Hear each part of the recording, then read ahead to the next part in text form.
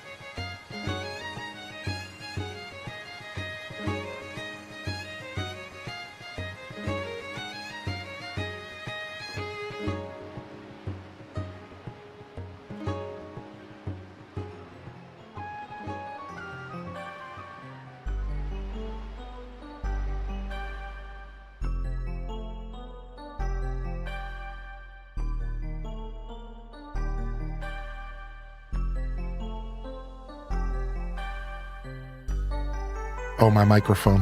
Thank you. I just got to get my Discord post while we get wide. Good morning, everybody. Sorry, I was sneezing. Good morning, good morning. Discord post being made real quick.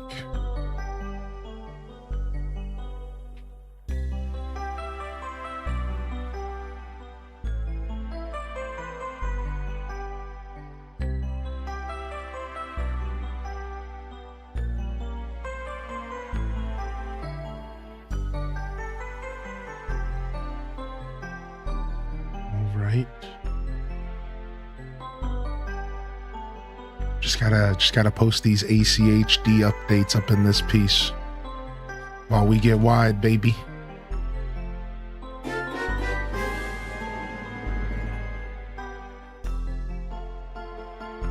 As always, so happy to be here. Also, happy anniversary, H-Day pet, H-Day love.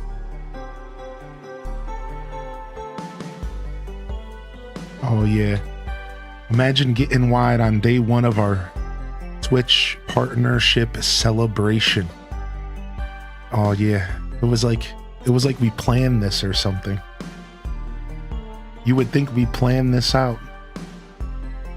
You would think that's how that worked. Yo, Mary with the 62, Jen with the 29, first subs of the day. Can we get some smug ones and smug twos in the chat for Mary and Jen? Can we get wide for Mary and Jen? Good morning, everybody.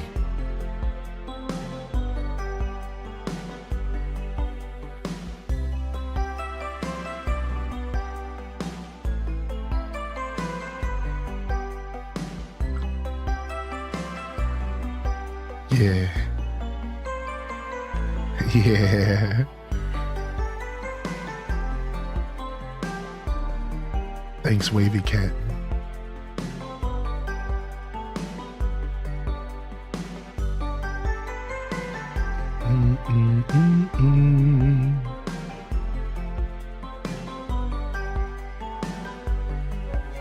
Whoa.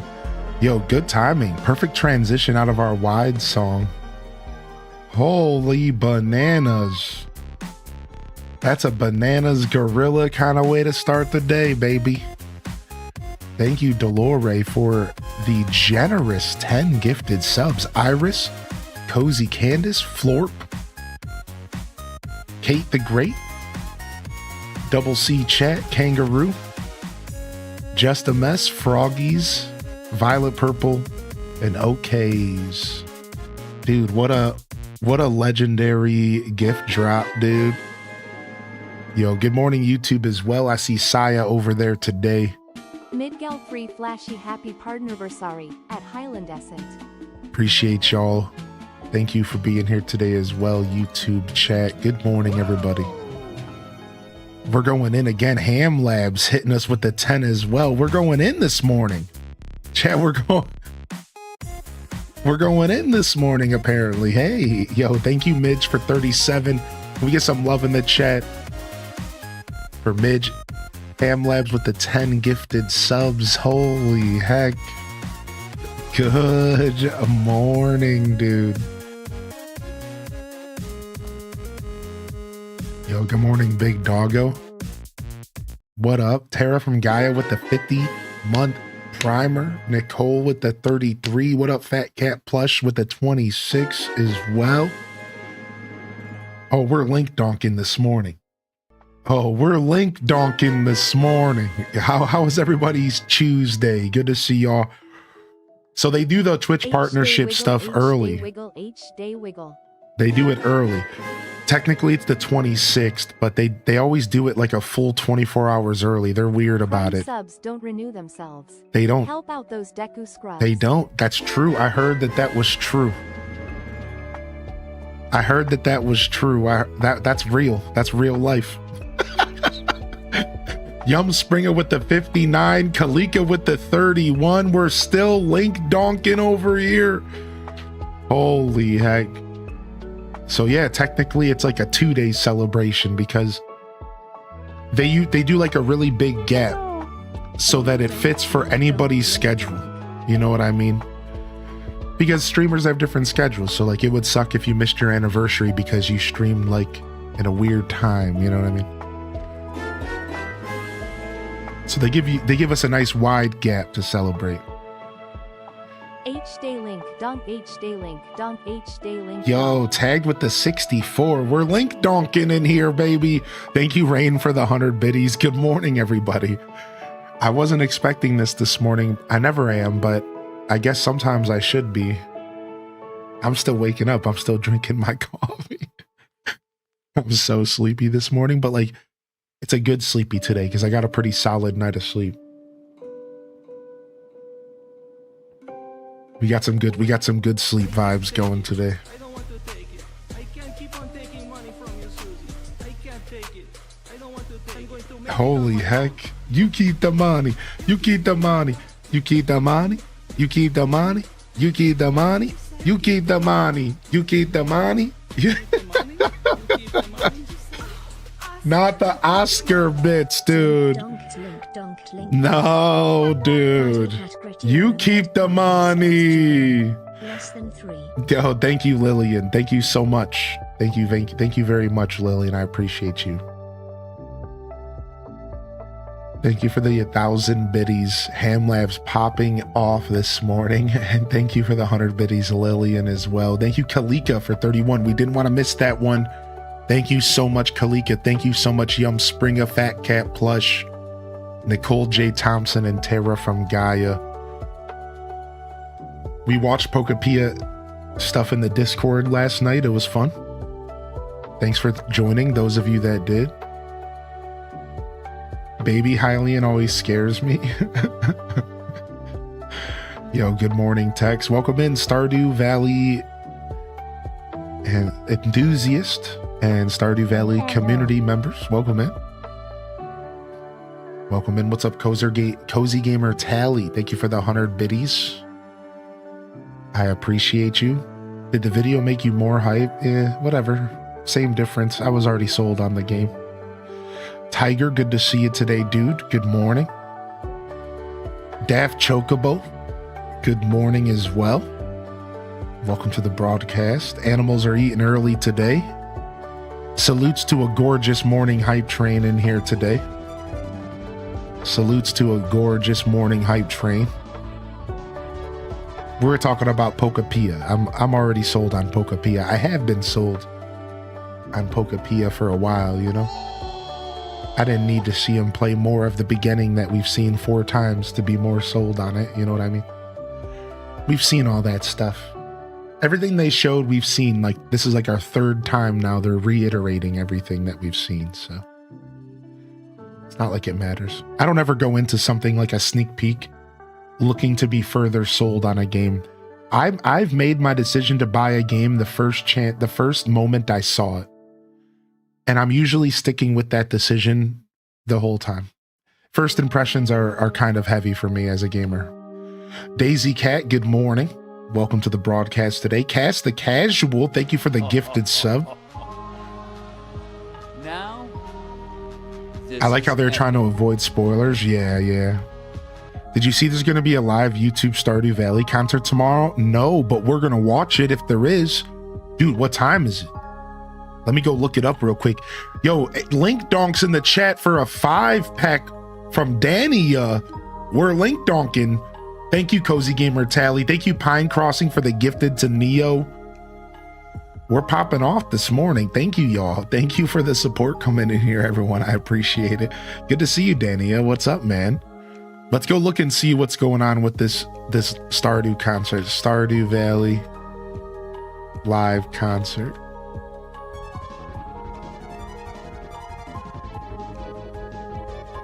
Okay, it doesn't seem like it's staged on YouTube yet, so I have to Google it, huh?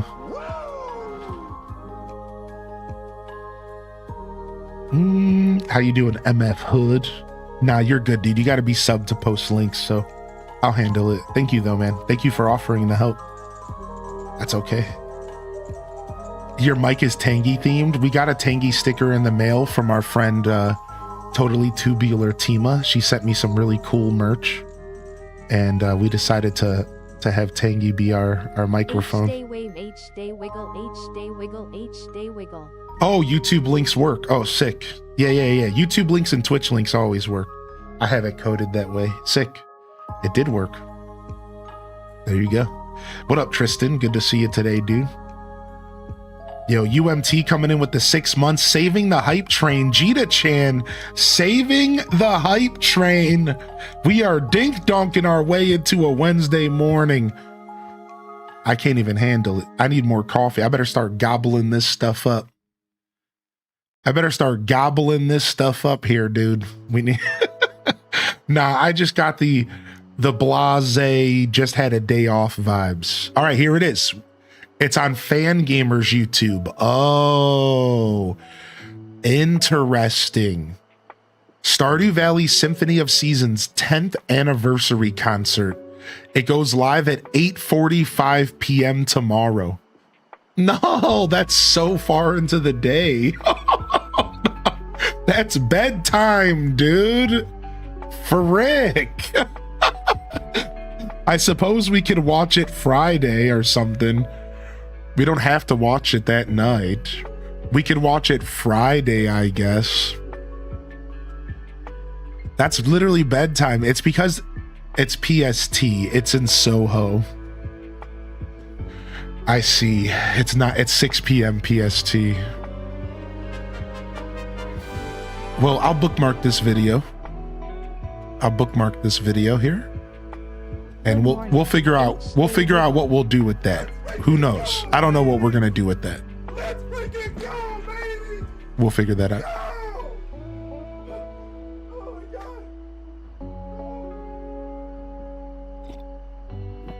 Yo, Chelsea Piper, thank you for the 3 months. Thank you so much. Thank you, Spunky Pumpkin, for the 24 months, dude. That's 2 years. Holy heck, dude. I'm throwing a Robbie out there for that. I usually save that for the tier 2s or 3s. Spunky Pumpkin, thank you, Chelsea, for the 3-month primer as well. Good morning, everybody. 6 years with the magical Hylian Descent legend Fishy Rosewater showed up during my first ever Legend of Zelda Wind Waker playthrough, and here they are 7 MFing years later, dude. During the first Wind Waker playthrough during the summer of 2019.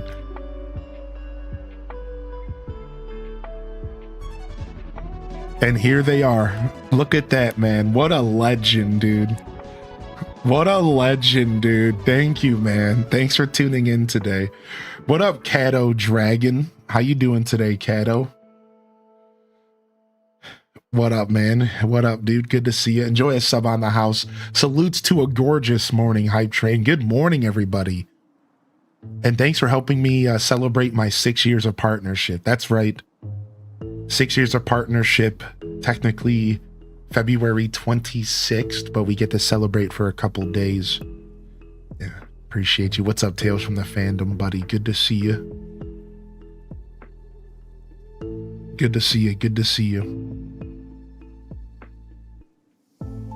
Nice. A cool remix of the Spirits Eve festival. Can't decide if I want the black or brown hoodie. Black is my go-to color, but the brown looks so good. I know, dude, the merch looks pretty good. I haven't ordered myself a piece yet. I'm going to order some merch here later. We're going to be doing some merch giveaways tomorrow, I believe. I think I'm going to do a handful, maybe 1 or 2. So, and we have some other giveaway stuff as well tomorrow. So tomorrow is kind of our big celebration day because it's Stardew's birthday as well. And we're kind of bundling them up. So we'll be having some fun tomorrow. Today is kind of meant to be let's just actually play some Stardew. Let's chill. Let's just do a kind of a regular show, if you will. Now, this is epic. Yo, Anonymous at the buzzer trying to save the day, dude. Thank you, Anonymous, for attempting to save that train. Level 7 is massive for 18 minutes into a broadcast. Shout out to Luna Ray, Lee the Nix, follower of Cthulhu, Faishani, and La Shorty Games. Yo, enjoy your gifted subs. Enjoy your emotes. If you've got yourself a favorite, I'd love to see which one it is. Good morning. Good morning. I didn't mean to do anonymous. Oh, thanks, Fishy. No problem, dude. Thanks for the love, man. I'm glad you said something if you didn't mean to do that. What's up, Pastel Constellations?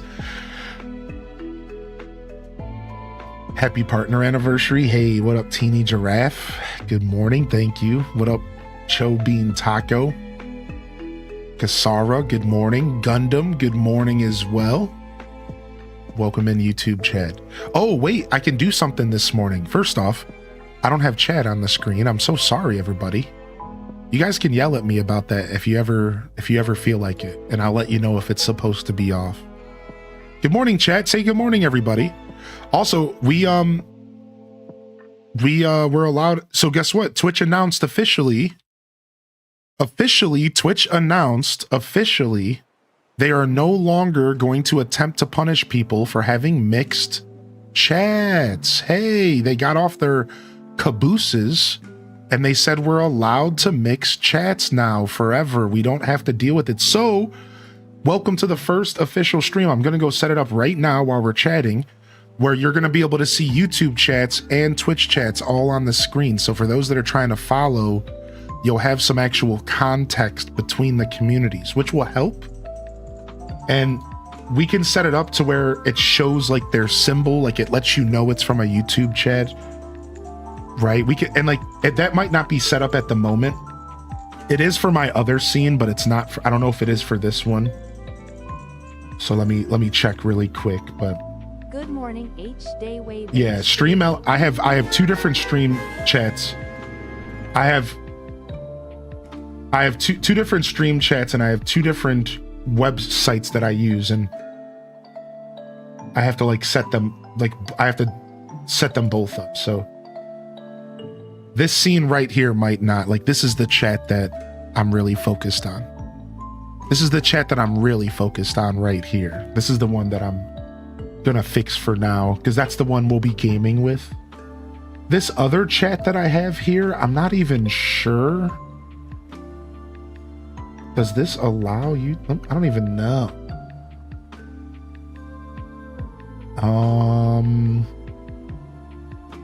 Yeah, I'm gonna have to look into the Stream Elements chat, because Stream Elements is like a completely different game. So we'll come back to that. Yo, happy Snowjo with the 37. Thank you, dude. All right, let me go to Streamlabs though, and let me get this chat right here set up real quick. Let me do this real quick, yo. Yeah, the day off was nice, man. Thank you for asking. Thanks for being so kind. Yo, Dink Donks, Link Donks in the chat for Happy Snowjoe's 37 and Bree Cheesy's 6 months. If y'all got some energy in the chat for me, I'd appreciate it. Let me go ahead and quickly log into Streamlabs. Yeah, it was a good day off. I played Diablo and lost my level 86 sorceress, which sucked. But then I went again, and I'm already back to level 10 on a paladin, which is dope. All right, the YouTube box is clicked. All right, chat is restored. All right, let's see, does it work? All right, YouTube, feel free to sound off. What's up, Kylie? And then Twitch is already signing off. Yo, what's up? What's up, Zompe? Should it work? I don't know. I think it should work. I saved it. All right, let me see if I can type over there as well. I don't know if it's gonna bring up me, because it's supposed to be avoiding me. I think so. I'm not sure. What are your thoughts on Resident Evil Silent Hill games? I'm not really into scary games. Smiley face. I'm not really into scary games. Yo, Jupi-san with the 41. Yo, Link Donks in the chat. Link Donks in the chat. Yeah, there you guys are. Look, at Starbow's Break, at Classy Saya. Look at that. There they are, dude. Now look, you see their emotes aren't working because that's all like stuff that I now need to consider. Show viewers platform icon. Ooh, hold on a second. Save settings. Is that gonna break my code? Because my chat is like very specifically coded. Like that was, my chat was designed for me by my graphic designer. Okay, you see that little Twitch symbol now next to the VIP badge? Boom. So now it's gonna show the symbol depending on the platform. And then I'll figure out the emote stuff. I'm not sure why YouTube emotes aren't showing up. Again, it's because my chat is custom coded. So I would have to have my graphic designer go in there and make it to where YouTube emotes work. I think I unfortunately have more work to do. But that's for another day. We're here to hang out this morning.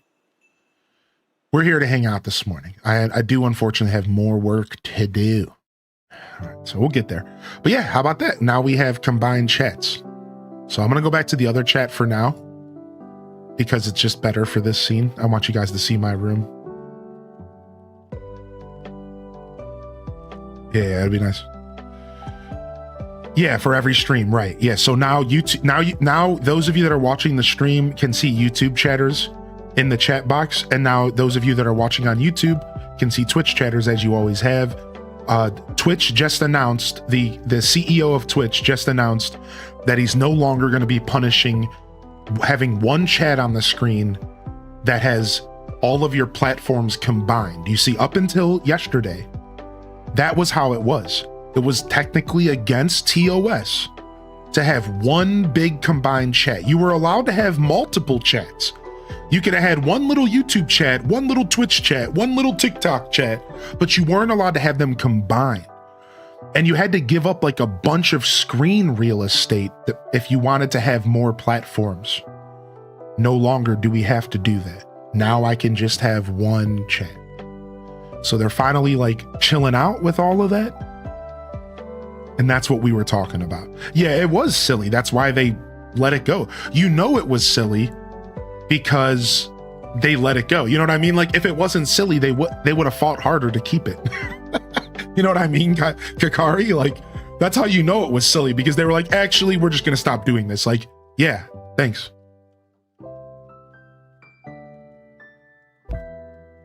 Nah, YouTube doesn't have HDES howdies, unfortunately. I could add it over there though. All right. So what else I wanted to talk about, to go back to your question. No, I'm not a big Resident Evil Silent Hill guy. I'm kind of a scaredy cat. I don't play those games. That was the other question I wanted to go back to. And then, yeah, we watched Pokapia yesterday and Mario Wonder. I believe we're going to be playing Mario Wonder on Mario Day this year. I believe we will. I think we're going to play Mario Wonder on Mario Day and check out the new not free update, whatever it is. I don't know, Switch 2 edition, extracting more money from me edition. And we're going to run around and play some Mario Wonder. So I think we'll do that on Mario 10th or March 10th, Mario Day. And then we have Pokapia coming out March 5th. And it was more of the same. Like the truth is that they've shown us that beginning segment multiple times. I will say that they went into a little bit more depth in the treehouse, and they mentioned the real-time clock mechanics more than once. And they even talked about like a little bit how they work in the game. So I'll tell you, first off, they do kind of have that unfortunate, for me, it's unfortunate, where it's like you go to craft something and it takes like 15 minutes in real life time to craft. That weird like Palea vibe, where like mobile game kind of vibe, where it's like, okay, you're crafting this building. It's going to take your Pokemon an hour in real life to build. Come back later. It's like, okay, I don't mind it too much because you could just go find something else to do while you wait. But I also am like not the biggest fan of that mechanic. And I'll tell you, that is the first time the game has like disappointed me a little bit since I've seen it. First time. It's like, okay, I don't really like those types of mechanics, but I'll deal if it works for the game. Otherwise, they mentioned the real-time clock, another way, which was Pokemon spawn on a real-time clock. Right? So some Pokemon aren't going to appear during the day. Some Pokemon are going to appear at nighttime, or like in specific hour chunks of the day. And that's pretty cool. So I like that. I like real-time clocks. I hate waiting till the next day. See, that's actually not what I'm talking about, Celestial Nightcat. I like that. Personally, I'm not saying you're wrong or anything, but I just want to make it clear. There's a difference between me going to craft something and having to wait 15 minutes and Animal Crossing saying, okay, your house is going to be moved tomorrow, and you have to wait till the next day for your house to be moved. There's a big difference in that, because Animal Crossing is based off of a real-time clock, and it encourages you to play the game slow. So when you go get your house upgrade, you wait till the next day, because that's how the game has been for 25 years. And it makes sense for Animal Crossing. It gives you a reason to log in the next day, and you have something to look forward to. What I'm referencing is, I don't like it when a game says, here's a crafting mechanic, but you have to wait an hour for this crafting thing to be done. There's a big difference, because what that does is just delay your ability to play the game for an hour. And that's a lot more annoying, and it's a lot more disruptive to gameplay, because I'm just trying to craft like a new building, or I'm trying to like craft like a new, feature, and like an hour is like, I would almost rather it just be wait till the next day. And I know that's like real picky and kind of splitting hairs, but it's because it's weirdly obnoxious when a game dangles in front of you. Like, oh, come back in 20 minutes. I think that's weird, and I think you should just let those crafting mechanics happen instantly. I think that's weird. But I do understand why you said that, and it's interesting because I guess I've never really considered the fact that waiting 24 hours is kind of a similar mechanic like Animal Crossing New Horizons, like old school Animal Crossing. I guess it is like, it's kind, and I never really thought of that. Like, so I had to really sit down for a second here and think about, why do I find them different?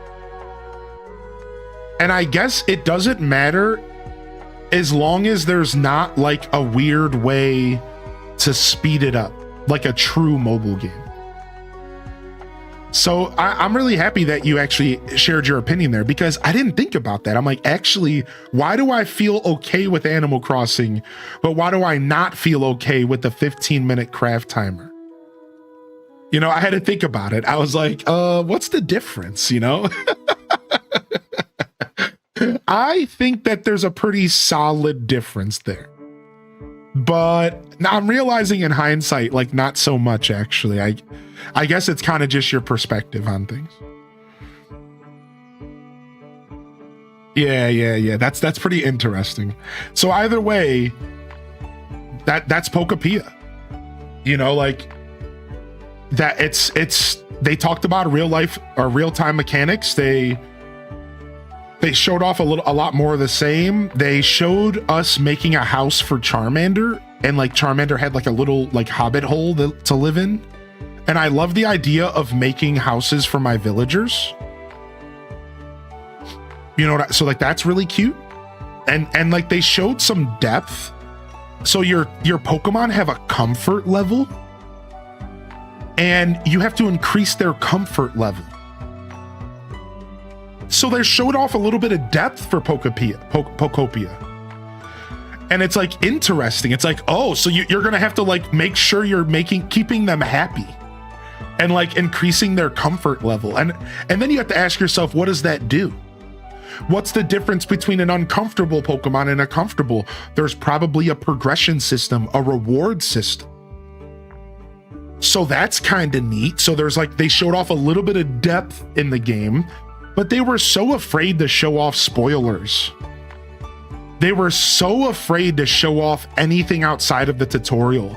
Like Pokemon Company had guns on them right out of camera, and they were just pointing gats at them like, if you step even one step out of this area, you're going down. Like, they were like so scared. I'm like, dude, just show off some of the game, dude. We're here to watch the game. Like,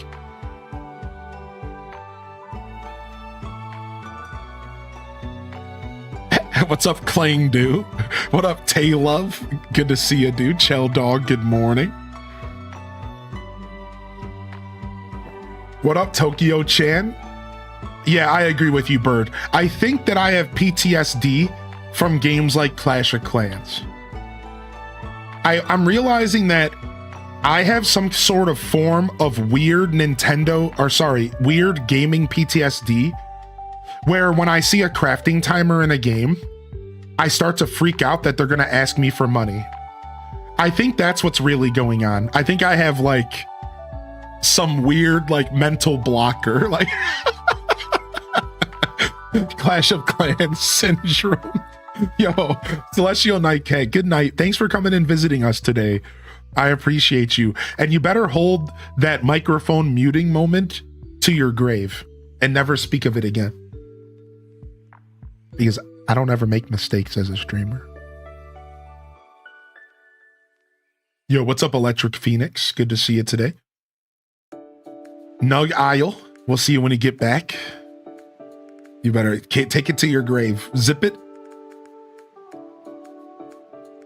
Yo, good to see you today, Zane and Zella Zephira, Kakari.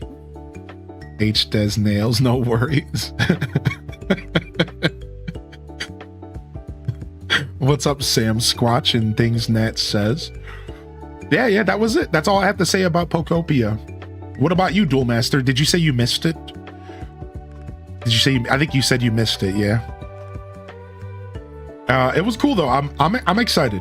I'm not more or less excited from seeing the event, but I'm excited. I think I'm more excited to just play the game at this point than anything in my life. That's why I wasn't phased when I lost my level 86 sorceress in hardcore yesterday. I sat there for about 10 minutes, super pissed. 5 minutes. I turned the game off. I stared into the space and just like thought to myself why I decided to play hardcore in the first place. And then after I took a big, you know, rest moment, balloon in the Twitch chat, I loaded the game back up again. I got back to like level 10 on a paladin. I'm feeling good. And then I started thinking about how it doesn't matter because in like 7 days, literally a week, I'm going to be playing Pokopia. So like, whatever. Like, I'm already, you know what I mean? Whatever. And then I have No Man's Sky to go back to anyways. So, plus with No Man's Sky to go back to, yo, Testonomics, have you tried in the past 24 hours? Hello? The one time you don't show up and try? I was waiting for you all day yesterday. Unbelievable. Yo, what's up? How you doing today, Pegacorn? Good morning. Thank you so much. No, got him. Sucker. Got him. Just kidding. I don't know why I got so into that. I'm so sorry. That was rude. I'm sorry. Oh, you hadn't seen the bush thing that they showed off? That's cool. At least they showed something new for you. I'll be back to offline chat. Yo, what's up, Nembo Tavi? Good morning. Is it fall? And it is fall, and it's because the Meadowlands grass is purple. It's because the Meadowlands grass is purple. Oh, it makes the fall aesthetic so wonderful. What a comment. And yo, congrats, Testonomics. Welcome back, I guess. Yikes, sheesh. Nice, dude. You know, I don't want to talk about ACHD right now because I don't want to get the chat to blow up with commands. So what I decided to do is instead, we're going to go into emote only mode to talk about it. And we'll see how this goes. All right, so there's been updates to ACHD, but I don't want you all to blow up the chat with commands. Please use the Discord to check out everything I'm about to talk about. Please, let's still try to welcome people that are tuning in this morning. I didn't want to blow the chat up yet. All right, so please, let's keep it chill. You can check out the new stuff later. Please, I'm asking a couple times. So new update.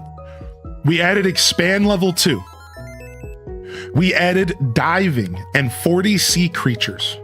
And it's all on a real life time like fish and bugs. Hopefully, I might have to go and double check my times in months. We updated the collection and the museum for sea creatures. We added a wetsuit to the shop rotation and we got lucky enough, it's here today. And we added 3 new Phineas badges and more are coming. Like 7, 8 more. I have a lot. And then we fixed selling wood in the Discord. We fixed inventory sorting. It's way cleaner. We fixed Leaf with the plural options. He will now buy weed, not just weeds. And he will buy some good old flour, not just flowers. We also fixed expand to properly tell you that you need a population limit. And then we also fixed a cap and skip inventory skip bug that was happening. And then just want to quickly talk about while we go out of emote only mode again, check this stuff out in the Discord. And if you can't play in the Discord, just wait for a little bit until things calm down again. Because I want to make sure we're saying good morning to people because I did just take a day off. What's up, Trial Fan? So then the other thing I want to say is just some future updates real quick to get you guys excited for those that are actually really enjoying my little game. Next up is Pascal. Pascal with a working scallop interaction. So keep your scallops if you get lucky enough to get one. As well as a new timer event. I'm going to be adding Pete as a flyer and the UFO. And the UFO is going to be sick. It's going to be once a day, literally only once a day, a UFO will fly by. And if you manage to catch it, you're going to get a special interaction with Gulliver the next day, just like the real game. The next day in real life, Gulliver will be available for you to get a rare interaction. And then we're also going to be adding a chance for materials to appear from balloons, not just bells. So instead of getting 5,000 bells, you'll get 10 of any material. Instead of getting 10,000 bells, you have a chance to get a single piece of gold. And instead of getting 1,000 bells, you'll have a chance to get 5 of any material. So those will just replace, and it'll be everybody. So like every once in a while, you'll pop a balloon, and everybody who would have gotten 1,000 will get 5 of a material. Everyone who would have gotten 5,000 instead will get a blank amount. All right, so all that stuff is coming soon, those 3 new big updates. All right. No, C critters are sold with just exclamation point sell C or sell C critter or sell dive. There's like, I made like 10 aliases for selling sea critters. You can just use the word sea or sea creature or dive, like all sorts of stuff. Yeah, I've started making a lot of fuzzy commands, and I've started making a lot of like alias commands so that it's all like a lot easier to play. All right, so welcome in here, everybody. You can look that up yourself, Lazy Stoneheart. Welcome to the show, Raiders. What's up, Crafton? Good to see you today. And welcome to the broadcast. More info's in the Discord net. You can find more info on how to play ACHD in the Discord. So go ahead and join that if you would like to follow what we were just talking about. You Raiders, you just joined in. I was talking about my little chat game that I made. I coded a chat game that people can play while I'm streaming and also in my Discord, and it's all based off of Animal Crossing, and it's pretty fun. It's pretty fun. So that's what we were talking about as soon as you joined in. Welcome in Ultrasaurus, and welcome in Raiders. What's up, dude? Good to see you here today, Simcopter. And how was Ark Raiders today? How cool is that, dude? Sim playing Ark is something super, super, super special. And I really appreciate that. I really appreciate that.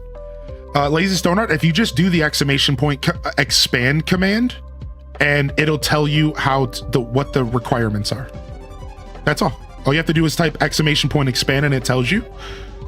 Yep. Pretty straightforward stuff. What's up, Random Jen? Good morning. Yo, good to see you today. Detective Rach with the gifted over to Simcopter. Hey, dude. And welcome to the broadcast this morning. Farming Simulator head as well. Oh yeah, you already know. You already know, baby. You already know, dude.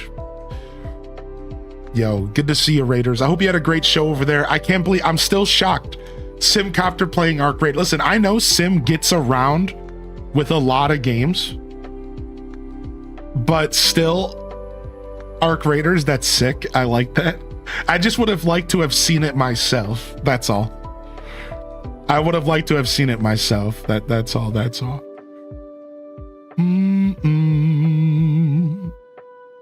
I tried expand too. Yep. Yeah, you just gotta play around with the game a little bit. Remember, when you're playing video games as well as ACHD, if you just play around a little bit, you're not gonna break anything. Right? Just try typing stuff. Just sound off. Just plug in a bunch of commands, you know? You'll figure it out. That's kind of the way that I'm coding the game. I'm expecting you to experiment with the game in the Discord. I'm expecting you to experiment with it. All right, Nat, you're looking for information that's in the Discord. So just go in there, go to the channel in the Discord, go to the pins. You'll find all the information you need. Yeah, I think a lot of people are always afraid. I like to try to express that to my fellow gamers out there. Just experiment. That's like the whole point. I want there to be a mystery. I want you to kind of have fun just poking around. discovering things for yourself. I'm not going to tell you every exact command, every exact detail, every exact update. I'm just going to kind of do stuff, and it's going to be up to you to kind of discover it. And that's kind of how this is going to go. All right. So just have fun with it, man. Yeah, just have fun. Just mess around, poke around, see how it works. What's up, Thumbtack again? Good morning. Thank you, dude. At Pine Crossing, I wish, maybe. You know, I always had a dream to code games when I was a kid, so, you know, maybe one day. We're young out here. We're young out here. All right, let's jump over and play some games this morning, shall we? A self-fulfilling prophecy. Let's go ahead and play some games this morning. I think we have had a long enough intro. Unfortunately, my clock died recently, and I'm super sad. I'm gonna go see what's going on here. Boom, boom, boom.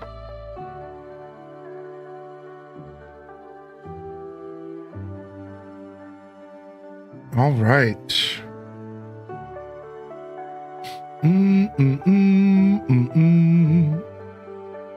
Hope y'all are having a good one. All right, let's jump over. Some Stardew Valley today.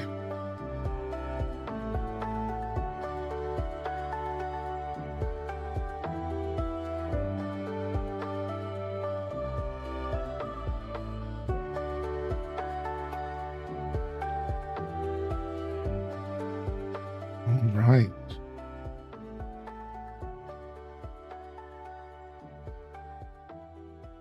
Wait, we should show off the title screen stuff again for those that have never seen it. Let's do it. Let's do it again. Which one is it? Here it is. The butterflies. The Junimos. What is it? The V? No. I know about this one. The R. And then the E, but I always think there's one more that I'm missing. I wonder if 1.7 will add a new one.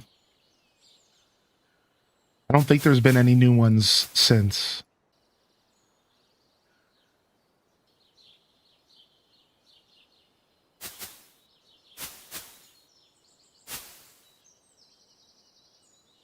All right. Anyways, Stardew. We love some Easter eggs, right? We love some Easter eggs, right? All right. What's up, Irene? Good morning. My friends have healthy bets on what it's going to contain. I'm excited to see what they do with 1.7. You got a Pokemon mod? Dude, I was just talking about the Pokemon mod to the community like 3 days ago. Dude, it's a good mod. I've heard good things. Yo, what up, Poistar with the 20 streak? Ulithicus is in the house with a happy partner. Thank you, dude. Thank you, everyone, for getting all that partnership love in the chat, man. The catalogs in Club Penguin, that's what it reminds you of. Do. Here's our chapstick this morning. I'm also doing a JojaMart run this time. The Pokemon mod for TCG Shop Sim? Yeah, I have seen it. I almost played that game with the Pokemon mod on Twitch, but I don't think I'm allowed to. I noticed that nobody who plays TCG Shop Sim uses any of those mods on Twitch. And I started thinking about it, and I'm like, I don't think I'm allowed to.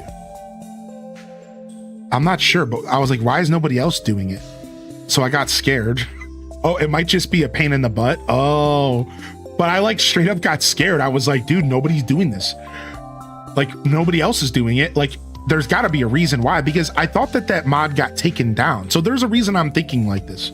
Because when that mod first came out, I'm pretty sure it got taken down. And then it got brought back because like Nintendo like attacked the mod creator or something and like tried to send him like a cease and desist or something. I think there was some lore around it. Yo, what's up, Perpetrator? Good to see you. Yo, Malachi, I think Haunted Chocolatier will be 27-28. I think we could see it 27-28. I think that's pretty logical, actually. So I was like afraid to use the mod, but maybe I should just do it. I want to sell some Charizards, you know? All right, everybody, welcome in here. Let me go ahead and get my controller set up. We are here with our Hylian day 6 of day 6 of fall on Twitch Farm. Words, English. We're 20 hours into our playthrough. All right, let me go ahead and get some background music set up just in case during the nighttime. All right, perfect. And we are doing an 100% expanded playthrough. Today, you are tuned in for a modded playthrough of Stardew Valley Expanded Edition. And boy, are we expanding. Now, if you don't know what Expanded Edition is, Expanded Edition, essentially it takes vanilla Stardew Valley and all of its glory and expands upon it with new characters, kind of adjust the valley, add some more content, some more areas to explore, and basically more of the same on top of all of the wonderful stuff that you already have, again, in vanilla. It really lives up to its name. It really is just Stardew Valley, but expanded. All right. And we are going for our 3rd ever perfection run in the game. We've done 2 perfections, one on vanilla Switch, and then again on vanilla PC 1.6 edition. So we're going for our 3rd ever perfection run. All right. And this is like our 5th episode. You'll find the rest of the episodes on YouTube and my live section, and eventually we'll put it into an episodic playthrough as well. Are the arcade games a part of the 100%? Only if they are a part of the official perfection, which I don't know what perfection is like on expanded. I've only ever done it vanilla. So expanded adds more to the perfection journey and makes it even harder to get a true perfection run. I don't know what to expect from expanded. I don't know how much more difficult it is. So I'm not sure, but we are just going to be following the in-game perfection list. So just like we have done with vanilla. All right. So for those that are maybe new to Stardew Valley has a built-in perfection list in the game in which you can follow and get what's called a perfection run. And you get the real credit roll. It's the true ending of the game. And it's something that you cannot see unless you follow a strict set of rules. So there is a list like in the game that you unlock via a very kind of like end game run, if you will. And once you unlock this secret area, you can actually get a list that says these are the things you have to do to 100% the game or get perfection. So this isn't like the Zelda community, for example, where it's just a bunch of people deciding what makes a game 100%, right? I've 100%ed Zelda games. You know, you go to a Wikipedia page and a bunch of people are like, this is what it takes to 100% Legend of Zelda. You know, this is more akin to like a Metroid game where it tells you in the stat screen what percentage you are at, right? Like, and that's what Stardew does. So it tells you, okay, you need to, for example, catch all the fish in the game. You need to get your relationship levels to max with all characters.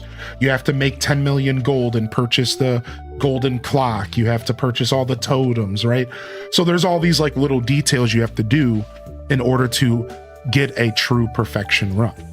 Now, because I'm playing a modded version of the game called Expanded, some of those things could have changed. Some of those things could have been adjusted.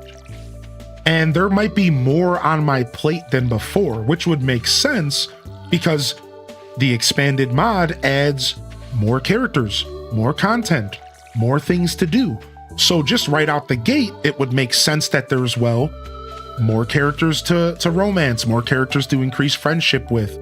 And but I'm wondering if expanded also even takes things a step further and maybe puts me in a position where I'm forced to do something like, let's say, play the arcade games, right?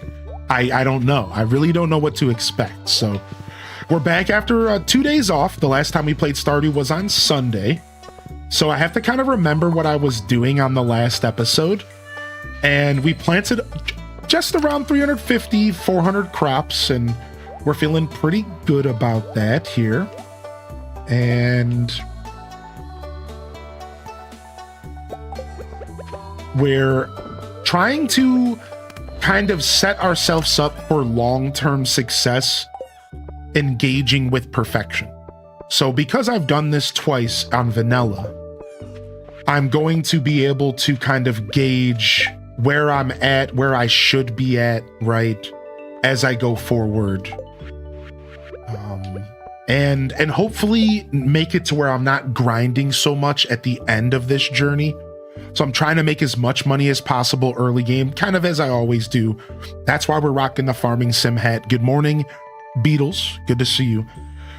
And we're also attempting to like keep up with friendships and birthdays from the very beginning of the game, while also still attempting to enjoy Stardew. And we are giving ourselves a little bit of a theme this time. If you're new to the channel, you might not know that I've done all sorts of challenge runs in Stardew as well. And my favorite challenge run to this date, oh, I don't have my milk pail, what was our fishing only farm. We did a farm where we only fished to make money, and we were only allowed to make money off of fishing in game. And it was really cool. It was really interesting playthrough. We were able to challenge ourselves to experience a side of the game we've never really fully fleshed out. So this time around, I'm not doing a challenge necessarily, but I am looking to try new things. So I've always had a vision of doing a lumberjack playthrough where I only make money off of trees, tree products, maple syrup, pine tar, as well as fruit, because there's fruit trees in the game.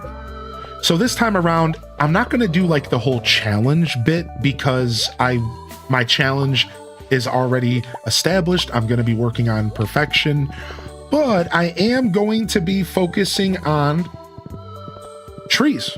And as we get past year 1 and I make my early game cash, this farm is going to become an orchard farm.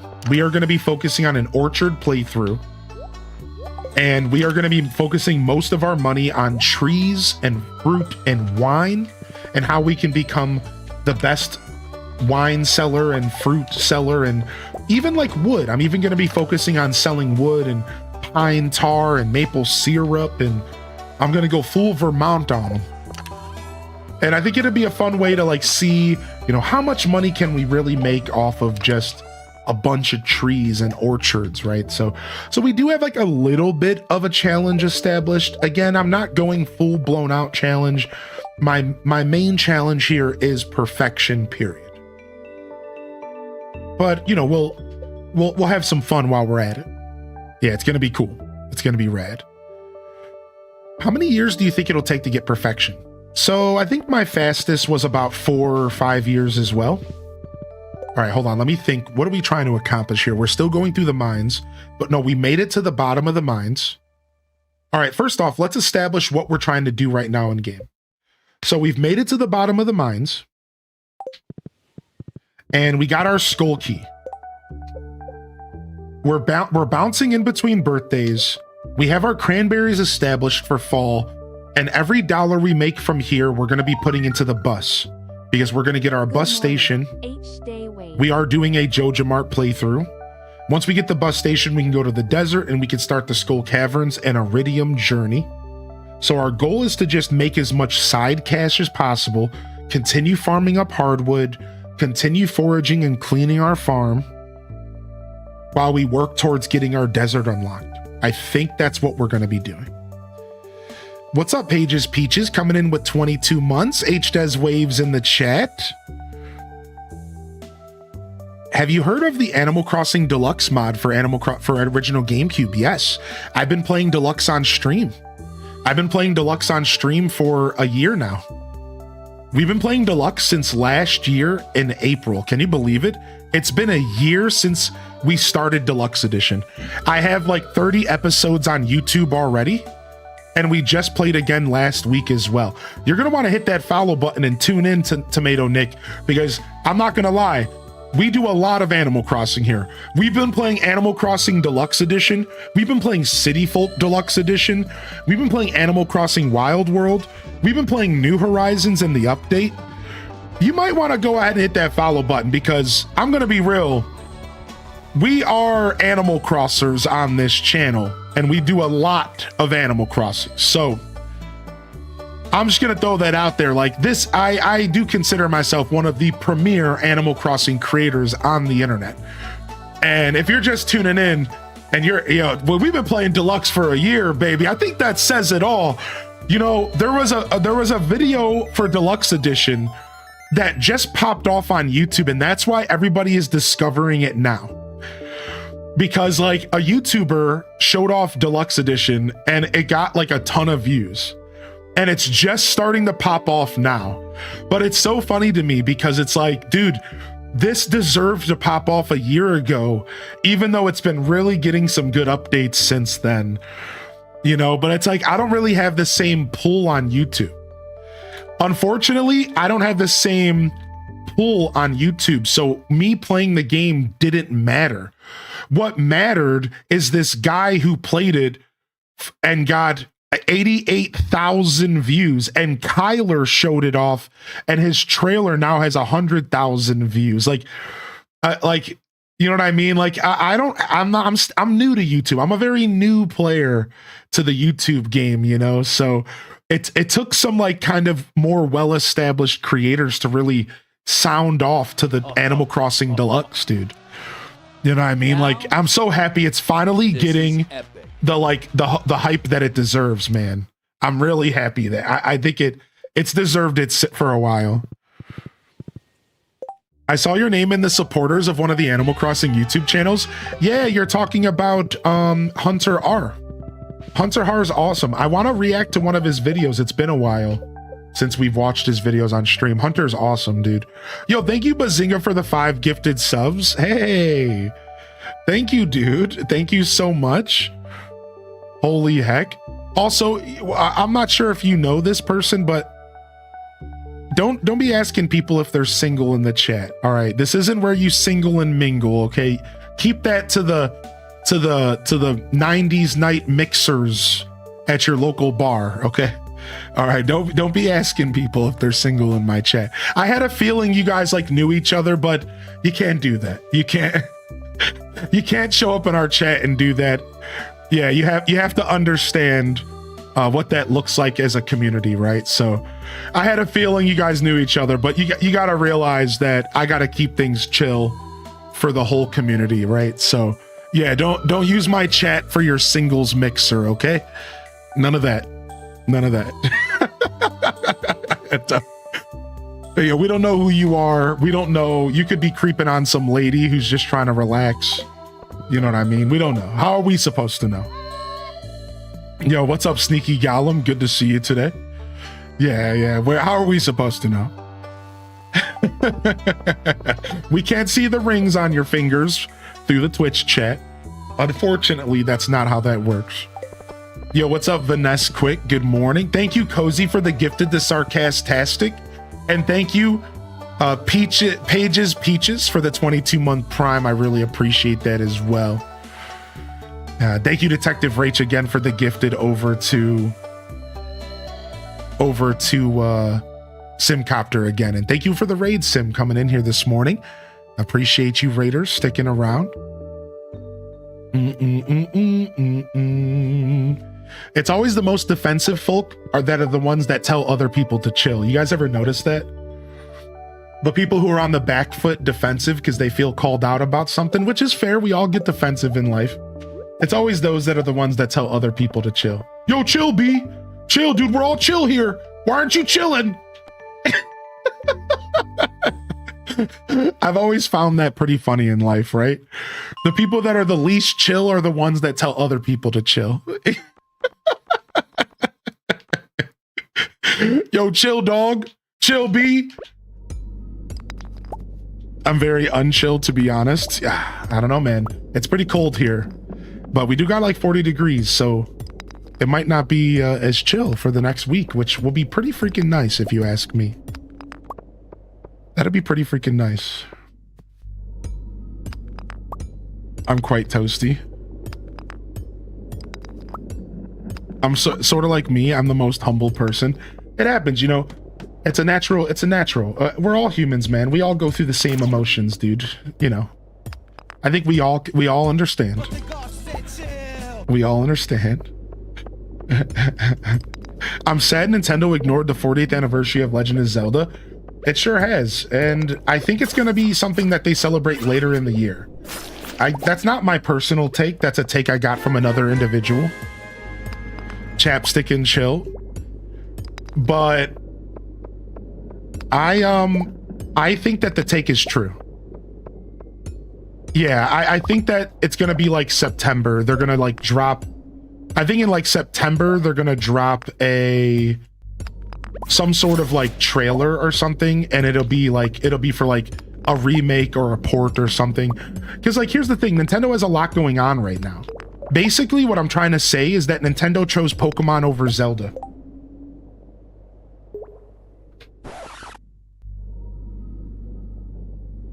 Yeah, sorry, deal with it. Yeah, there's just too much going on. Like, Nintendo was like, are we going to sit here and are we going to have 18,000 directs, a partner direct? Are we going to talk about Zelda? We have Mario Day in literally 3 weeks where they're probably announcing a new 3D Mario, if I had to guess and predict. And then we also have Pokemon Day dropping Generation 10, Pokopia, which they're probably hoping does really well and taps into a new market on the Switch. And then they're also like gonna drop Zelda stuff. It's like, as much as we would all want that, and I personally think that Nintendo's in a weird place right now, and they're not like giving us information about stuff.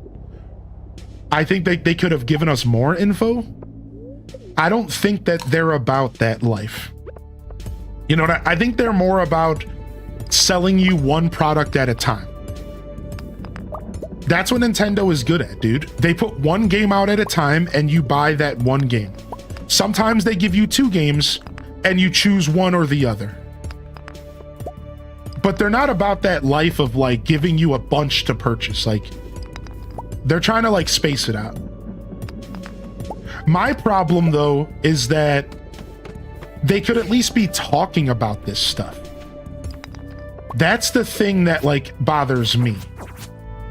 Is that they could at least be talking about this stuff. Like, I feel like the fact that they haven't like given us like what we're expecting to play this year as Switch 2 owners, I feel like that's pretty whack.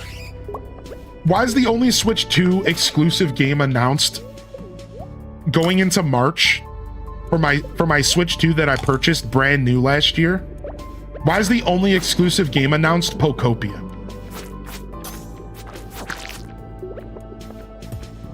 Like, I think that there's a problem with that, if you ask me personally. Why is that the only game that I know about for my brand new Switch 2? I don't know, I just think it's weird. I think whatever Nintendo's doing right now, they're not doing the right thing. Wasn't Bonanza exclusive? Yeah, I'm just saying like for 2026. There is nothing projected for 2026 at all that is a Switch 2 exclusive except for Pokopia. Think about that for a second. You don't think that's weird? There's just a bunch of Switch 1 and Switch 2 games, but there's nothing at all Nintendo first party announced for 2026 or even 2027 or anything at all. They haven't said anything to us. They're just leaving us in the dark. There's a new Fire Emblem game that might be Switch 2 exclusive. I could be wrong. There is the new Fire Emblem game. So maybe that's the other one that I'm not thinking about. Do we have a release date for the new Fire Emblem though? I'm not sure. I don't remember.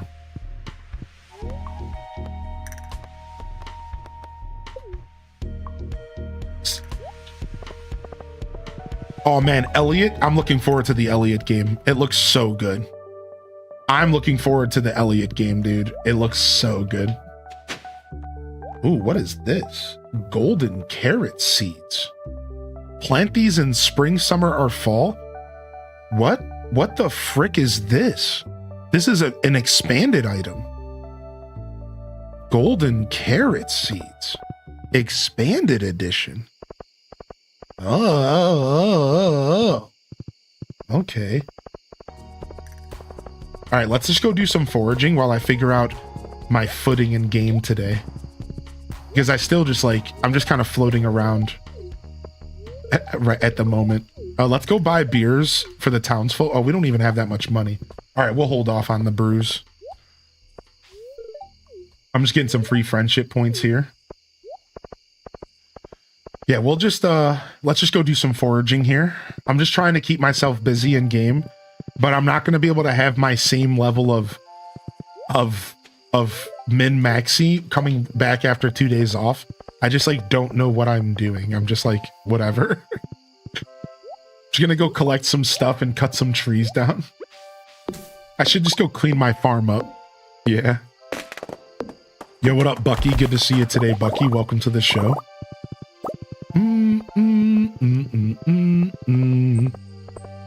What's up, Angela? Good morning. Always a good strat, always.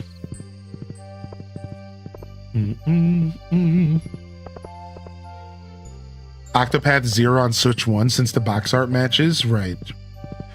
I don't for me, what I'm mostly looking for from Nintendo at the moment is first party content. Everything else in the Nintendo brand is doing pretty good right now. Everything else is pretty good. Everything else is pretty great. We got a bunch of awesome third party games coming.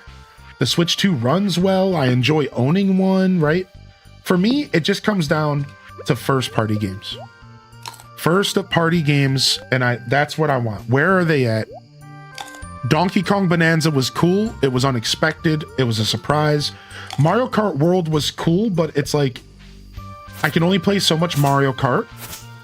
And because it was void of a single player campaign that it really had the opportunity to deliver, I feel like I would still be playing or would have been playing Mario Kart for a lot longer if it had some sort of single player campaign. So it's all right, that's fine. Mario Kart games didn't really have those in the past. You just kind of race and turn it off. And then Kirby just unfortunately didn't hit, right? I liked Kirby and I love Kirby Air Riders, idealistically. I like Kirby Air Riders, as a concept.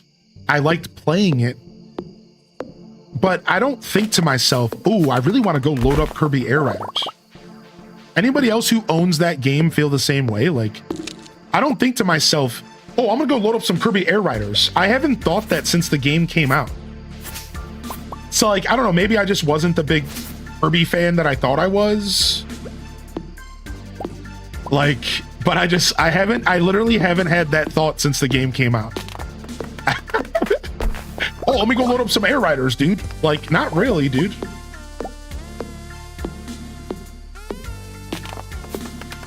I always want to play it, but I'd rather play with other people. That's the problem. It's such a multiplayer focused game. And I just got the Holy Blade. What? The Holy Blade is nice because it automatically seals the mummies. Which we might want this for when we go to the Skull Caverns. Dude, the Holy Blade, that's sick. How did I get one of those? We're playing modded. Yeah, this is expanded edition. Exclamation point SDV mods. There it is. Yeah, if you want more info.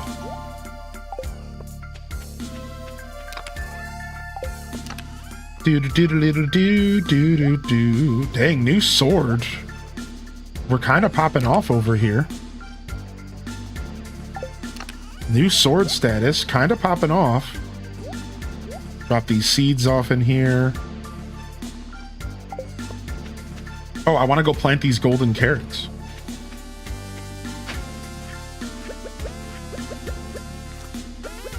Give these bad boys a water. Nice.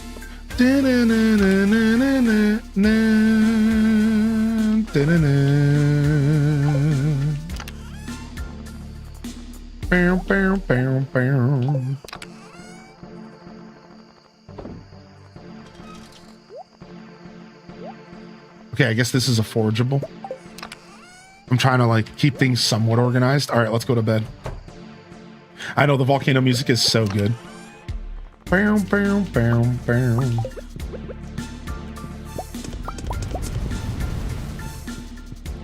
The extra crit chance is so nice. Dude, I've done a full crit build in this game and I love it. I'm also doing crit right now.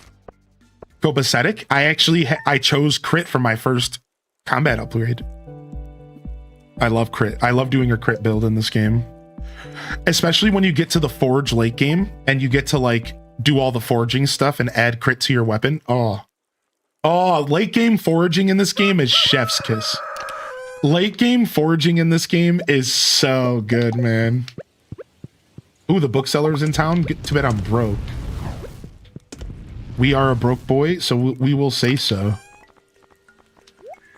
All of our money's currently in our field right now. It's tied up in our stocks. Greetings, it is I, the Queen of Sauce, here to teach you a new mouth-watering recipe from my secret cookbook. Tortillas! Ever imagine what it might be like to wrap up your food in a dirty old washcloth? Mmm, delicious. Mmm. Mm-mm. Bow, bow.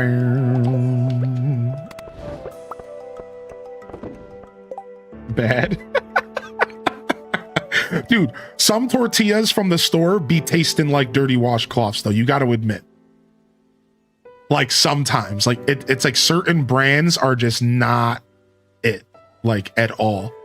You have to be careful, dude. If you get super cheap tortillas, man, you better fill that food up with a lot of flavor, because it's gonna have some notes of dirty sink. Some dirt.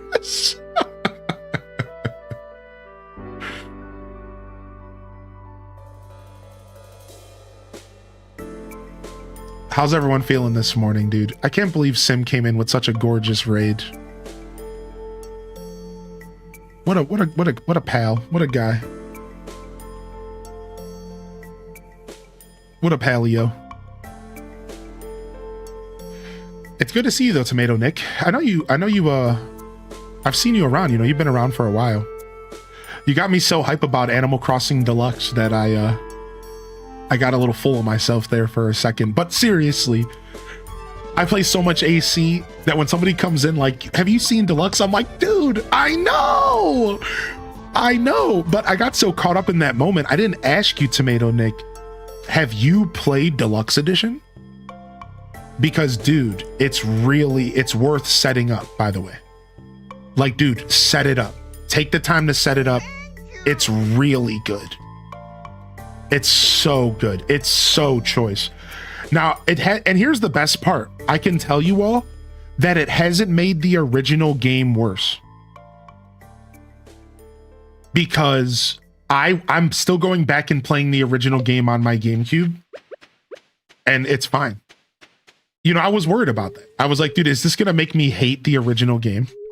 Nope, not at all. Because the way that Kyler put together that mod, it doesn't really take away from the original experience at all. And it's only a few little things that you might miss. Like going from being able to stack fruit to not stacking fruit didn't bother me.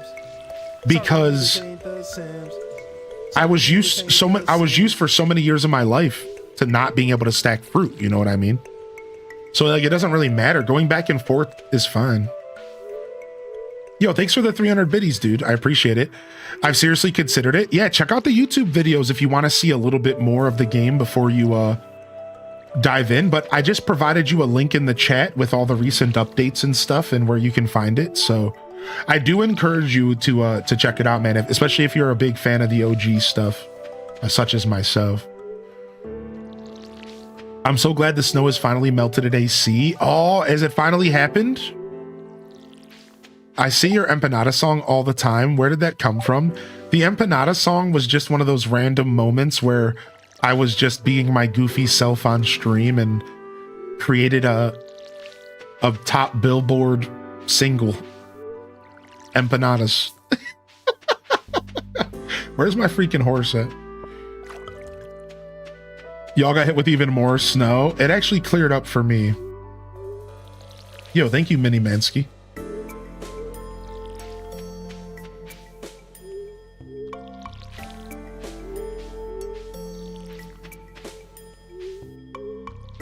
What's up, Red Museum, dude? Thanks for throwing love out in the chat here, everybody. I appreciate you.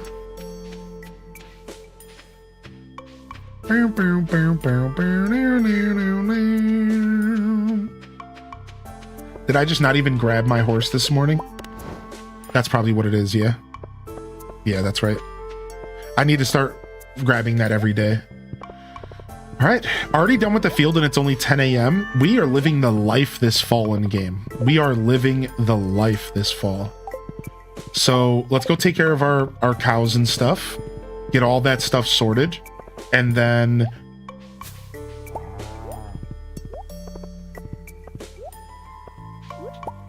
really just continue to hit the mines so that we have a ton of resources to do everything we need to do with kegs later. You know, part of my brain was trying to fight that. I was trying to fight like going to the mines because I was feeling like I was going there for no reason.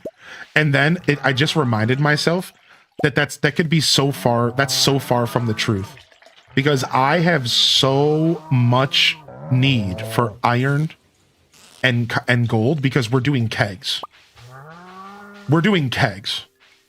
Right? Like, so it hit me like a ton of bricks just a minute ago. Like, what am I saying? Like, dude, we're doing kegs. We need more gold and more iron than we are even close to having right now.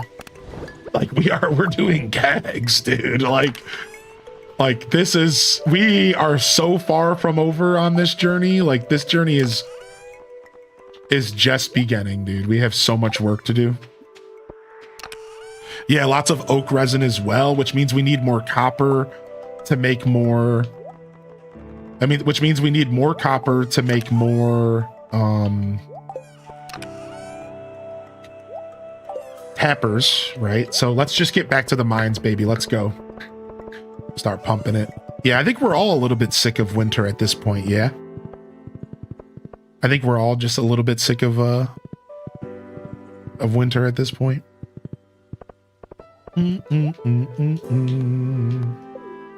At least all of us up here in the north, the north like Midwest area, right?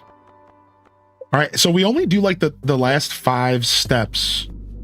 The reason why is because if I remember how this works, everybody, the last 5 floors of the local mines have a chance to spawn iridium, and only the last 5. So we just keep doing the last 5 floors over and over again. Right? We don't do anything else. Once we unlock those last 5 floors, this is where we live. Unless we're trying to go get iron or copper, which we do have to go do some of that farming. This is where we live now. Until we get access to the Skull Caverns. It's gonna be 80 degrees in Colorado today. Global warming? Frick? Is that normal?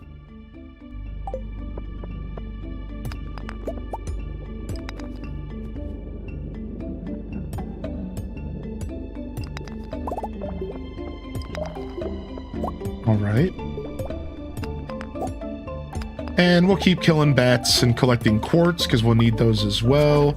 Especially if you want to increase our sprinklers, which I wouldn't mind increasing sprinklers, but we don't really need to right now.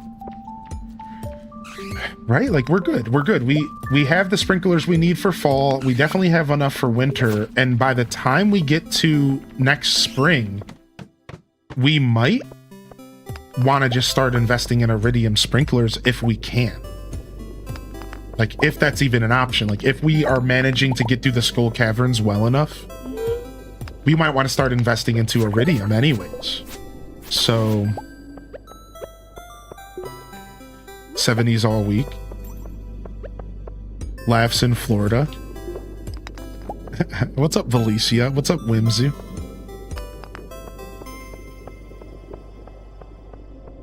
Good to see y'all here today. Good morning. Boom,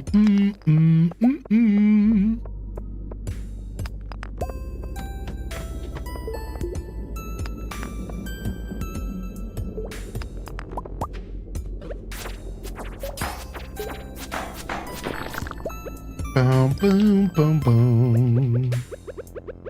I'm saving my cheese for the Skull Caverns. 90 to 100 for all month for me. I am keen to not need AC. Really, dude, I like air conditioning when it's 70 outside. That's not like completely true, but kinda. Can I actually hit something? Dude, you're going to the Stardew Valley Orchestra next Monday? Dude, the Symphony of Seasons is so good.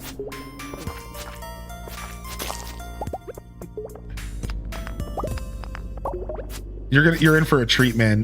What's up, Caden? You're in for a treat, dude. I saw the Symphony of Seasons and I'm so happy. To think that I almost bowed out too. It at least like it crossed my mind. I was pretty gung-ho about going, but there was like a moment where I really did question the whole thing, and for the worst reason ever too. I'm so happy that I fought back against those feelings. We're about to die. We better eat some food. What up, Jordan Afternoon? What up, Shapeshifter? Good morning, y'all.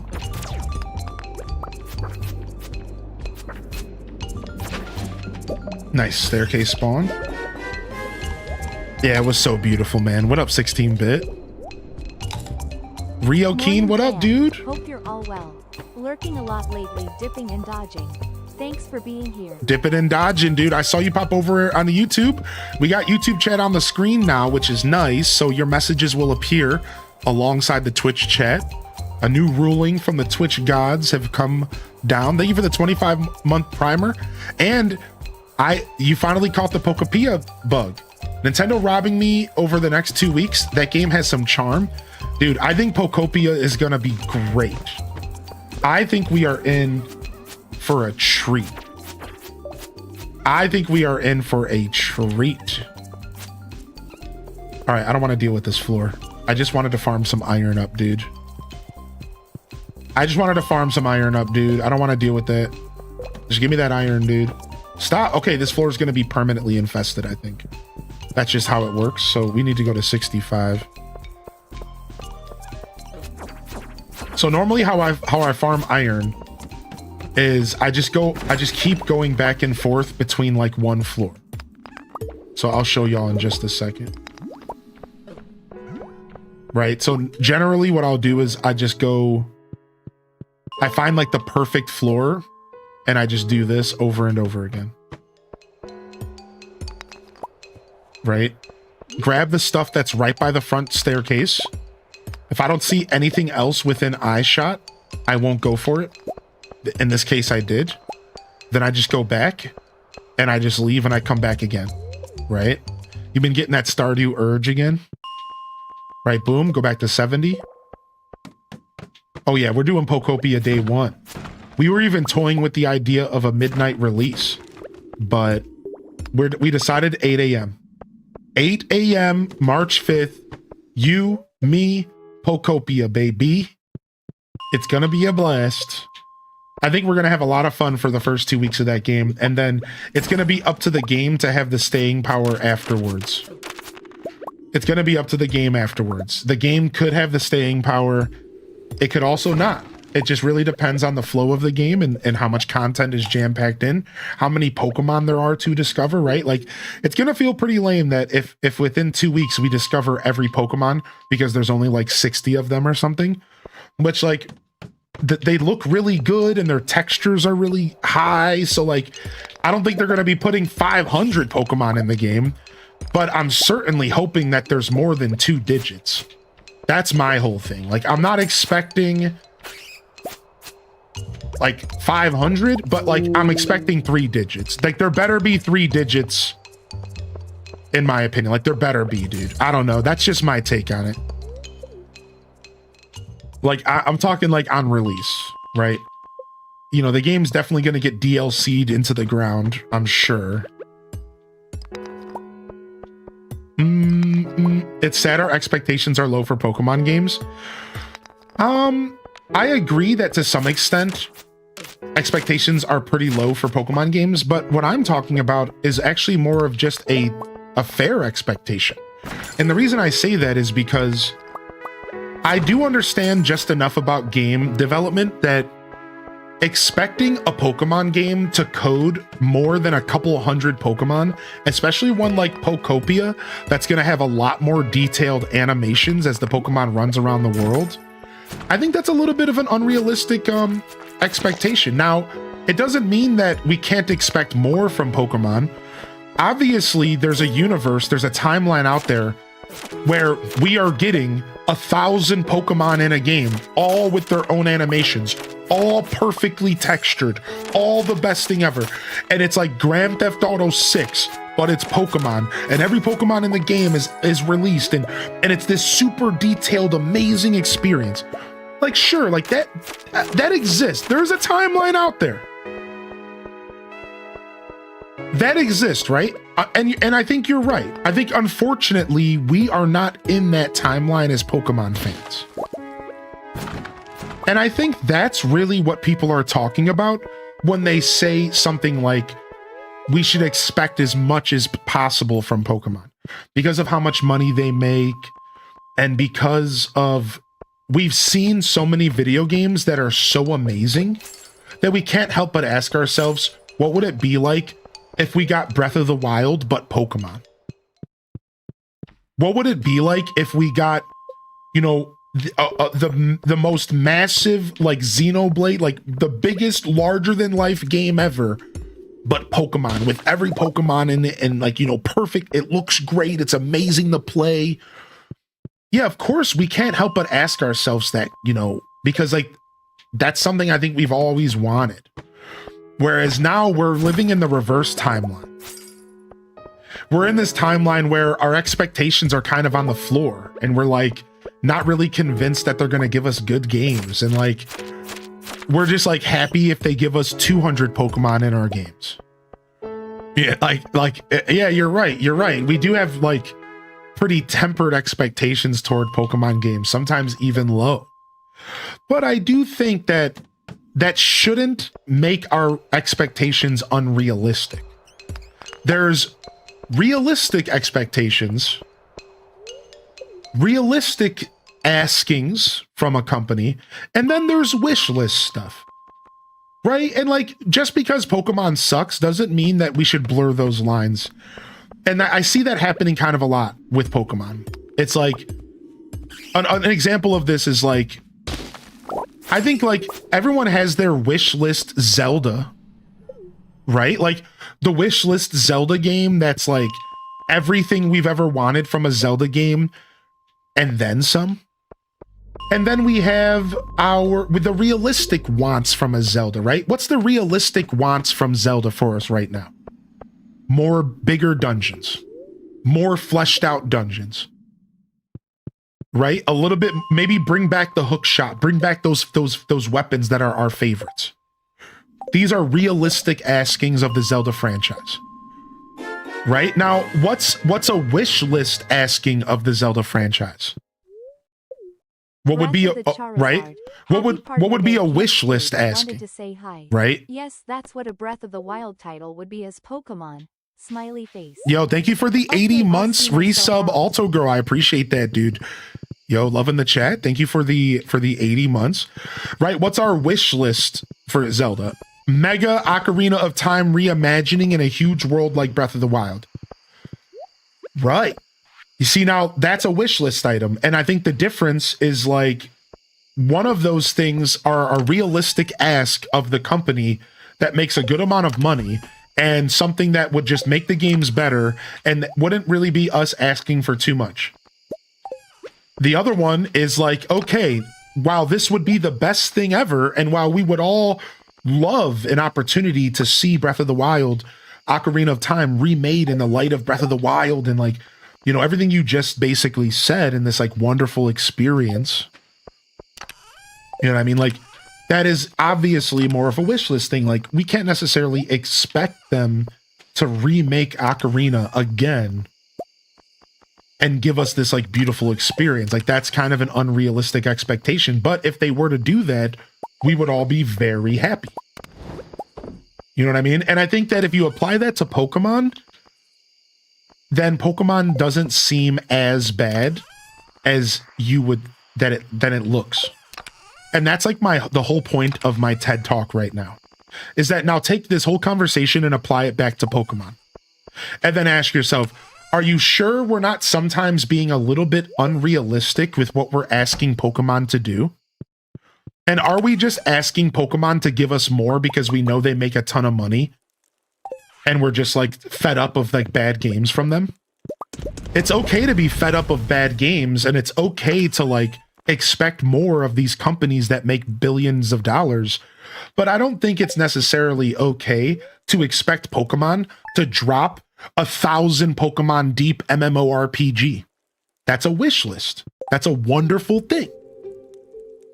But that's unrealistic.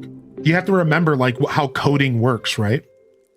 I don't think we're being unrealistic asking for more Pokemon games. Yeah, I don't think we are. I don't think we are either. But I do think it's unrealistic to expect more than like 500 Pokemon in a game.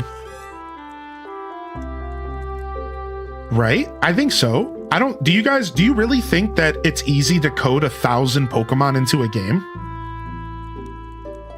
Do you really think that that's something that we should expect of the Pokemon company? Like, really think about how high-end the textures were for Scarlet and Violet.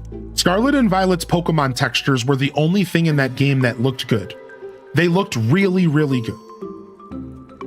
Do we really expect them to animate code 1,000 Pokemon? All different animations, all different little arm movements. Do you really know what you're asking of a company to do that? Because that's like a lot. Like, I don't think you realize like how much that is to do. Right? Like, I'm not a game developer, but like I don't think you realize like what you're asking. Like, that's a lot, right? That's like insane. Like, that would be crazy. Right? Like, there's a reason why like there's repeated NPCs in GTA 6. There's a reason why GTA 5 has maybe like 50 humanoid characters that they repeat around the world.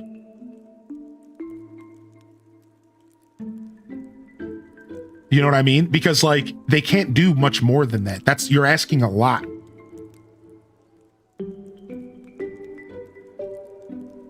Right? So like that's kind of where I get my like realistic expectations from for Pokemon.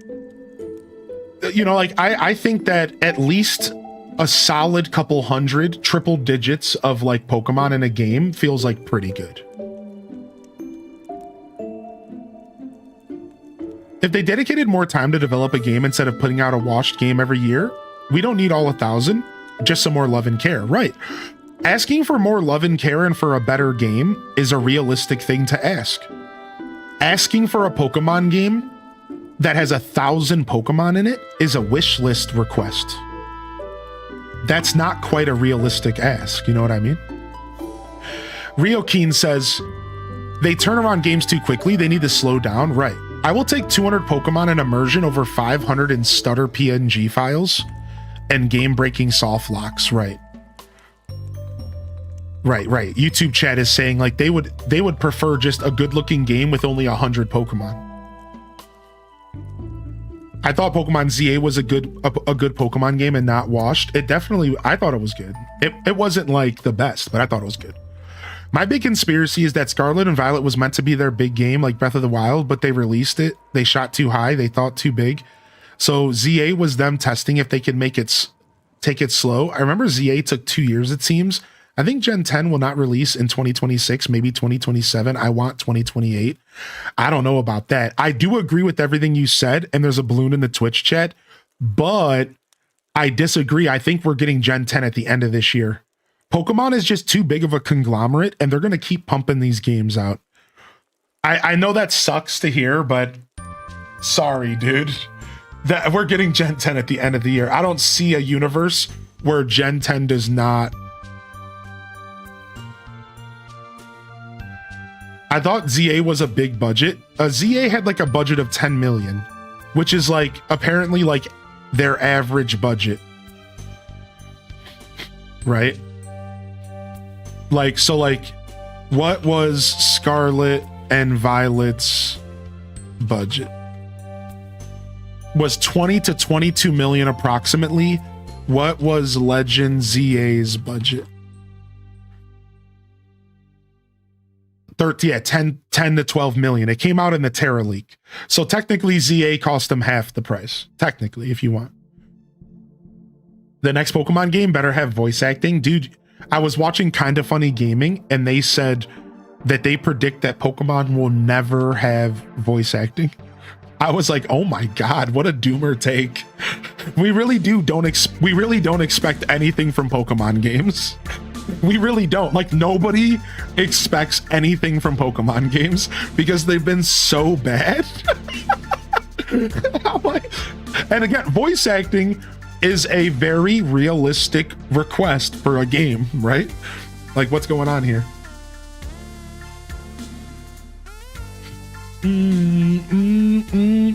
Also, imagine trying to balance 1,000+ Pokemon around each other.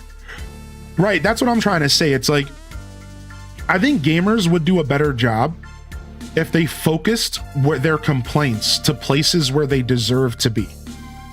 If we scream at every thought that we have off the top of our lungs, we end up losing sight in what matters. And that's what I'm trying to say about realistic and unrealistic expectations of gaming.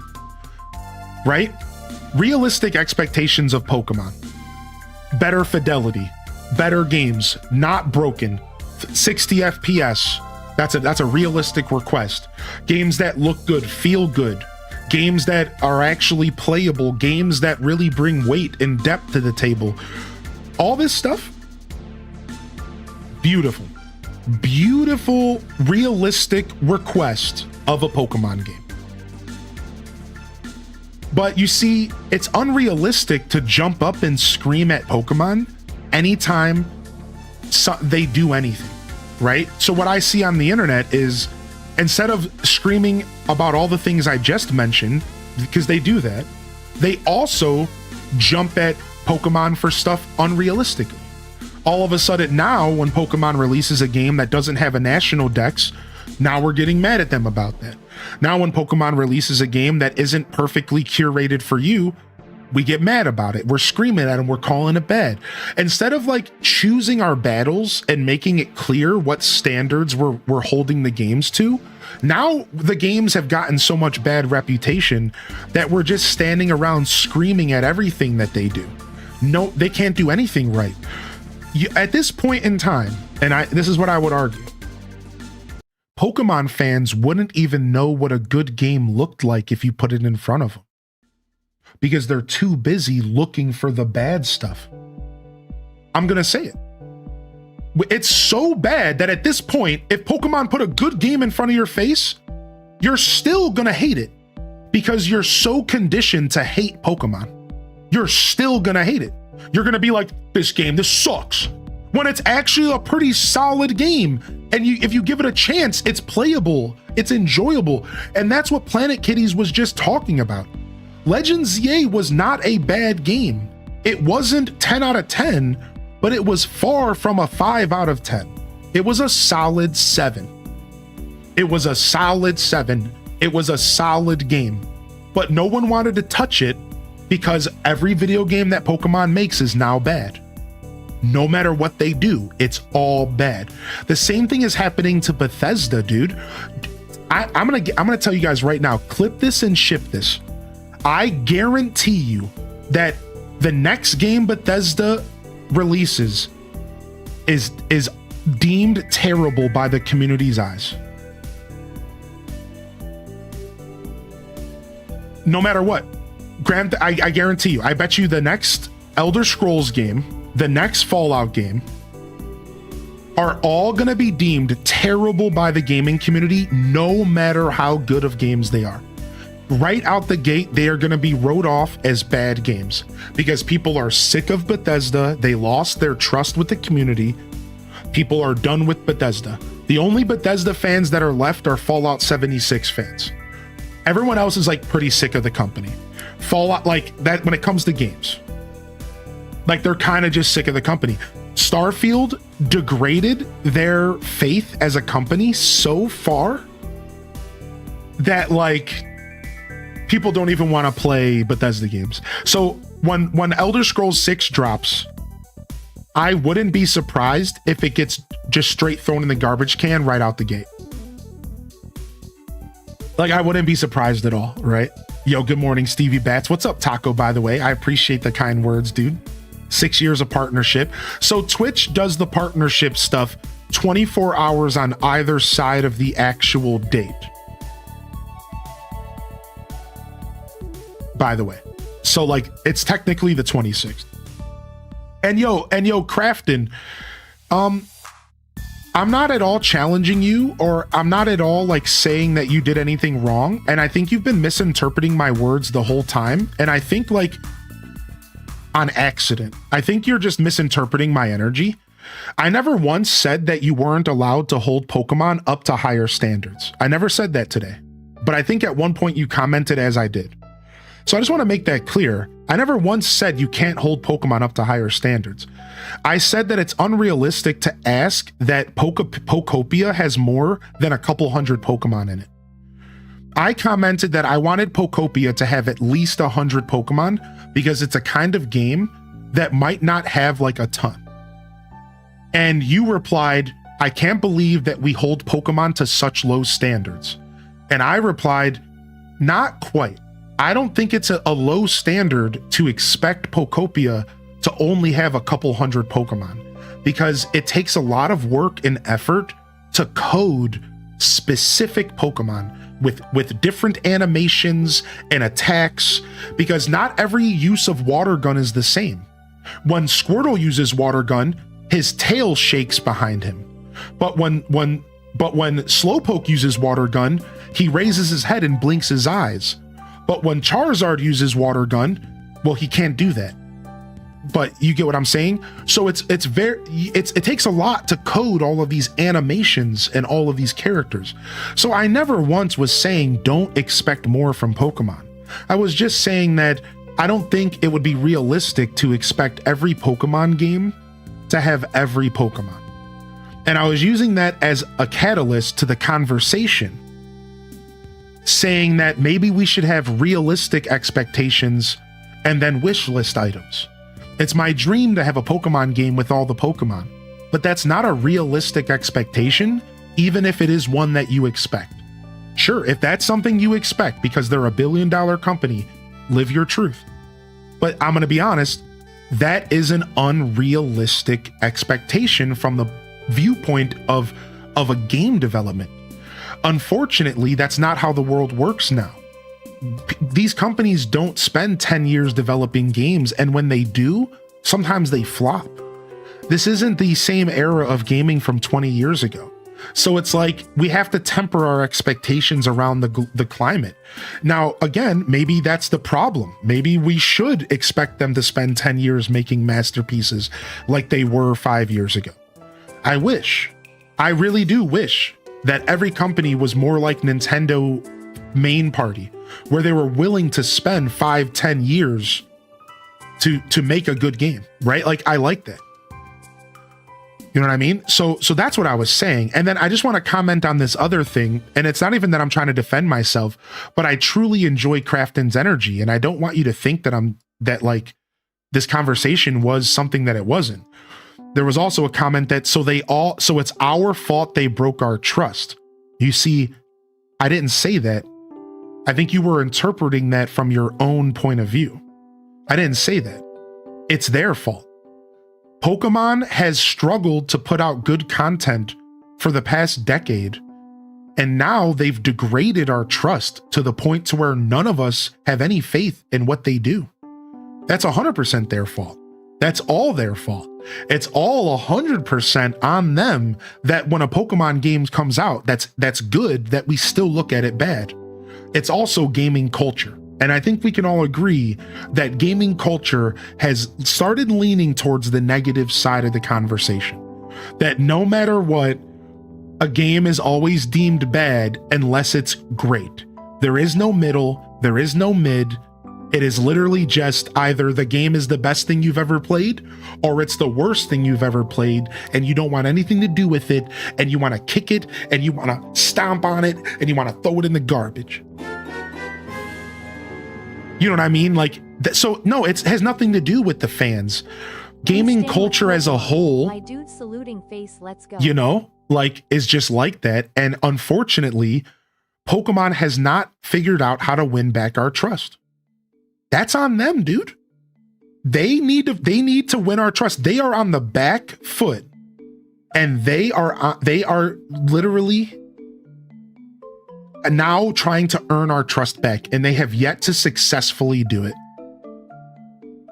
ZA was a good step in the right direction, but it was still not enough. They made the game look like just not appealing to the modern audience. They need to keep working harder.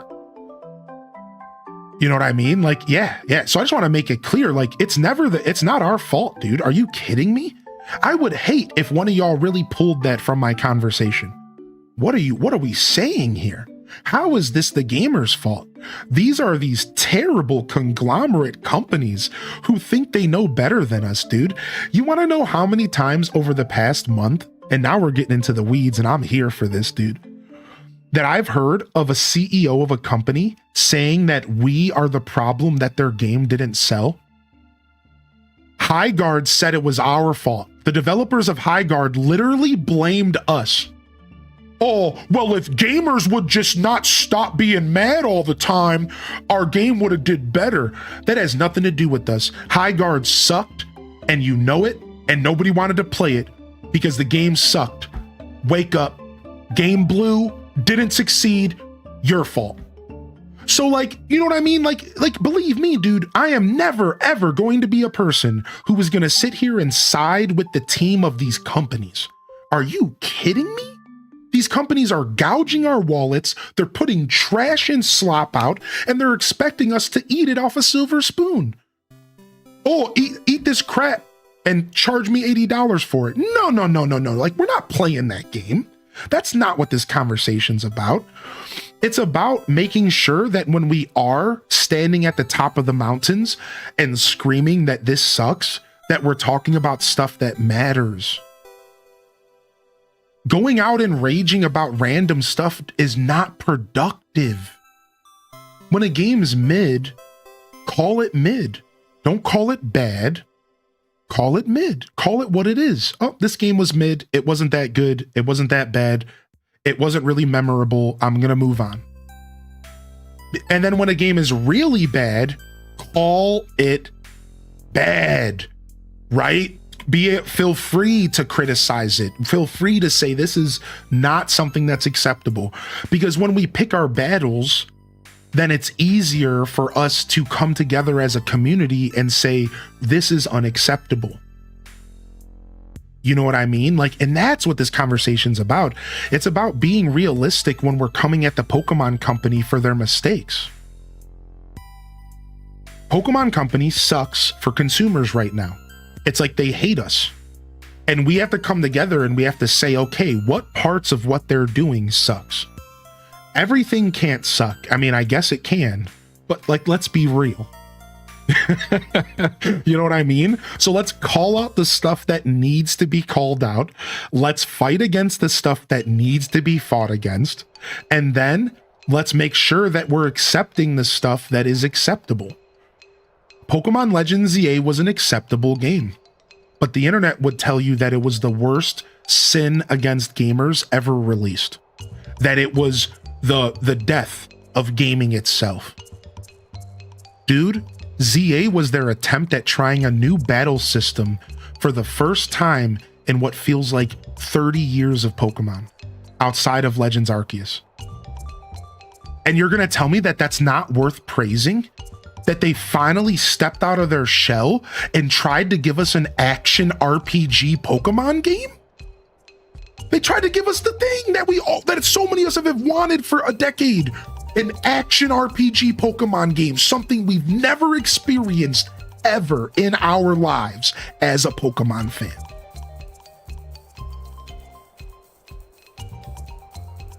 Why is that not worth praising a little bit?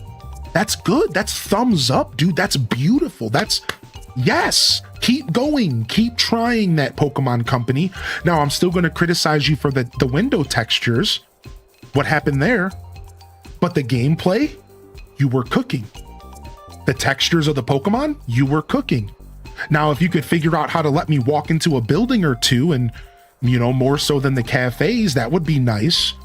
Can we get the city a little bigger? Can we get some more depth here? But hey, you were cooking, you were on to something, right? This is the kind of conversations I want to have on the internet. I want to have, wholesome, full-hearted, both sides of the conversation type talks. I don't want to just beat a game up and then walk away. Oh, this sucks. Mic drop. No, that's lame. We can say, okay, Star Wars Outlaws sucked because of this and this, but it was pretty good because of this and this. I thought Star Wars Outlaws captured the feeling of the Star Wars universe perfectly. The music was awesome. The feeling of being stealth was pretty good.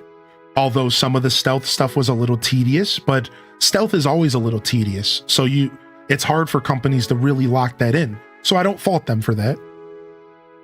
The story was whatever. I'm not a big story guy.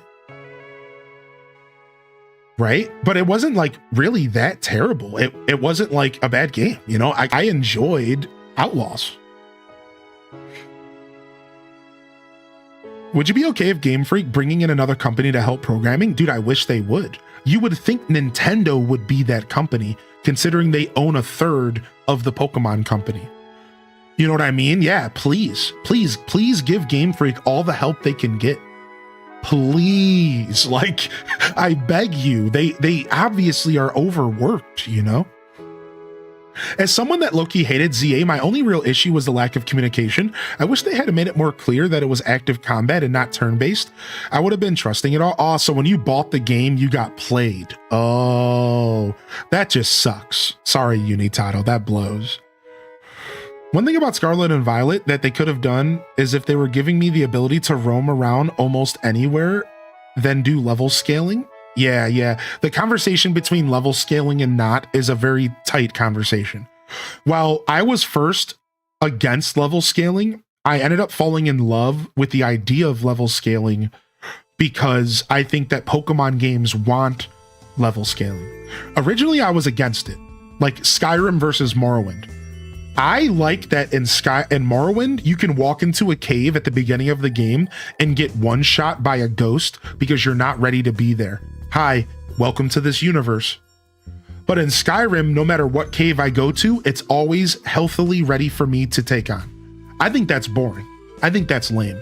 So when Scarlet and Violet first got announced, I was like, no level scaling, no level scaling. And then slowly over time, I actually became a fan of level scaling. And I was like, actually, when I go to the first gym, they should have a team that matches my levels. And when I go to the first gym as my 8th gym,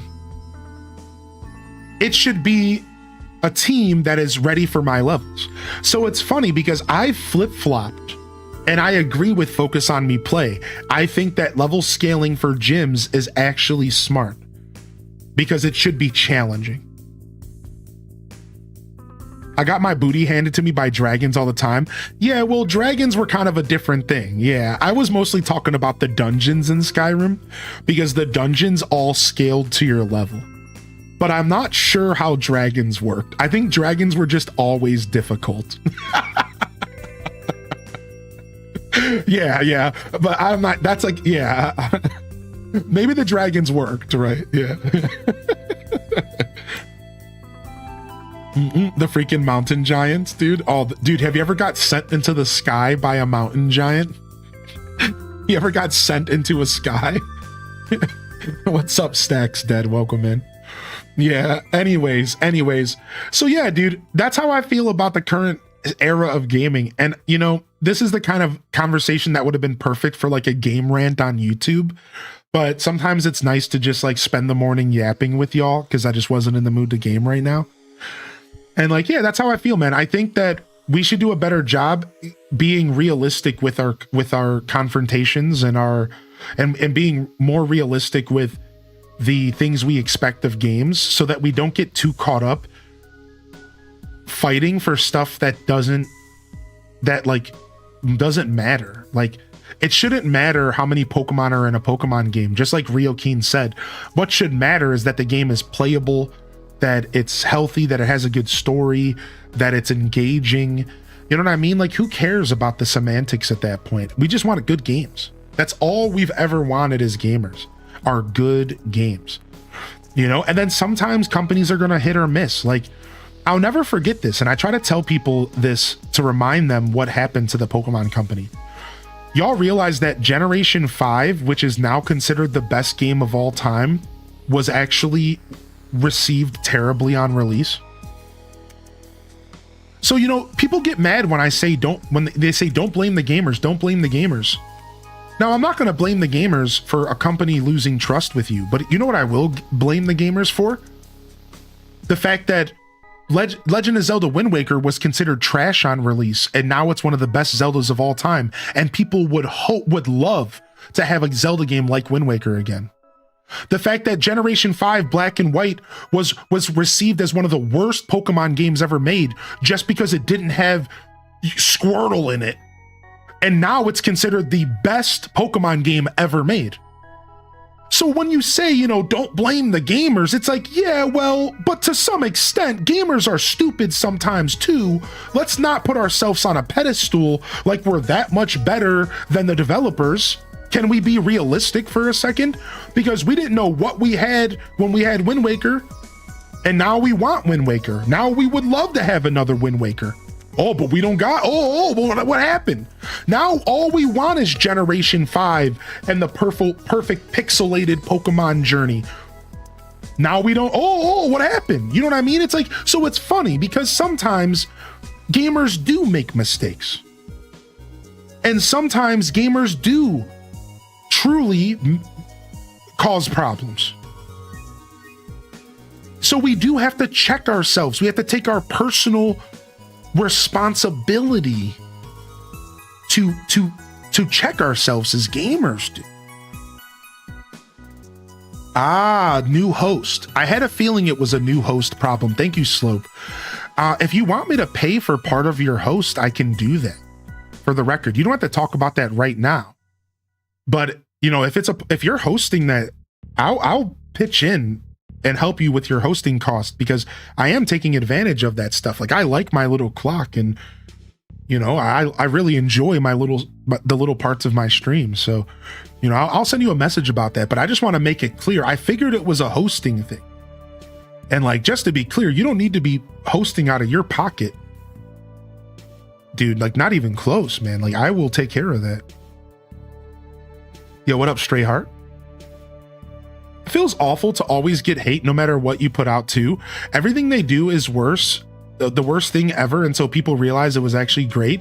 They were just being big dumb babies about how the stupid windows look. I didn't even look at the windows. Like, why are you looking at the windows? Yeah, you know what I mean? Like, and again, it's about being realistic with our criticism.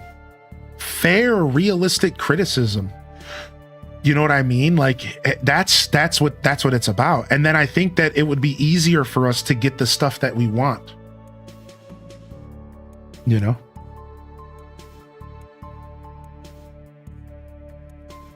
Boom, boom, boom, boom, boom, boom, boom, boom, boom, boom.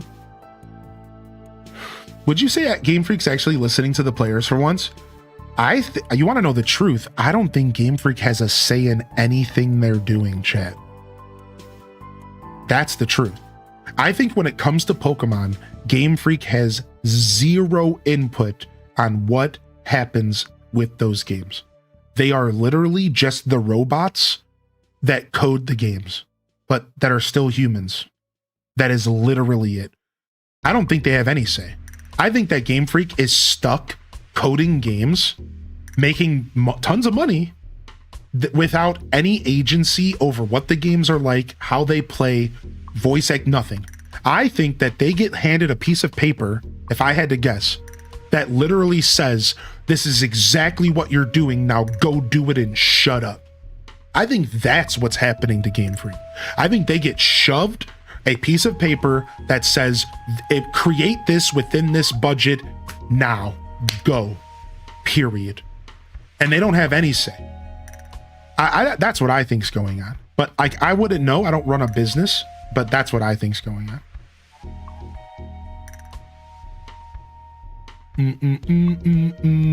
Imagine how Luigi's Mansion or some older game would be received if it came out today. Dude, could you imagine? Dude, that's actually an insane thought. Yeah, what's up, Exhaustion? All right, we'll actually play some Stardew Valley, though. I know I decided to yap for a little bit. Thanks for those of you that stuck around for the yap. I just wanted to yap for a little bit, you know?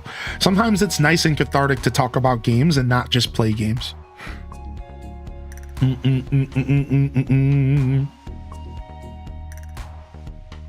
I came back for Sword and Shield and got back into the franchise, but I never criticized the gens I didn't play.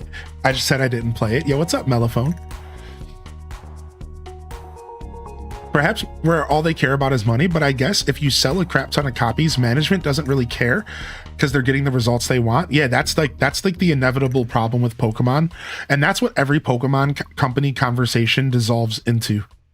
Well, at the end of the day, none of this matters because they're selling millions.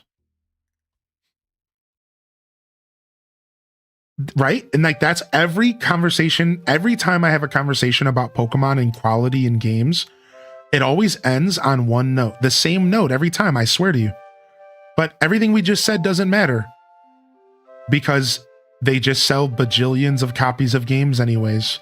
And we have to remember that Pokemon is a kid's game.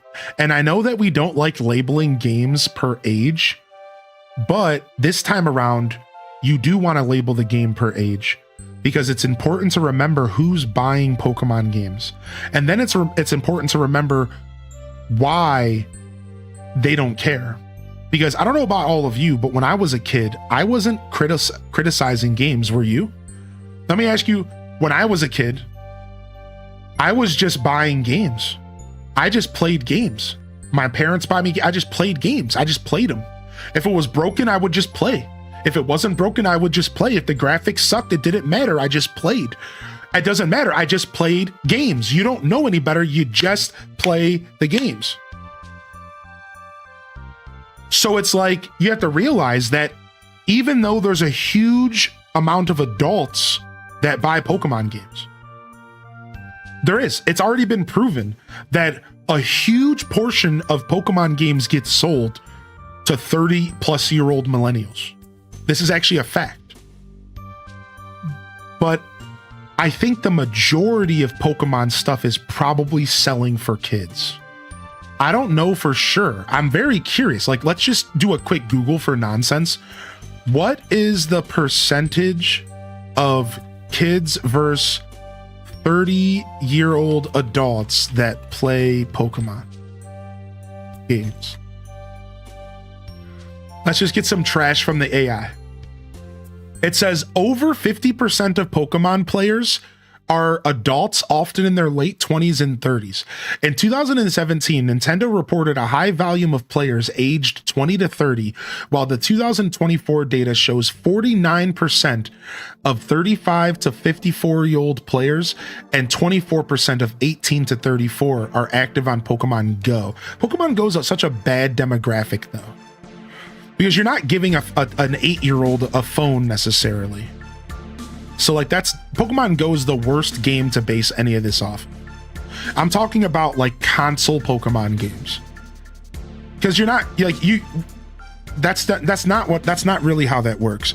Even though mobile is very important, that's not quite what we're looking for here. Unfortunately, as usual, the AI overview sucks. Unfortunately. You know, but here, this is funny to think about, because why do you think Pokemon games are getting so much negative attention now, though?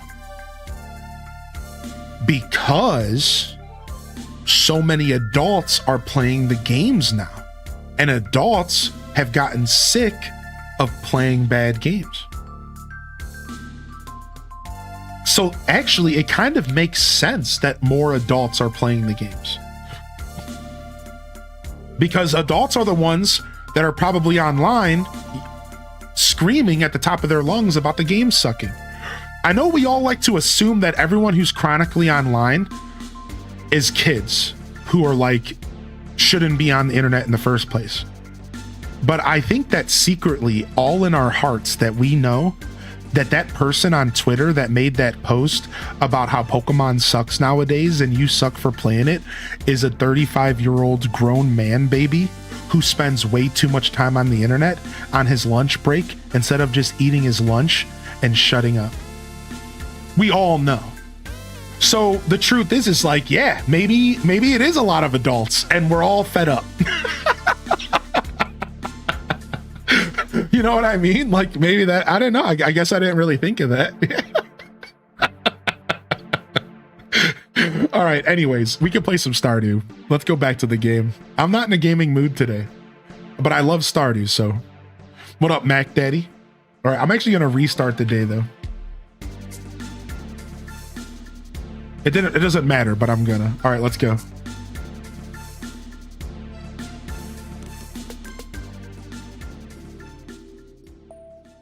Sometimes I wake up and I really am just in the mood to just chat. I really should just do more of those segments when I'm in that mood. Did you see Mystria got an update? Yeah, I'm a big fan of Mystria. Somebody asked earlier. I'm a big fan of Mystria. All right, let's do a quick reset here for the show. For those that are just tuning in that missed the first 2 days of gameplay, because we've done 2 days in game. So welcome in here. We are in fall year 1 of our Stardew Valley expanded playthrough, and we are working towards perfection as our main goal. All right, perfection is our main goal here in our playthrough, so that's what we're trying to focus on. And then otherwise, you can find the list of mods in the chat if you're interested in what we're using. It's a modded playthrough, and it's fun. It's been fun so far. I'm having a blast. I'm having an actual blast playing. Oh, we got our first cranberry harvest. Ooh, cranberries harvest so fast. Oh my gosh, we're cranberrying. But yeah, that's all you really need to know, is that we just entered fall. We planted about 350 crops. And we are looking to make some cash. We are looking to make some dough. No, I'm going to skip Steam Next Fest this time around, but I did take a gander at some of the demos coming. In fact, one of our community members created a game that is at Steam Next Fest. Our friend Ann3D, I believe. If they're out there, Ann, feel free to shout yourself out. They have like a really cute game that they created, and it's going to be at Steam Next Fest if y'all want to check it out. They made the post in the Discord in the media share. Yeah, we got some sprinklers, Lenny. We're making progress. Yeah. So I think I'll skip Steam Next Fest myself, but I'm gonna go wishlist the community members game, and give them some support. But that's about it.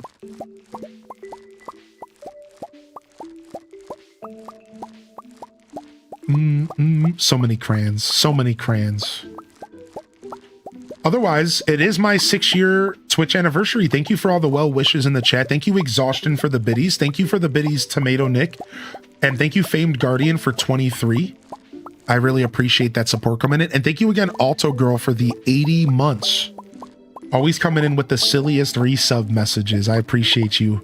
What's up, Random? I'm assuming that's Random Reject, but Random 18, if you're out there, good morning as well. Yeah, 6th anniversary, 6 years of partner, and we're celebrating 7 years.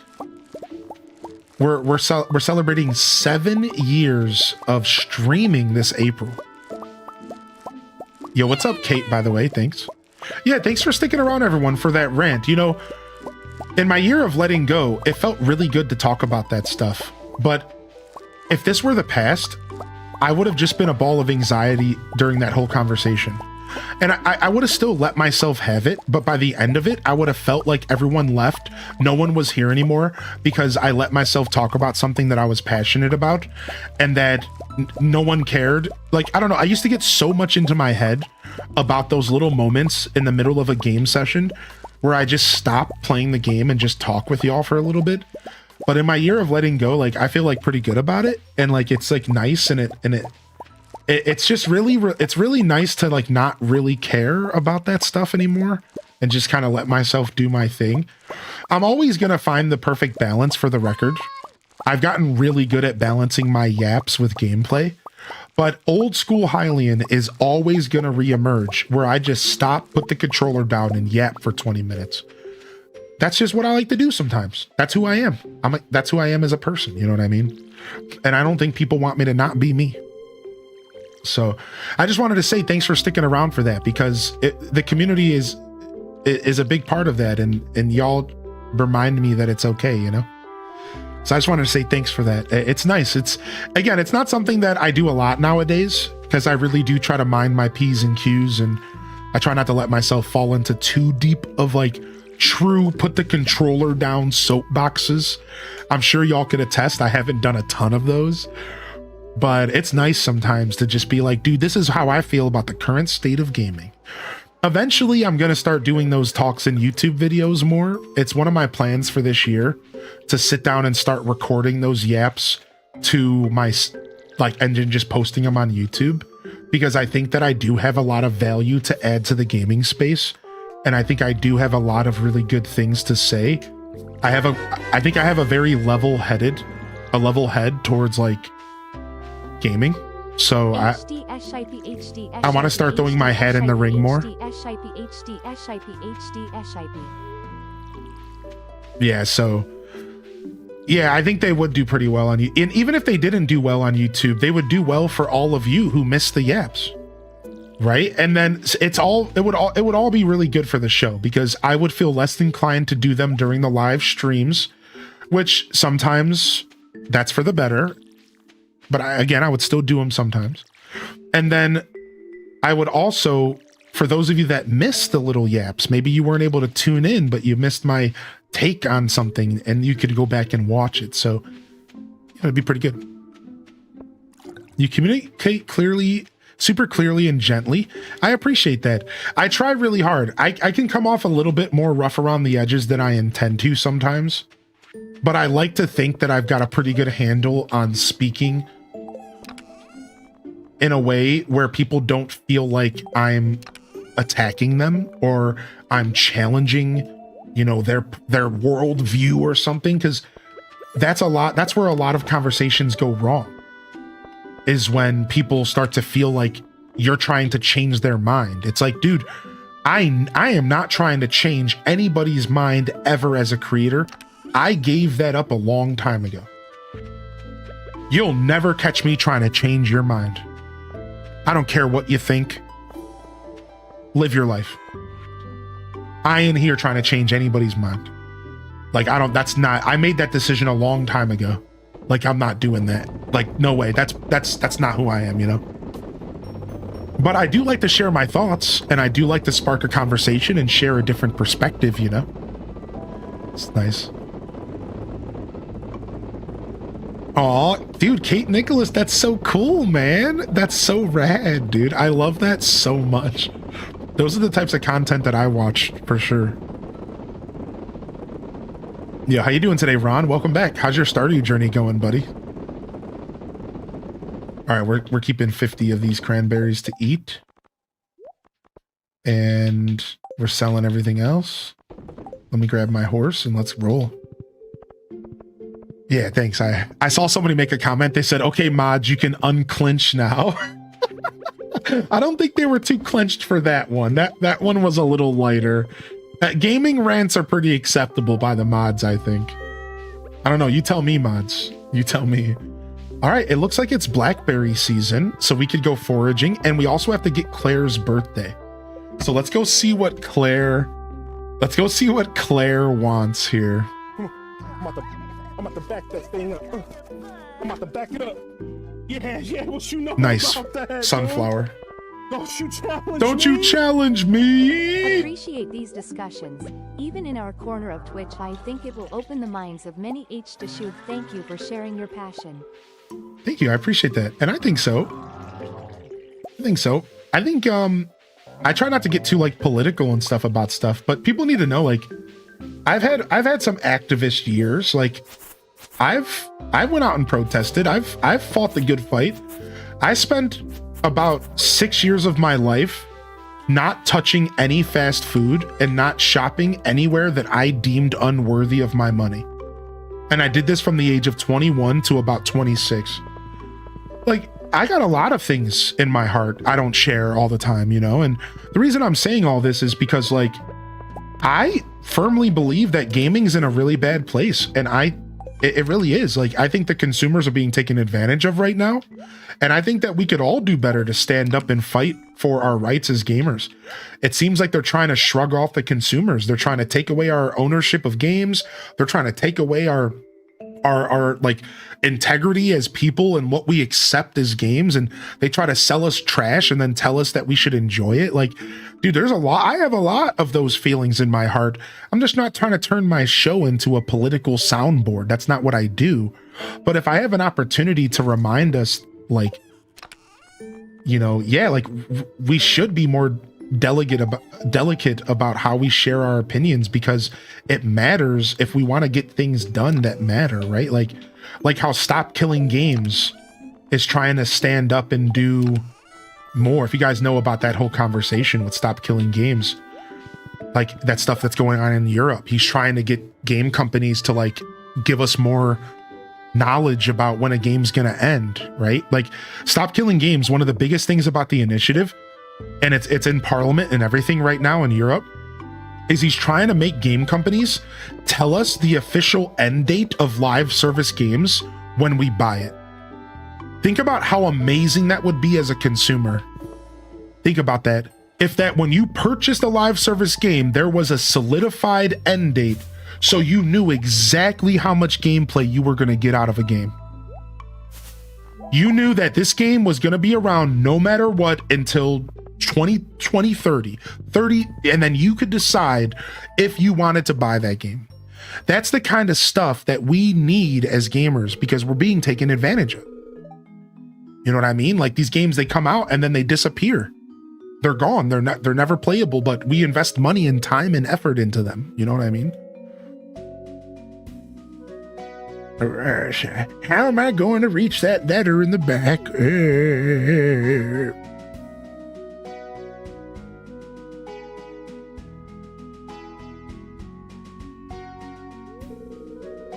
Here, let me help you, Mr. Moliner. Oh yeah, he yells at Penny for this, I think. He gets pissed. I remember this cutscene. There you go.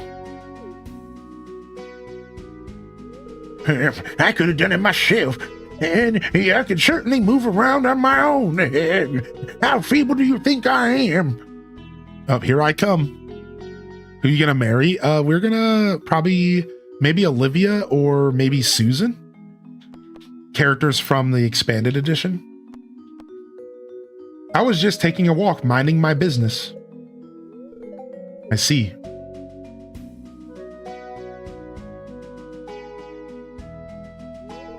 No, I'm sorry, miss. I shouldn't have gotten so angry. It was actually very kind of you to help me out. That's okay, Mr. Molnar. I understand.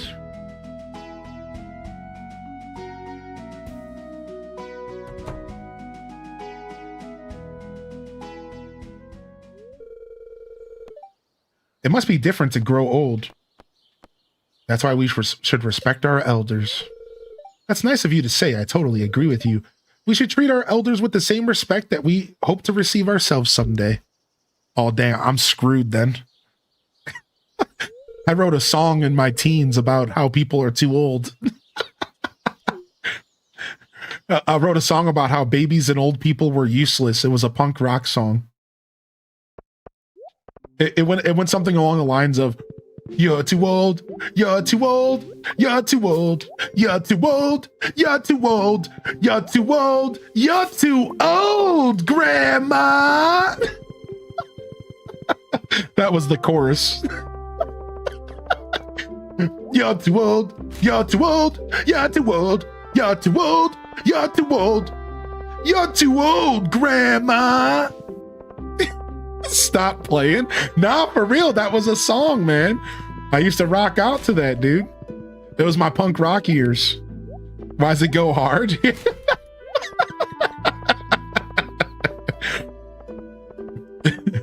You're too old, Grandma. Sounds like the song the bands would sing in Degrassi. It might have been Degrassi coded. It might have been. Those were my Degrassi years for sure. Yeah. Those were my Degrassi years for sure, dude. I'm not gonna deny that. Highly in the album hidden track. Killer Tofu. Ayo. Killer Tofu. Ooh. Killer Tofu. Dude, I found the full song the other day. Hold on a second. No, do I not have my phone? No. Hold on. It's got to be on YouTube, right? Yeah, here it is. Here you guys go, dude. Let's jam out, everybody. You guys down to have a Wednesday jam session here? You guys down, dude? Here it is.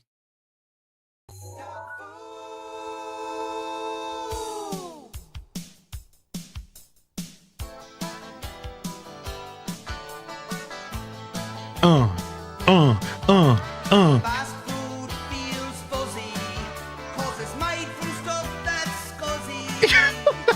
I always thought I was such a nerd. I refused to touch that strange bean curd. I wouldn't eat it, wow, but it ain't you. Oh, Killer Tofu. Dude, I like how at the beginning of the game he calls out fast food as being trash. Killer Tofu. Yo, we'll see you later, Fishy Rosewater. I eat my sugar Cereal. It makes my teeth bacterial. E-I-O. E-I-E-O. If you're feeling kinda cruddy, just stick right by your buddy. And don't eat too much fried food. I-E-O. Killer Tofu. E-I-E. Yo, what's up, Magic? How you doing, dude? Killer Tofu.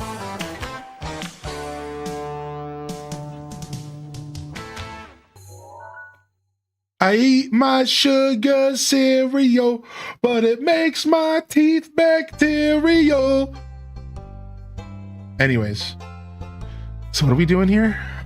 Fishing or hunting in the caves? We're gonna hunt in the caves.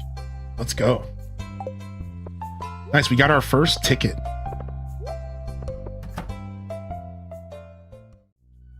All right, cutscene to tell us about the ticket machine. You're too old. Hello there, Hylian. I was just loading some more prizes into this machine here. I think we'll get Sandy as an option. I think so. That would be so sick, right? There's a new program I've come up with to help promote the spirit of goodwill among the townsfolk, you included. It's pretty simple sometimes. Sometimes when you help out others in town, you'll receive a prize ticket you can turn them into for rewards. There's some special stuff in there. Sandy and Morris. Dude, imagine if you could marry Morris. No way, dude. My only worry is that people will go after the tickets rather than cultivating a true compassion for their fellow man. Yep, I'm in it for the prizes. Sorry, sucker. I see. Well, that's not what I hope to hear, but I appreciate the honesty. At any rate, keep checking the Help Wanted board in town. That's a way to get your hands on more tickets. Good luck out there. E-I-E-O. Aye-yo. I guess we'll plant these broccoli seeds. It's not too early to plant these or not too late in the season to plant Party these. Hat, happy partner anniversary. Thank you, Rachie, with the tier 2. Hey-yo. All right, some fishing we're not going to end up doing. All right, well, we delivered our birthday gift, and that's what matters. I'm going to go and forage around the valley and look for some blackberries since it's blackberry season. And we'll have ourselves another free source of food to eat, which will be nice. And then we'll head home and we'll plant... these freaking broccoli seeds. Thank you, Rachie. Yo, loving the chat. Aye-oo, killer tofu. E-I-E-O. Nice. It's the nude Linus scene. That feels good. He's happy because the water's clean. I love that. Dude, thank you, 16-bit. That was beautiful. Why did that work? Dude, seriously, why did that work? Another tier 2 coming in, dude. Another tier 2, man. Thank you so much. Oh, ick, this cutscene? Why is it icky? Because he's nude? I'm nude. Mrs. Big Head. I'm nude. Yo, thanks for hitting that like button, by the way. We have hit our 20 like goal on YouTube this morning, and we're well on our way to 30. Thank you for considering hitting that like. It does get me in front of more individuals out there, more Stardew Valley enthusiasts. And let's go ahead and take a moment here to hit the little reset. If I haven't had a chance to say good morning to you, why don't you jump in the chat and let me know you're out there? I know I missed some people rolling in. I know, because I was yapping hard. I soapboxed hard this morning. I haven't soapboxed that hard in what feels like 2 weeks. Like, that was like Craigasm levels of soapbox for me, because I had been holding off.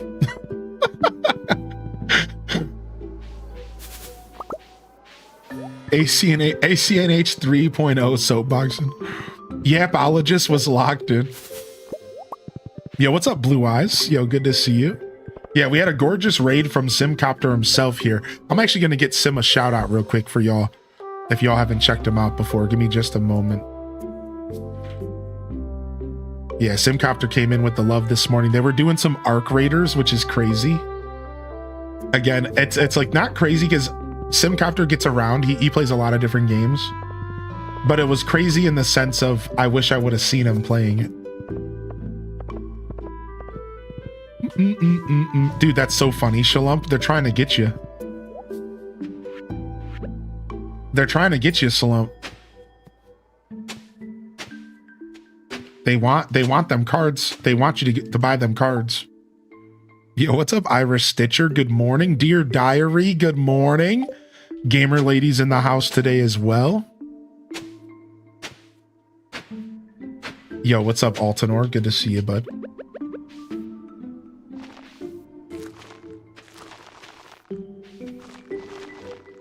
All right.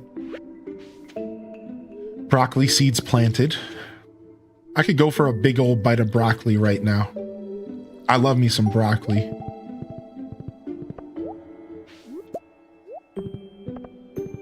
All right, couple more trees and stuff to clear down here. I'm gonna go ahead and just go hit the woods up for some more foraging this evening, though. You've been deep in Star Sand? Nice, dude. Dude, sick, man. Yo, we played some Star Sand on stream the other day. Yeah, it's been fun. It was a fun 2 hours of gameplay. And I'm glad I could inspire you to play some more Stardew. That's always my goal. We need to start gifting the wizard. I gotta remember to start bringing Dark Essence with me when I come down south. Because I want to start giving the wizard so I can gifting the wizard so I can get in his good favor here. We got to get into the wizard's good favor.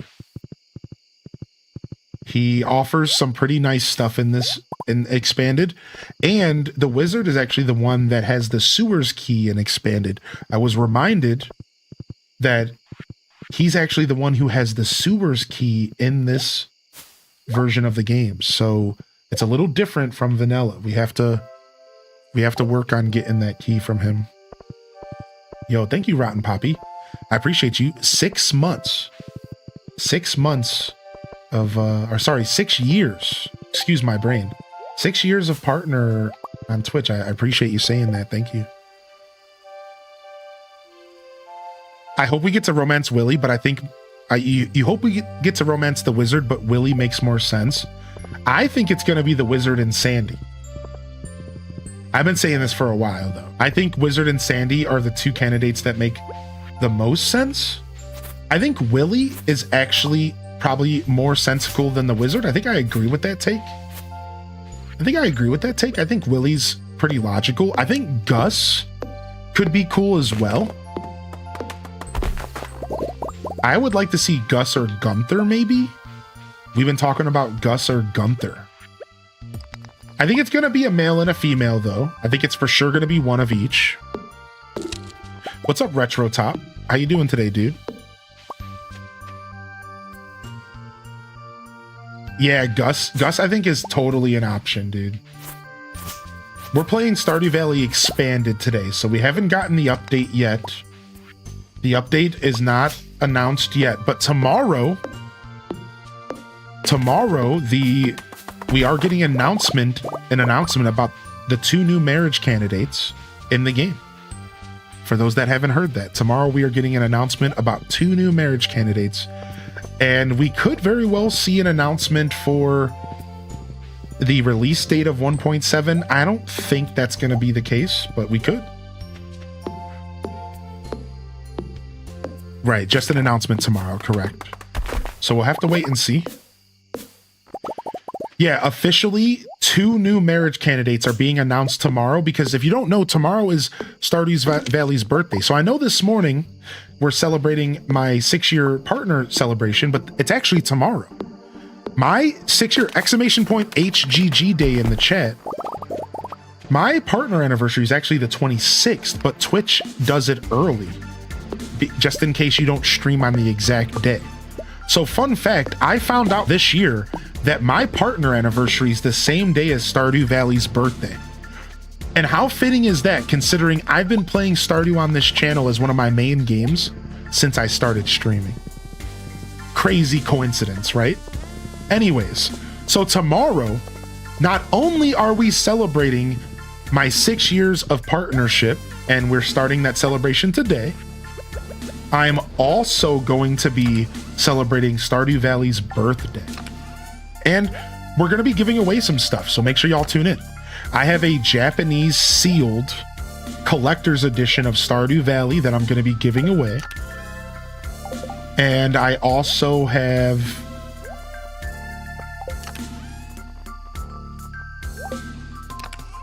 some Steam games that I'm going to give away and some stuff like that. Just a couple little things to make the day a little bit more special. Yeah, so come on by for that. And the reason I'm saying all of this is because tomorrow, for Stardew Valley's birthday, Concerned Ape has said that they will be announcing 2 new marriage candidates officially for the game. Now, we have a lovely question over here by AOT Gains. Thanks for your patience, by the way, Gains. They said, could there be a possibility of new characters? I'm going to be real. I don't think that's going to happen. But it could. Yes, think about it. He's adding new content. What if he's going to be adding new characters and new marriage candidates?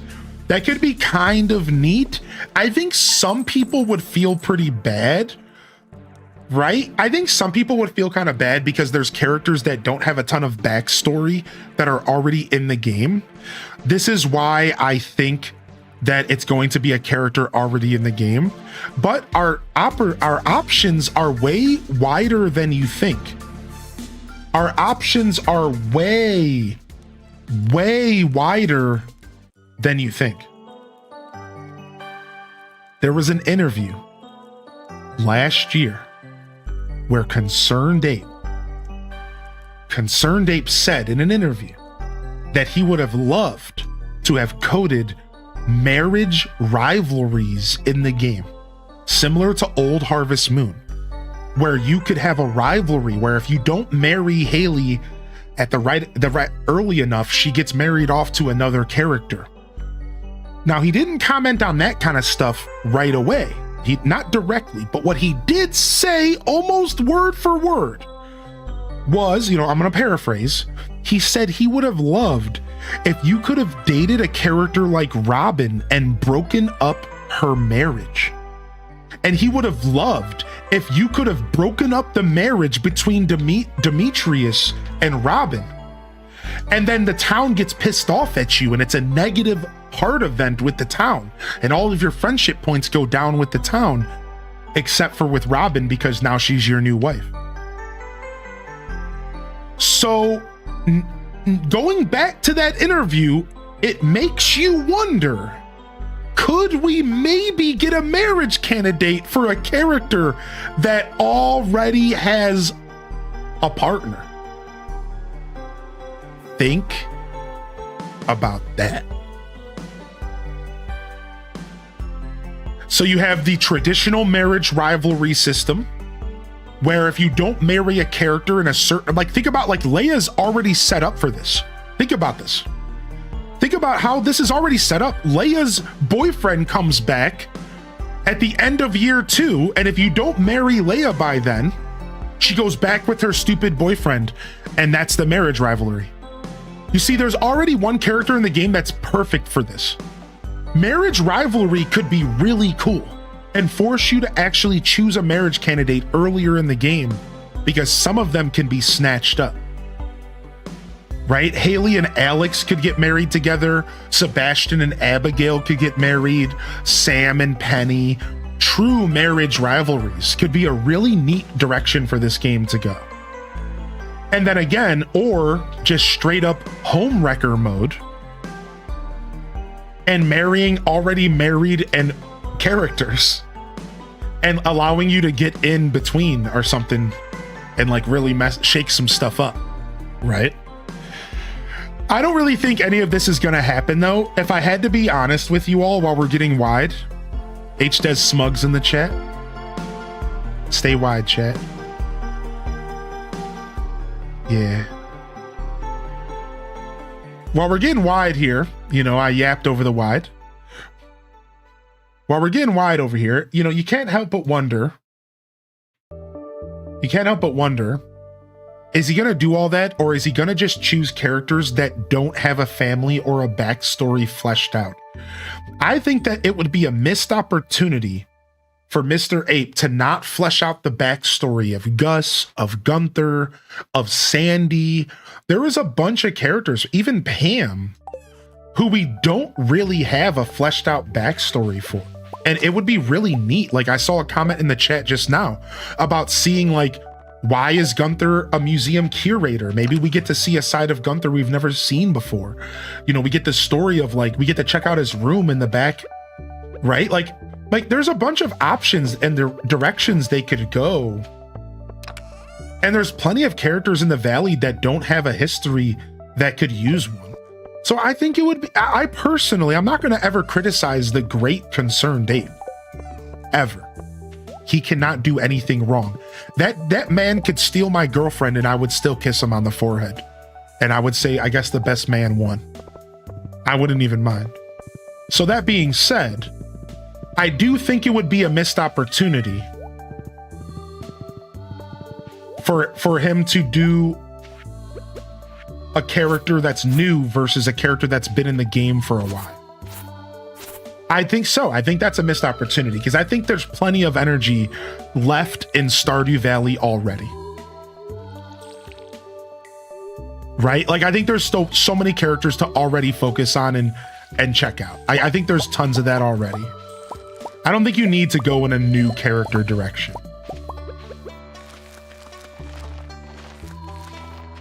Boom, boom, boom, boom, boom, boom, boom, boom, boom, boom. Right? Linus, he could, what if he brought over a character that was related to a character from Haunted Chocolatier to tease us? Yeah. Yes. Oh my gosh, 10 gifted subs in the chat. Let's go, baby. Yeah, what if he adds like a character that's secretly connected to Chocolatier and that moves the town and they say it? What if they were like, I just moved here from Chocolatierville. We don't even know the name of that area.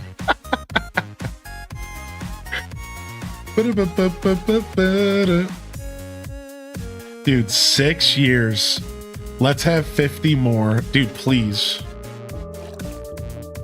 Plus, not to mention 10 years ago, some of us were younger. We might have more interested in the older candidates like Gus and young Sebastian who lives with his mom. Yeah, like, I agree. Like, some of the older candidates might be more appealing to us now. That's a fun perspective. I never thought of that. Stardew Valley players growing with the game. Yeah, a lot of us have been playing for a decade. I've been playing for a decade myself. I bought the game on release. I started a year later, so technically I've been playing for 9 years. And I never looked back, dude.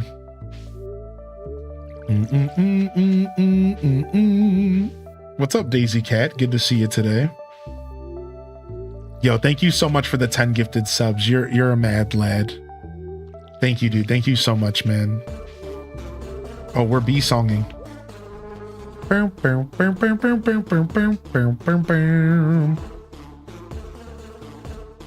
This farm's in year 1. We're just getting started over here, Mimi. Thanks for tuning in today. What's up? What brings you in here? Are you a Stardew fan? Yeah, we're year 1. We just got started. And we made our first 60,000 gold today from our first cranberry harvest, which feels really, really good. And we can instantly go start purchasing upgrades again. So the first thing we're going to do this morning, after we take care of our animals, is we're going to go and buy our pickaxe upgrade and get our pickaxe to steel. And then we're going to go and buy the bus. And we're going to be heading to the Skull Caverns. I'm pretty stoked here. Thank you, Gingy. Thanks for sticking with me all these years, bud. I'm constantly seeing new content. There's always new stuff on the horizon for this game. Building a chocolate or candy shop for said chocolatier character would be cool. Could tie it in to the character's interest in the current candies in game. That would be cool, right? Who knows what to expect from Haunted Chocolatier and from this new update for Stardew that's right around the corner. It's gonna be exciting. Treasure Train, what the frick? I forget Congrats that on the 6 years. Twitch is doing all this Can't weird wait for stuff. at least 6 more HD SIP HD SIP HD SIP. I forgot. I be forgetting Twitch be doing all this goofy stuff. We're treasure training, baby. I don't even know what that is. What's that? We're treasure training out here. I think it's like sales or something. I don't know. Thank you, chat room. Thanks for popping off. Thank you, chat room, for popping off. Holy heck, cozy. Da-na. Cozy.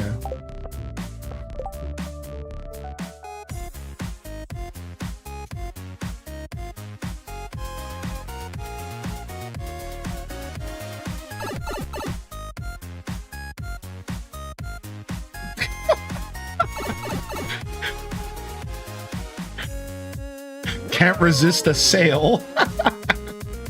Can't resist a sale. Thanks, dude. Thanks for the support, everyone. I appreciate the love in here. Thank you for the 100 biddies, Armazale. Thank you, Nisis, for the biddies, and good vibes to you as well. Thank you, Unitato, for 39-month primer, and they said congrats for 10 years. Oh, Clover!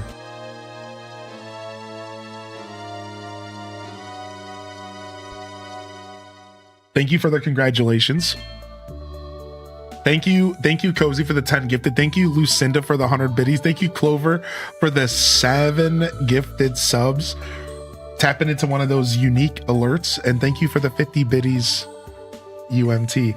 I appreciate y'all. Mm, mm, mm, mm, mm, mm, mm. Now, Now, this is epic. this is epic. Just remember to give the stream a like if you're vibing with us. Thank you, Nug. Thanks for saying that. I appreciate that sincerely. Thank you very much. Now, this is epic.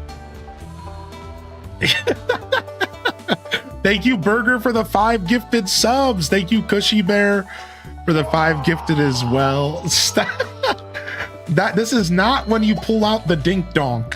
You're not supposed to do that when we're popping off, all right? That's not how that works. Stop it, Cozy. All right, what is all this stuff? Can we organize this better? Now, This is epic. That command? Wait, what command? Yo, thank you, Coco winning. Oh my lord, that command.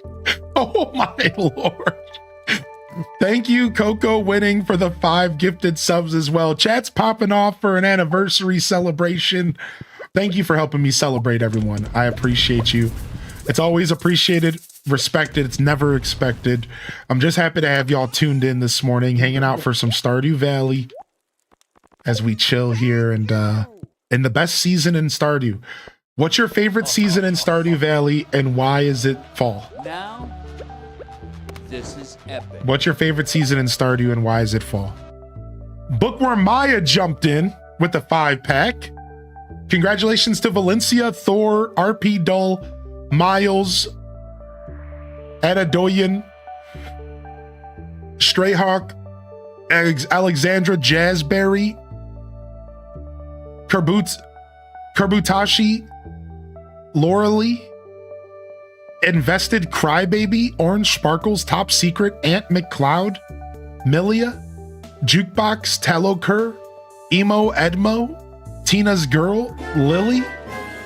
If you got a gifted sub, make sure you drop her appreciation, dude. Fall, because I love fall and Halloween. Same. Fall's the best season in this game. It's so beautiful. All right, so let's go spend some money. In-game. You guys could chill. You could keep your wallets closed. Thank you, though, for all the love coming in here. Thank you, Kajink, for the 7 months. Thank you so much, Kajink. Thank you for the 100 biddies barrier. Thank you, Tara from Gaia, for the 100 biddies. Speaking of Tara, here's my real life prismatic shard. Now, if only we can get one of these in game. I got my real life prismatic shard right here. Now, if only we could get one of these in game, Now, we would be set. this is epic. All right, I need to go back and quickly decide what I'm going to be upgrading. I want to get my pickaxe upgraded right now. Yo, Rachy with the 5-pack. Taco said, I'm in a meeting. I can't laugh like this. What? Thank you, Cozy, for the gifted to Mayor Lewis's panties. Stop. And why does that account exist? Why is there an account on Twitch named Mayor Lewis's panties? And why are you gifting them subs? Stop.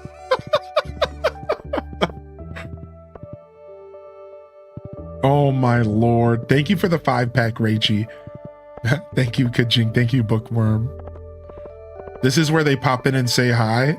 Oh my gosh. I should have just took the freaking minecart to the town.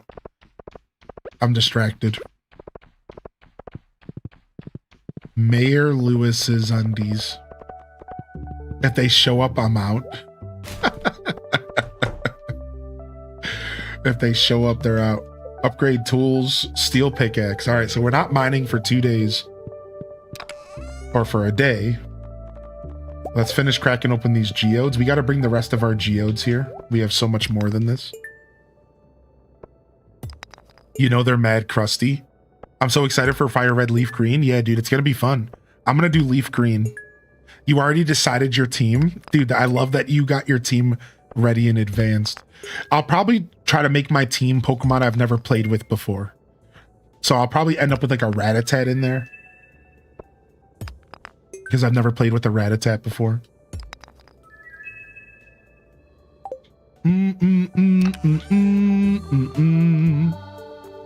All right, 2 for Gunther.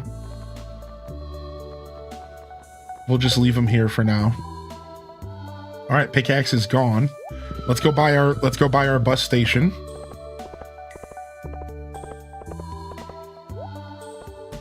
How is Marnie cool with walking around Mayor Lewis's crusty undies for months?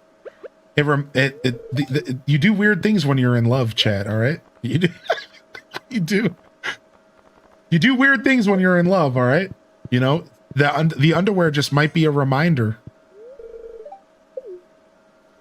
All right, bus for 40,000. Yikes.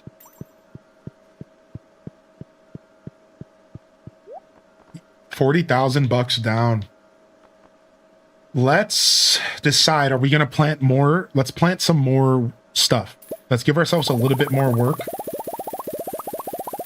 Let's plant 100 pumpkins. Just to make sure that we're... And then we'll save the rest of the 8,000 so we can start buying books at the bookseller. All right. I would like to do this prismatic jelly quest, but I think we're going to miss out on it. I think we're going to skip it because we're just going to continue foraging for blackberry season and make a multiplayer house, have someone join, get their tools, then kick them out. Yeah. There's a really good strategy. So Gingy Ginger, you can make a multiplayer house, move them in, kick them out, and then you can access their basement. And you can have an extra set of cask and a whole nother basement to age in. This is a legitimate strategy. So you could have more than one basement on your property by doing what you just said. And if you know Stardew Valley, think about how OP that would be. Think about how absolutely insane it would be to have more than one basement to age wine in. It would be over. You would be making buku bucks. Yo, hype train success, dude. An insane amount. Salutes in the chat. Salutes in the chat for a beautiful hype train. Thank you, everybody. Not necessary, but appreciated. Of course, never necessary. You know, we figure it out around here, but it is certainly nice to get some support. I appreciate that sincerely. All right, just another casual 100 crops to plant. You know, nothing too... We're not trying to go crazy. We're not trying to go crazy. So just another casual 100 crops. Nothing too nuts. All right, we're going to move this over here so that we can clear up this. And get it to spread in the other direction so that we can get some hoe in here.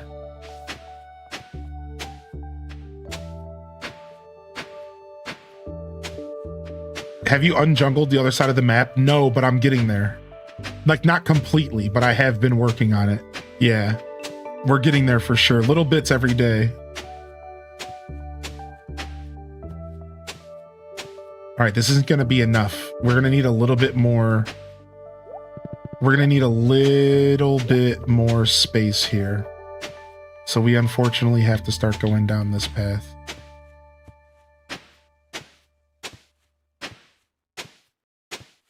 I really liked how it looked with the 5, but...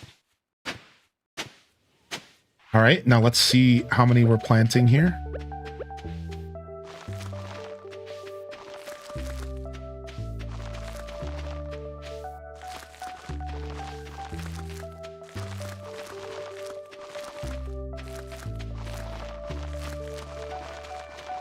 Dang, that was barely even half.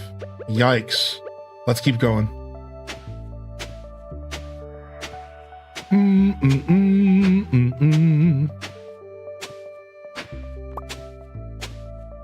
It's so close to the purple grass that I'm trying to preserve here.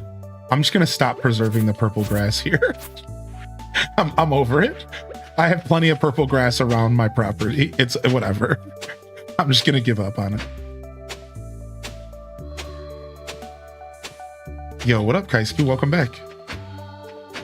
All right, we might need some more Unfortunately, we might need some more scarecrows.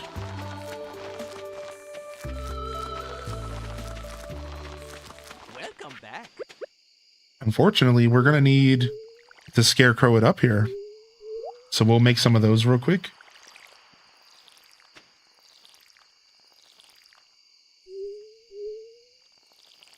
Yeah, welcome back, high school. Good to see you today.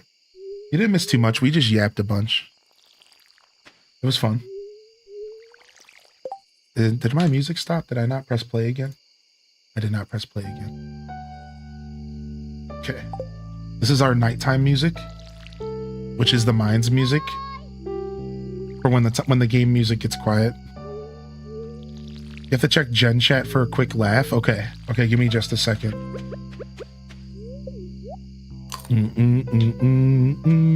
Thank you, Mike Petrowski. Your favorite would have to be summer. Ah, we have our first summer. Our first mention of summer Stardew. Yeah, everyone's favorite so far has been fall, or people just haven't spoken up. What is your favorite season in Stardew, chat room? And why is it fall?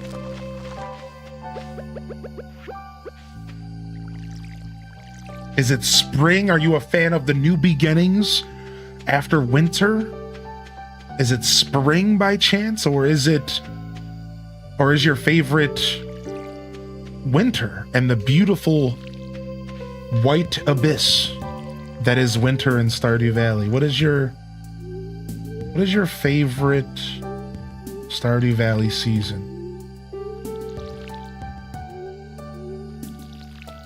See, I like winter because of the freedom. Yeah, exactly, Kay, because you yearn for the mines. I like the winter because of the freedom. I love the freedom to do whatever I want in winter and not have to think too hard about it. So I'm right there with that take. All right, guess we're leaving 3 pumpkin seeds in our inventory. That doesn't irritate me at all. Nope, not irritated. Not this guy. That doesn't bother me, not even a little bit. Nope. Nope, not at all.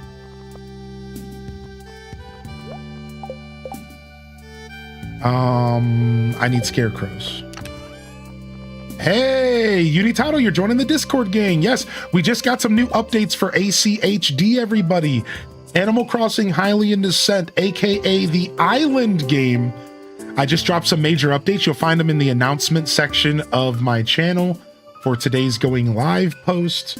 Go check them out. We added diving, all the diving critters, the wetsuit, and more updates to come. And also you can expand to level 2. So for those of you diehard players who have been sitting around waiting for that expansion level 2, it is out. It is official. You can go and expand yourself if you choose to do so. I do love the Empanada song, though. It's a good song, to be fair.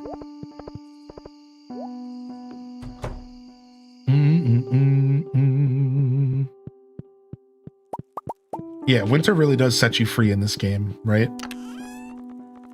Walking around with 20 iron in their pockets. Yeah, the diehard players, yeah.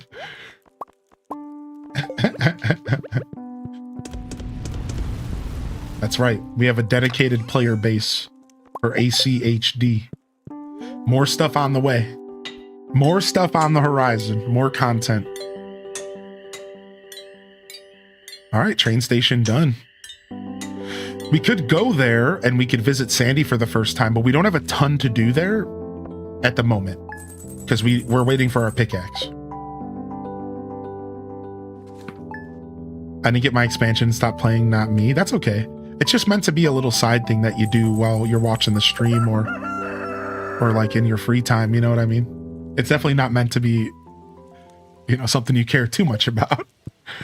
Really, my goal with ACHD is to eventually have it fully integrated with my stream. Like, I can give you all some ideas. Like, I have really cool ideas for it. Like, we got rain tomorrow in game. Like, for example, you know how you guys can do exclamation point slots right now? Well, eventually, I'm going to have slots incorporated into the game.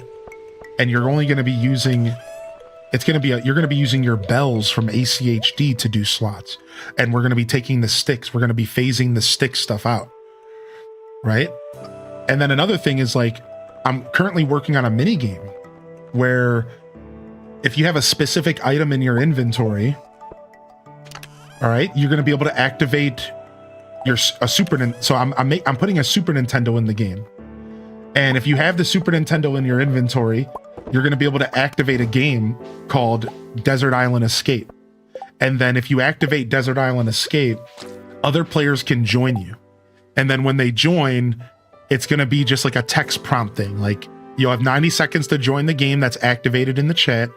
And then if you join the round of Desert Island Escape, then it'll go through some text that'll be like, okay, everyone's getting prepared for their adventure. And then it'll say a couple minutes later, it'll pop up in the chat and it'll say, all right, these characters survived and these characters perished, and didn't make it home. And it'll like reference the villagers that are on your island, and it'll just be a way to get like loot or rare items or something. Happy partner anniversary. I'm still ironing out the details. I'm not going to tell you everything, but it'll be like a really cool little mini game for y'all to play while you're hanging out. And then I'm also adding, can we get some love in the chat for B Luxy for 5 months? What up, B? Hey. Hope your recent shiny hunting has been going well. Forever shiny hunting with B Luxy.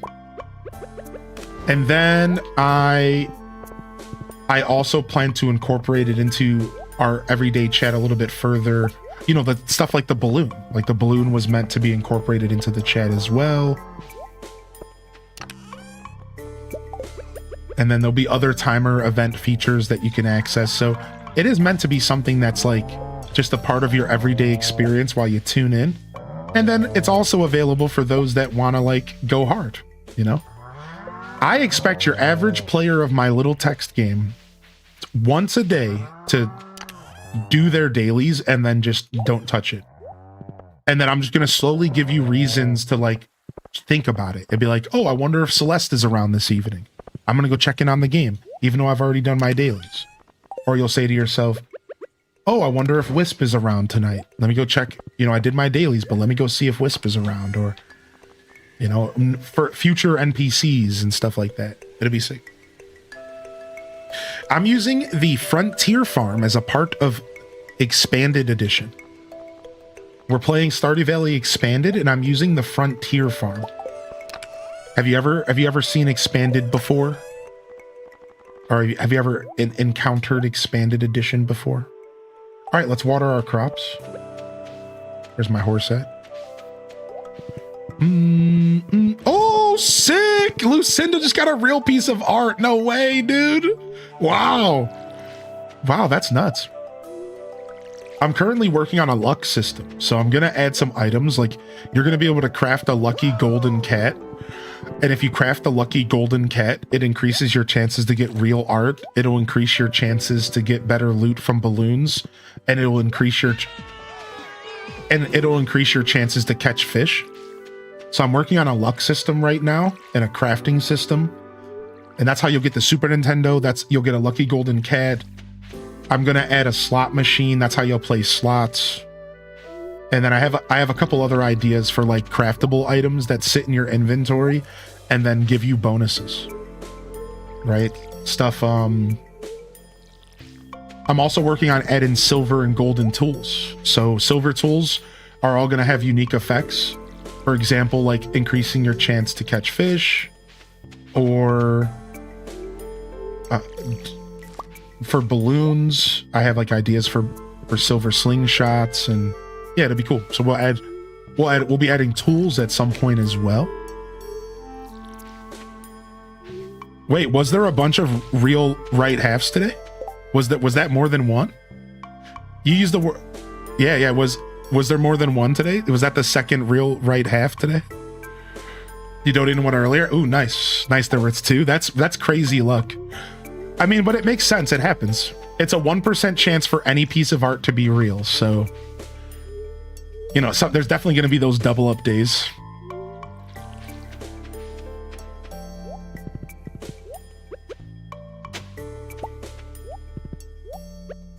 Thank you for the partner anniversary wishes. I appreciate that. What up, Cosmic? Yeah, I got all sorts of real fun stuff planned to make it just a more interesting little game to play while you're hanging out and chat. But it's not meant to be anything more than that. Like I said, I think your average player, I am playing the game like I expect my average player to play it, which is pretty much just like every once in a while I just remember and I go, oh, I should probably go fish. And then I just go do it and I'm done. But now with the addition of diving, that's going to really help the early game because that's an additional cooldown every hour, which will be really nice for the early game players. Because there was like a little bit of a lull. I think the early game up until now was like just a little bit of a slog. If you weren't like one of the players who started before like CJ and Flick were like more rare. Like now CJ and Flick are more rare. There was a bunch of players who started when those were the only NPCs. So it was just super easy to stack loot. So the diving is going to really help those new players out so that they can get back on par with some of the OG players.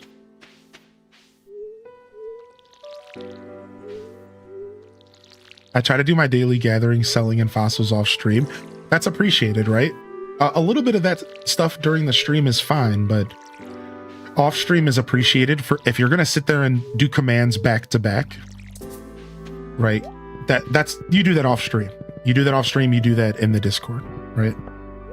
But if you're just like hanging out and you see the chat go a little quiet and then you just drop a gather command, like that's fun, right? You're just sitting around and like you're just watching the stream intently and you're like, you know what? I haven't exclamation point gather. You can just do it real quick, you know, and just see what you get. You know, it's fun. It's like whatever.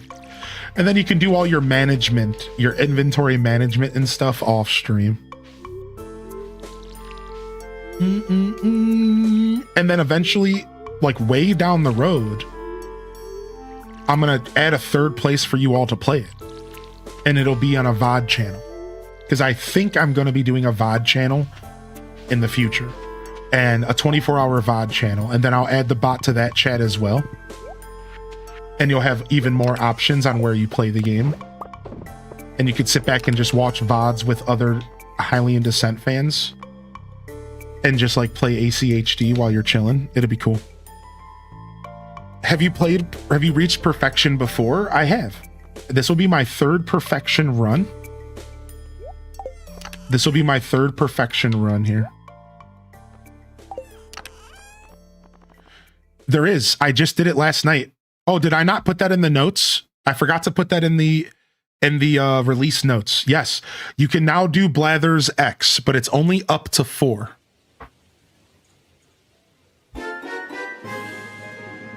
Wait, can you get? I thought I locked the fossils to 4. Can you get 5?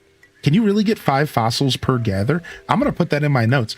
I thought I limited to 4 fossils a day, like old school Animal Crossing. Oops, maybe I didn't do that. Maybe I just thought about it. Let me put that in my notes real quick. Limit 4 fossils a day. But yeah, I just added the command. I fixed it. Yeah, from here on out, you can do exclamation point, Blathers, space, a number, and you can do all of them at once. And it doesn't tell you which ones you got though. That's like the trade-off. So if you do Blathers or if you do Blathers 1, it'll still tell you what fossil you got. But if you do Blathers 2 to 4, it just makes it like a nice little clean message. Yeah, I did a bunch of quality of life last night. I'm hooking you all up with the goods.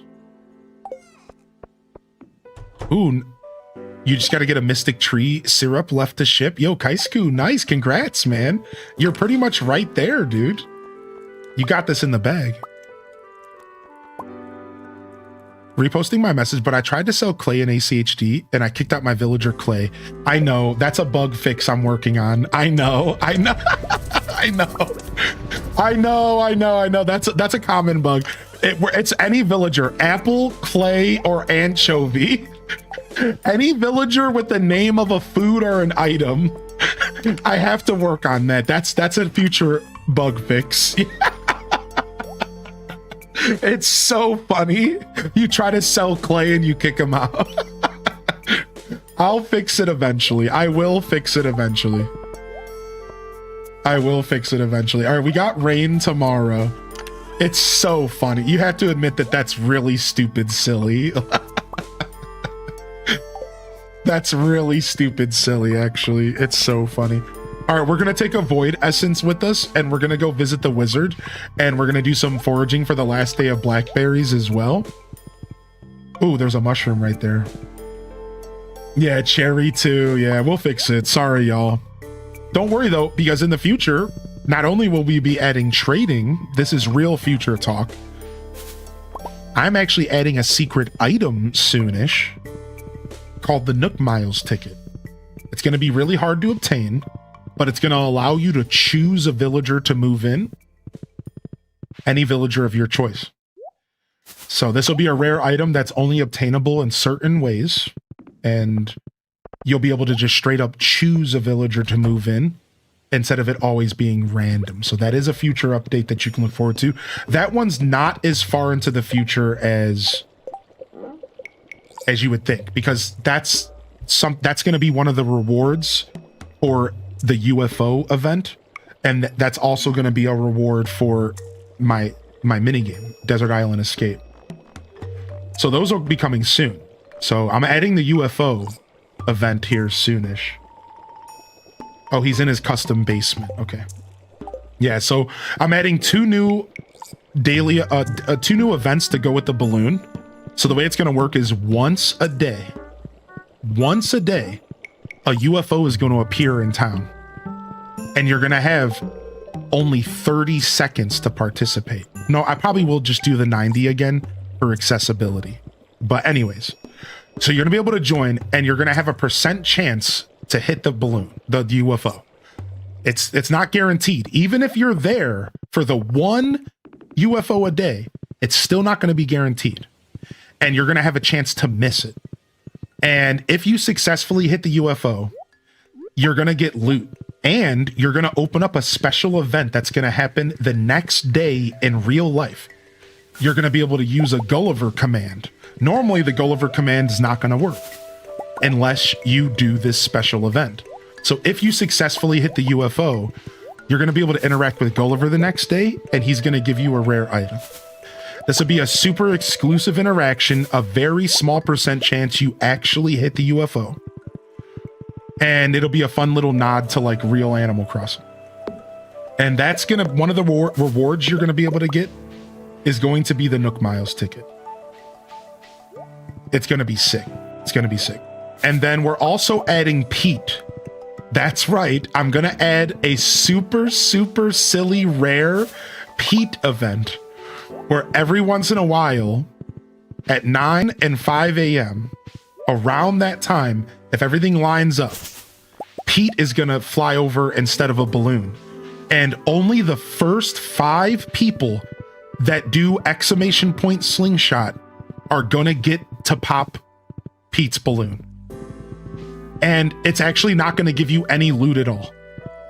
It might. I haven't decided. It might. But either way, only the top 5 people are going to get the interaction. And I was just going to make it an Easter egg. I was going to make it where Pete just goes, like, says something funny in the chat, and, like, that's it. But I thought that might be lame and that we should attach a gift to it. So I might add, like, a gift to it. I'm not sure. I haven't figured out Pete yet. I'm working on the UFO right now. Pete's going to be a fun Easter egg. I don't think Pete's going to be, like, a loot thing. I just want the Pete thing to be silly. Like, a really silly interaction. Just like, oh, randomly Pete's flying over your head and you're just like, what? And then you try to pop it and you shoot him down. Yeah, like it's for like a badge, right? Exactly. Like exactly. See, you already figured out. You already figured out what I was trying to do, but not say it out loud. Yep, there it is. It's gonna be a badge. It's gonna be just a super cheeky Easter egg interaction. But I don't know if I want to make it even more like powerful. Like maybe it could be like a cheeky piece of loot or something. Like we'll see. Yeah, you get like a random letter or like something silly. What's up, Pixelated Ghoul? Dude, how you been, man?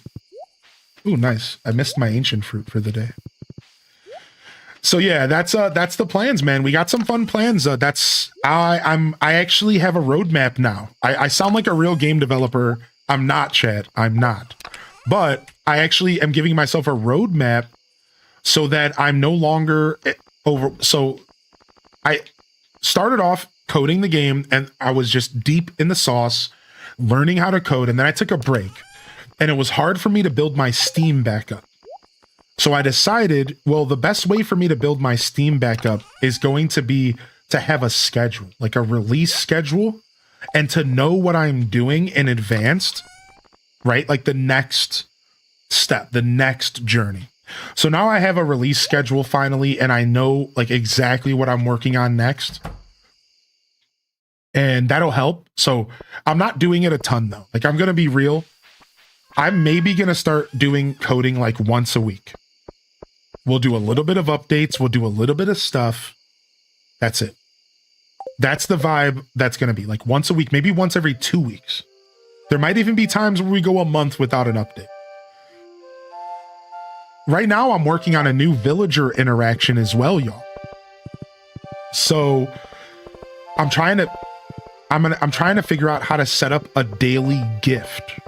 So it would be a daily command and it would be a request. It would be like exclamation point request. And it'd be like, today, your blank villager, whatever villager, just randomly chosen, is looking for a fish, a bug, a sea creature, or a fossil. Then you type exclamation point, let's say errand, followed by the item that you want to give them. And then they give you back something in return. Just like Animal Crossing. So it'd be like every day, one of your villagers will ask for an item. And then if you have the item that they want, a bug, a fish, a sea creature, or a fossil, and that's where those 3 fossils will come into play that you have in your inventory, then they'll give you something in return. And sometimes it's going to be bells. Sometimes it'll be, you know, a rare item like a Nook Miles ticket. Sometimes it'll be materials. So I'm working on adding another daily command where you can interact with your villagers in like a super fun way. And that's also a big project.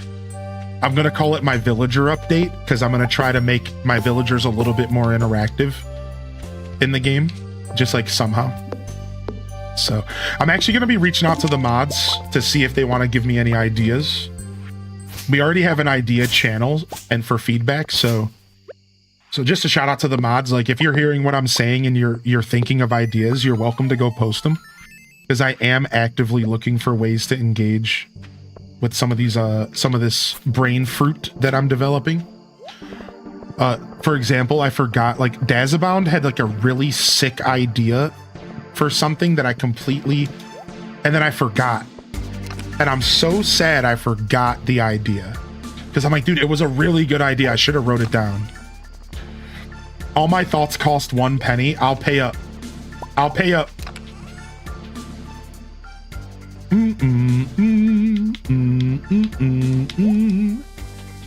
Just keep in mind that there's cooldowns for some of the stuff in the Twitch chat while I'm live. Just a heads up, just in case people are trying to do stuff back to back.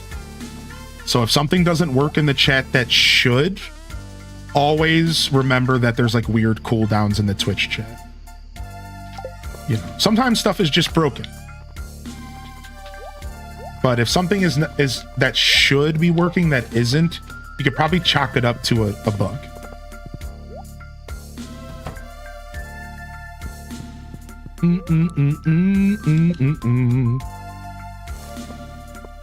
Yeah. It's good to see you back in here, Pixelated Ghoul. It's been a little while. I appreciate you popping back in here. Were you a name change? Did you have a different account? Or are you coming back in here with the same account? I remember the name Pixelated Ghoul. That's why I had not asked, but I'm curious. Cozy made me wonder. Wash Gracie's car, super low chance to succeed. Yeah, that's the kind of stuff. I just want to add, you know, more fun stuff like that. Like our next major update is going to be past school and a rare interaction with the scallop. Dude, I'm actually going hard on this. Listen to this. I'm going to be coding as many of Pascal's quotes as possible into the game. And every time you interact with him, you never know what quote he's going to give you. I'm going to try to find a list online of all of them so that every time you interact with Pascal, it's unique. He's going to be a rotating NPC. And when he visits, he'll give you some wisdom. And then if you give him a scallop, or if you have one, then he'll give you an exchange for some sort of loot, right? Now, I had a more fun idea. Real quick, I just want to throw this out there because I don't think I'm going to do it. I had an idea where, what if you have a scallop in your inventory, randomly, at any time of the day, he could show up and at you in the chat if you have a scallop on you and be like, hey, what you doing with that scallop? And if you catch him adding you within, like, let's say a 2-minute window, even if I'm not streaming, and he'll also be in the Discord, and I'll make it to where he adds your Discord name because I can do that. Then if you catch the 2-minute window, you give him the scallop and you get loot. But you never know when it's going to happen. It just literally, if you have a scallop in your inventory, he'll randomly just be like, hey, got that scallop? I'm thinking about trying to do this. I moved away from the idea because I think he would be better as a rotating NPC. But I thought about this. I was thinking about this. I'm like, dude, wouldn't that be really cool? Just like randomly you're sleeping and you get added by Pascal and he's like, you got a scallop? I smell that scallop. Yeah, right. Like if you're sleeping and you miss it, you miss it. Like that's it. Now that would feel pretty bad now, wouldn't it? That's why I'm like, I don't know. So here's the other, hold on, hear me out though. Here's the other idea. What if every time you do the dive command, there's a % chance that he shows up and he goes, hey, you got a scallop by chance? I'm going to take that out of your hands and I'm going to give you this. So every time you do the dive command, let's say there's a 5% chance that Pascal shows up and says, yo, by the way, I'm taking that scallop out of your inventory and here's some loot. Just done. So it's still random. It's still unique. Right? Yeah, exactly, random. So like, I think the dive command could be more realistic. It's more like ACNH. Right? However, I prefer scallop of the olden days. And that's what I decided to base it off of right now. I said scallop, I meant Pascal. Pascal and City Folk would just randomly be on your bridge once a day or once a week. He would just be on your bridge. You go up to him, you talk to him, he gives you wisdom, you give him a scallop, done. I think that's the direction I'm going. We'll see. Y'all are making me, you're inspiring me to go forward with my goofy ideas, so thank you for that. I think I'm just gonna make Pascal a rotating NPC. I think so. But, you know, we could have some fun. We could maybe do something silly, you know, maybe down the road we'll have some fun with that idea. So I wanted to share it with you because I thought it was super cool, but I think in the end, Pascal as a rotating NPC is best. Plus, the more rotating NPCs, the better. In my opinion, the more rotating NPCs, the better. And the reason I feel that way is because it makes them all feel more special. That's my take on that. So I think we should always be focused on like more NPCs. So if I have the option to add an NPC, I think I'm gonna. I do think that that's like really fun. And it makes those daily check-ins of, oh man, who's visiting today really feel good. So, all right, just real quick, I'm adjusting a playlist so we can listen to fall music while it's raining here. I got it. Yeah, thank you, Shalump. I'm having fun, man. I'm having fun, dude. I'm glad y'all are enjoying it. That's what matters to me. Oh, thank you, Pixelated Ghoul, for offering that. Thank you so much. I'm gonna pass on the ACNH stuff today. but I might take you up on that in the future. All right, we're out of materials.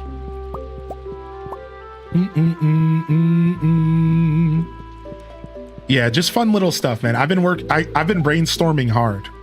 Welcome to Living Off the Land. We're back again with another tip for y'all. Now listen up. Fish, focus.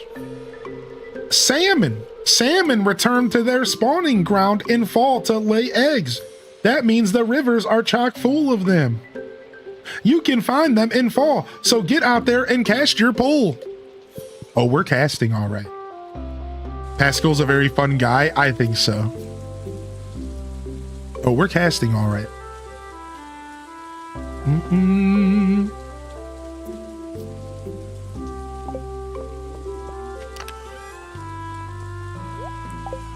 Boom, boom, boom, boom, boom, boom. Yo, thank you, wizard. I appreciate that, dude. All right, we got rain, and our pickaxe should be done today, yeah? So we can go pick up our pickaxe right away, take care of our animals, and we're set. We get a free day. I think we got to go give Jody something for her birthday, and that's all we have to do before we go to the desert. So let's find Jody in here, see what she wants. She wants a diamond. She's not getting a diamond. So looks like we're giving her some cranberries. Sorry. Do you know which of kegs and preserve jars are more profitable once you hit year 2? So kegs are more profitable than preserve jars, but don't sleep on preserve jars. They're still useful. But wine is more expensive. Technically, what you should be doing is you should be doing vegetables in preserve jars, and you should be doing fruit in kegs. Technically, I believe that is the power play. I believe that is the power play. You want to be doing vegetable and preserve jars. You want to be doing fruit in kegs, because fruit turns into wine, but vegetables turns into vegetable juice, which is nowhere near as lucrative. Just think about it in real life terms. What makes more money, V8 or wine? I think we all know the answer. Yeah, so wine is the play all day. Now, kegs can be tough because you need gold. So don't be sleeping on preserve jars as a temporary fix while you try to get more kegs. Joe, just throwing that out there. Like, that's an option. That is an option. So, you know, I think a lot of Stardew Valley, there is always a right answer, but there's never a wrong answer. That's what you want to keep in mind, Ron. There's always a right answer, so it's good that you're asking. But there's never a wrong answer in Stardew Valley. Never. You're always ready to lock in on whatever method of gameplay you want to approach. So if you see yourself using preserve jars as like a temporary, you know, space between kegs, go for it. Because that could be the play for you in your playthrough. Pumpkin juice is a great moneymaker due to how quick it is in contrast to wine, but wine is superior. Right. So this is a really good conversation. So let's keep moving forward with it. So you have to ask yourself a question, Ron. Do you want quick cash or do you want long-term cash? Now, I can answer this question a little bit for you, dude. All right. I can answer this a little bit for you. If you're broke, you want quick cash. But if you are in a position where you're feeling good and you don't need a bunch of money right now, right? If you have an abundance of money, then you can easily get away with going long-term, long game. These are the types of questions that I ask myself when I play Stardew. We're talking long-term versus short-term here. You know what I mean? Like, if you need cash right away, then you want to be focusing on those preserve jars. You want to be focusing on dehydrating. Dehydrating is actually a really good form of cash. But if you're somebody who kind of needs that extra cash right now in game, then you want to go ahead and you want to focus on, if you don't need the cash right away, then focus on the long-term gains, right? I think it's best to look towards long-term cash because of something I said 2 or 3 episodes ago. Does anybody remember? Having money sitting around in game is just as useless as not having money at all. If you're not spending the money that you have coming in on upgrades and passive incomes for your farm, then you might as well as not have that money at all. It doesn't matter at that point. It's just sitting there. So long-term cash usually is the best cash. Long-term cash is gonna be the play, dude. That's gonna be usually what you always want to be focusing on. If you could sell 100 pumpkins right now and get cash that's gonna sit there and do nothing in game, or you could hold on to those 100 pumpkins and you could slowly put 5 of them a day in preserve jars and make 100 extra gold on each of them. That is the play. You see what I'm saying here? That is the strategy. You see, Stardew Valley is weirdly like real life. And you want to be thinking about long term in most scenarios. Unless you need to spend some cash. Unless you have a reason. I forgot to get those cranberries. To drop some cash. Right? You know, if you're trying to prepare for your next summer in game,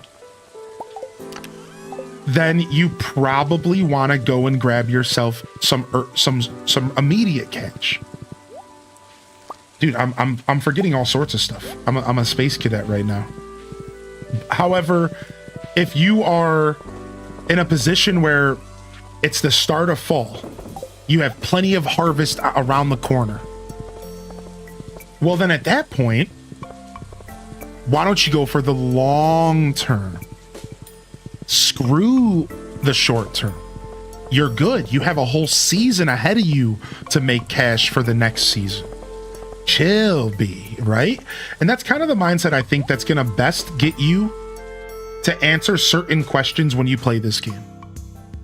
Right? Anytime you're asking yourself like, oh man, are kegs better than preserve jars? Or, oh man, is ancient fruit better than star fruit? That's an age-old question.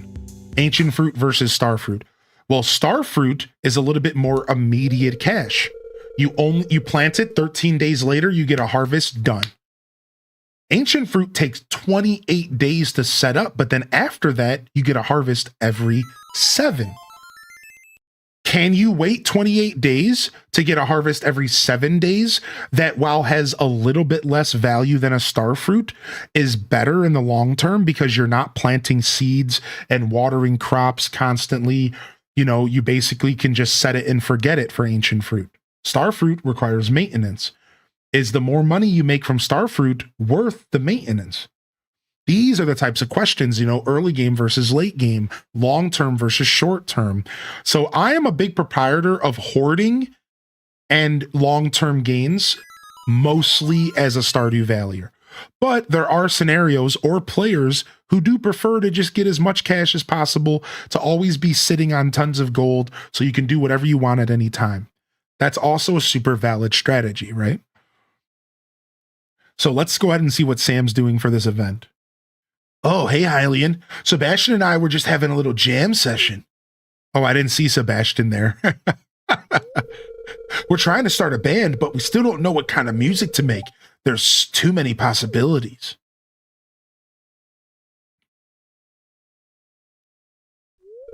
Say, Hylian, what kind of music do you like? High energetic dance music. Hey, you know what? That's exactly the kind of style I've been thinking about for the band. I've never done the dance music. Say, what do you say, Sebastian? Should we do this? Okay. Yeah, I've done country, I've done metal. I've done bluegrass. I've never done high energy dance. Thanks for the help, Hylian. With my guitar skills and Sebastian's wizardry on the synthesizer, we're going to be a screaming success. I'm convinced of it. Cute. Yo, thank you, Em. Now I just need to find someone to play the drums. They start playing You're Too Old. Shut up. Ooh, your local Walgreens has Wind Waker Link plushies? Hello? I make ancient fruit wine and just plain star fruit wine and do a huge patch, just enough to make a good chunk of change. In my opinion, it's not worth the wine, even though you do make more. It takes way too long, right? There's totally an argument for wine taking too long and short-term gains are better, right? How did we get the Holy Sword? It was a random drop, and we're going to take it to the Skull Caverns. I'm pretty excited. Yeah, it was a random drop, dude. All right, we were actually here for Jody's birthday, not for that cutscene, but... Yo, get out of my way, Vincent. I'm trying to go say hi to your mom. Happy birthday, Jody. What up, Vincent? I'm hungry. Where's Mom? Typical snot nose. All right, let's head to the train station. Let's go to our first desert journey here. I just want to quickly go drop off this stuff to Gunther. What up, Donnie Donuts? Welcome to the show today, dude. And thanks for all the follows coming in here, by the way. Welcome to our Stardew Valley playthrough. I'm just trying to kill time. I'm just trying to kill time until we can buy some coffee. I'm just trying to kill time until we can buy some coffee at the bar real quick. So 20 more minutes in game. What's up, Vanilla Man? I'm ignoring this blackberry, even though I shouldn't. Ooh, I should have brought a chest with me. Oh, another cutscene. We got a Claire cutscene this time. Hello, may I have the healthy garden salad, please? Of course, ma'am. Oh, that'll be 220 gold. Oh, 220 gold. But it was 200 last week. True, actually, it was. My other supplier moved, so I had to find another. Oh, the ingredients are higher quality, but a little more expensive. ...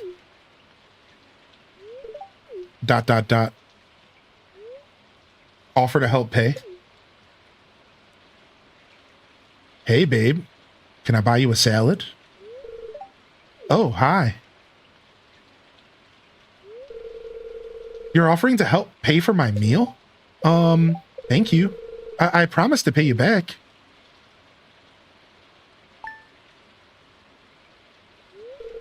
One healthy garden salad, please. Cute. I love this game. You know, doing a good job paying it forward, you know? Doing a good job paying it forward. Yo, if you don't get down here and serve me my coffee, Gus, within the next couple minutes, I'm going to be so pissed off. Where are you at? Where's the bartender? I need my Joe. Oh, hey, good morning, Gus.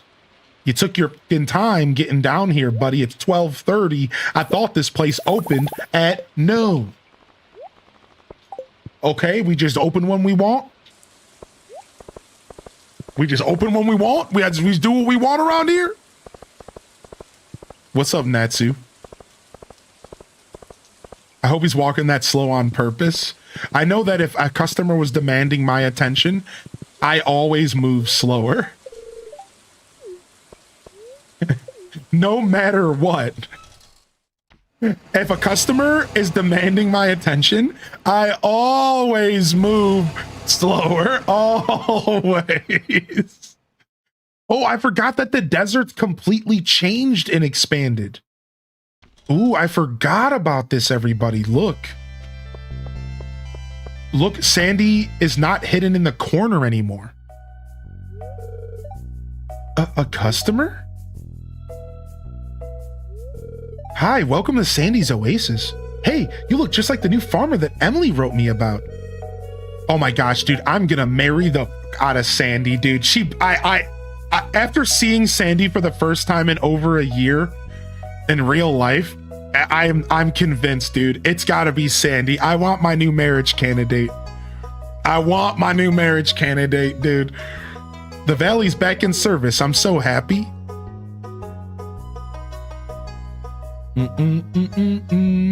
What up, Sandy? All right, now that means the Skull Cavern's moved as well. The Skull Cavern is now down here, which is a little bit more of a hike. Right? Am I wrong about that? Oop. No, I'm not wrong. Okay, I didn't think so. A little bit different positioning, but this is better, I think. I think it's better this way. You insert the skull key into the keyhole. It's a perfect fit. Ladies and gentlemen, our first Skull Cavern run. Let's go.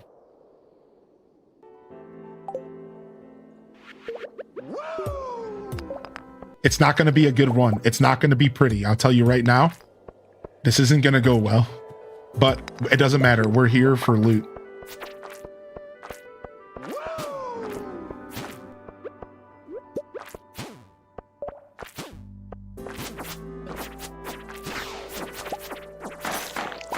Honestly, the Holy Sword is so fast.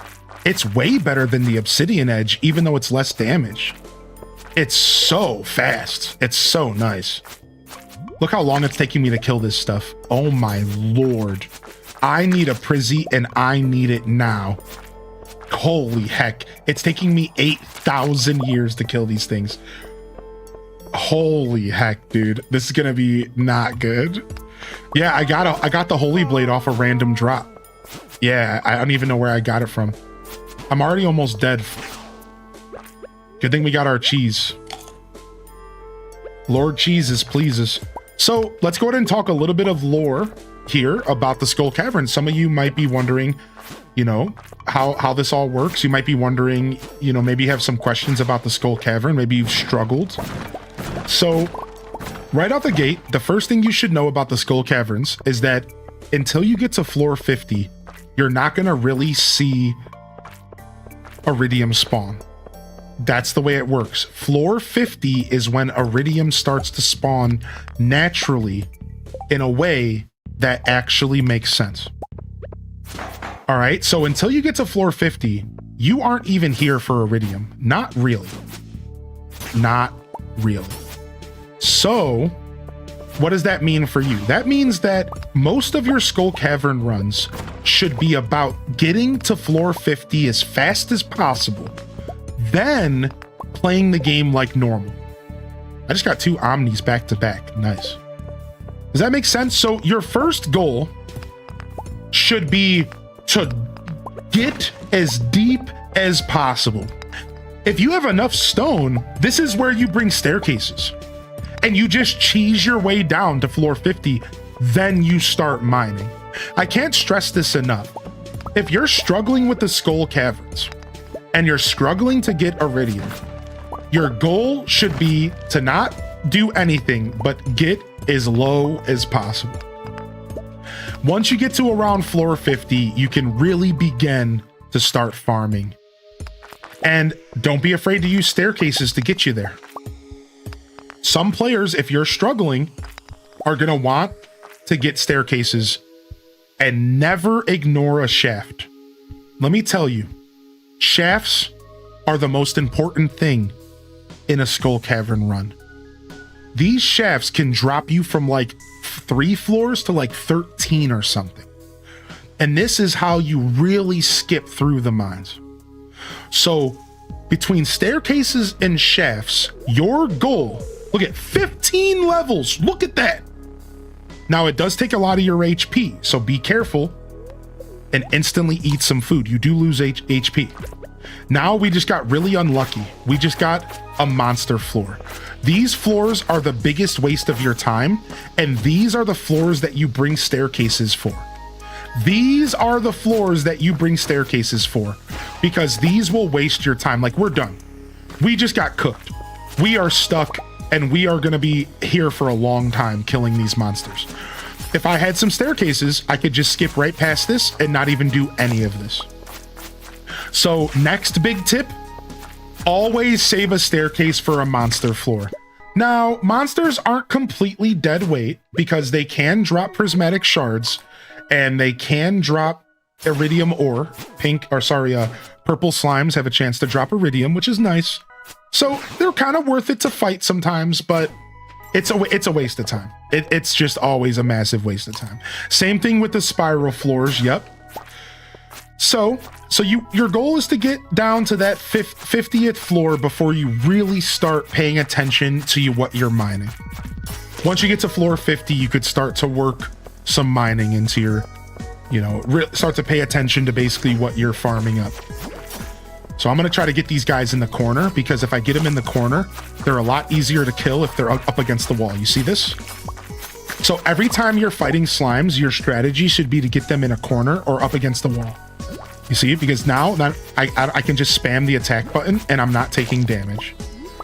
So make sure you're paying attention to that. That helps fight these slimes. So here we are in the Skull Caverns way too early. And you've likely been in this scenario before, where you are just here way too early. You're not doing any damage. You're struggling. You're getting destroyed. The biggest tip I have, if you're one of these people, the biggest tip I have for you, and I can't express this enough, if there's one thing you take away from my conversation today about the Skull Caverns, it's this right here. All right? Food is the most important thing that you bring into the Skull Caverns with you. Food. Because if you cannot heal yourself efficiently or fast enough while you're taking hits, you're dead. And here's the thing, it's not about quantity, it's about quality. When I can eat one piece of cheese and heal 125 HP, no matter how much damage I'm taking, I'm gonna heal enough to take a couple more hits and then I'm safe. But it's when you're eating food that only heals for 50 and then you take a bite and then you take a hit and that bite didn't really heal you enough and you're screwed anyways. Those foods are bad food. You need to have food that heals for about 100, no less. Do not show up at the Skull Caverns with some salmon berries, because I promise you, you're screwed. Now, you see how I got down to red HP right here? You see how I'm in a really bad position right now? I just got down to red HP. Imagine if I was trying to eat some salmon berries. I would be dead right now. I'm dead. But because I'm eating cheese, my HP just went back to half. I take another hit in between eating food. I'm fine. Look, I'm healed. I'm okay. Food is everything to the Skull Caverns. If you are not coming equipped with food, you are screwed. And we're not just talking food to eat while healing. We're also talking meals. You want buffs. You need to be eating buffs, dude. You need to be getting any kind of buffs you can get, no matter what they are. Plus combat. If you want buffs that are plus speed, plus luck, I recommend luck food. Luck is everything to a Skull Cavern adventure. The more luck you have, the better chance you are at getting staircases and getting shafts. The better luck, the better staircases, the more shafts, the faster you descend into the mines, the better overall your run is going to be. All right, so luck is massive. Don't sleep on luck. I encourage you to do something that I think every player should be doing. You ready? Buy the telephone from Robin. Now you might be asking, why would I ever buy that stupid telephone so that stupid baby Vincent can call me in the middle of the night and ask me what it's like to be a farmer? But if you didn't know, you can call Gus's before he opens and you can ask him what he's serving for the day. Yeah, so every morning when you wake up, get on the phone, call Gus 6 in the morning and ask him what he's making for the day. And he sells lucky lunches once like a month. Catch him when he's selling lucky lunches and buy them. Because early game, you're not going to be able to make them. Lucky lunches give you +3 luck and they will change your whole experience of staircase farming, your whole experience will be changed. So lucky lunches are the play, my dudes. Now, let's say you can't afford a good lucky lunch. The next best thing is spicy lava eel. And spicy lava eel, my friends, is accessible in a lot of places. Let's talk. First off, you can get spicy lava eel from a fish pond with a lava eel. And it's really nice. And it's like free spicy lava noodles or whatever it's called, and it's great. Here's another strategy. You can go to the trader at the desert and trade rubies for the spicy eel meal. Thank you. Spicy eel meal is what we're talking about. So if you collect rubies and put them in a cloning device, you can trade rubies for spicy eel, and you can get that +1 luck, +1 movement speed, which is sacred in the Skull Caverns. Movement speed and luck, man, it's everything. All right. So now you're cooking. Okay. So now you got your rubies and you got your rubies, baby, and you're getting your spicy eel for free, basically. Or you're buying your food from Gus's, or you got a fish pond making free spicy eel. And now comes the second most important strategy for Skull Cavern enthusiasts. You guys ready? Food was the first important strategy. Here's number 2. Jades turning into staircases. Whoa. What are you talking about, Hylian? Listen to this. Every Sunday at the desert, you can trade a single jade for a single staircase, and you don't need 99 stone. And if you put that jade in a cloning device, you can get a bunch of jades stacked for staircases. And this is how you get an abundance of staircases without having to farm stone. And it's really, really nice. It's really, really nice. Get your jades on in those crystallariums as soon as possible. In fact, the first thing you put into a crystallarium better be a jade. Don't put that diamond in there. You think that diamond's gonna help you out long term. It ain't. It's all about the jades, dude. Get those jades cloning ASAP. Now I have one more power tip, but this is less of a tip and more of a piece of advice. If you're struggling in the Skull Caverns and food isn't helping and buffs aren't helping and staircases aren't helping, and you're sitting here saying, Hylian, none of this is really making a difference for me. All right.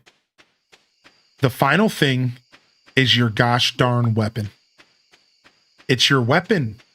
You need to understand that going into the Skull Caverns with an obsidian edge blows. Going into the Skull Caverns with anything weaker than a lava katana blows, dude. It sucks, man. No one enjoys that experience. It's terrible. It's really bad. You want a good weapon. You need a good weapon. And the best weapon is going to come from a prismatic shard. But not everyone's lucky enough to get a prismatic shard. So if you're somebody who hasn't gotten a prismatic and you're struggling, I really do recommend that you consider buying the lava katana. Consider buying the lava katana.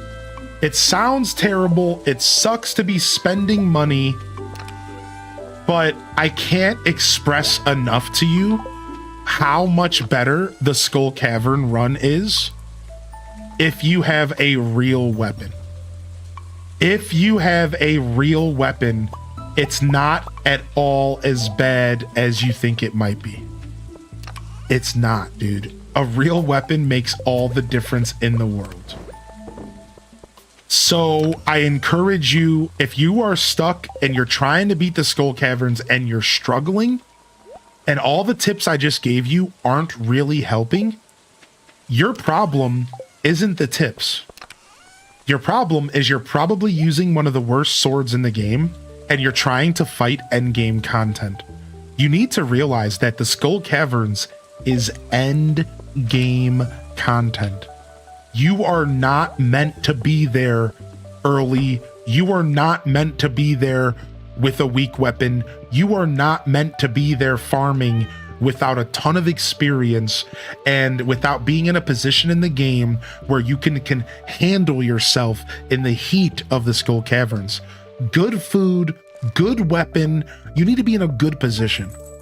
I think so many people struggle with the Skull Caverns because they don't respect the caverns themselves. They are tough. They are endgame. They are brutal. I'm telling you. Don't sell yourself short. Don't be hypercritical of yourself for struggling in the Skull Caverns. It's actually really challenging, even for gamers that are consider themselves very experienced. It is no joke. All right. Otherwise, bombs are a really big help for speeding up the process of finding staircases. Bombs can be a really, really big help, and I really do encourage you to consider bombs. I don't put bombs in my top 3 tips because I think they're obvious, and I think that you're probably using bombs even in the local mines, so you should be pretty hip to like their power by the time you make it to the Skull Caverns. But it is worth mentioning as an honorary mention, bombs are so nice. Getting to floor 25 in the Skull Caverns is really good, actually. So Kara, it might be a skill issue for sure, but that's really good. I just want to let you know, like, that's really good. Like, that is a respectable depth of the mines. Now, what you need to do is just bring 100 staircases with you and staircase your way to floor 100 and just cheat your way to the reward, because who cares? That's what all you need to do, because Stardew Valley is beautiful like that, and you can do whatever you want in this game. That's what you need to do. Yo, thanks for hitting that like, by the way. We are pretty much at 50 likes over on YouTube today. It's good morning to the Stardew Valley YouTube community. It's good to see you. Welcome to my show. I really appreciate y'all tuning in. I hope you're enjoying the content. Please consider hitting that subscribe or hitting that like button if you haven't. And if you're here on Twitch, good morning. We've had a lot of fresh faces tuning in. Welcome to my show. I do Stardew here pretty much yearly, annually. We do a ton of Stardew. And we're back for our Stardew Expanded, our second ever Expanded, our third attempt at perfection. And it should be fun. It should be fun. Yo, thanks for the lurks. I appreciate that. Thank you so much. And welcome in here. Thank you, Doobie Crossing, for 2 months. I might have missed my 2-monther from Doobie. If you're still out there, Doobie, thank you sincerely for the love, man. I'm really sorry I might have missed that. You seem to be doing well. The farm looks great. So, you've been here a while, and I'm sure you've acquired some cloth by now, right? Doobie-doobie-doo.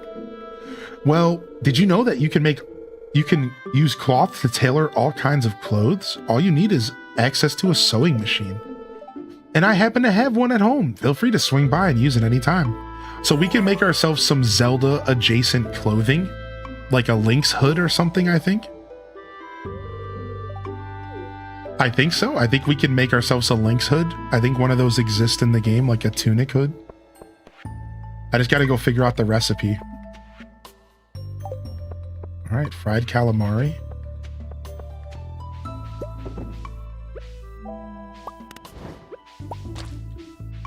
All right, let's get to watering. Back to reality. We had that free day where we didn't have to water, but we're back to watering, and we added another 100 crops to our field. While that's not that much, it is changing up our daily routine a little bit. It did instantly make our watering process a little longer. So the next rainstorm we get, we're going to go for that golden watering can to make it even better.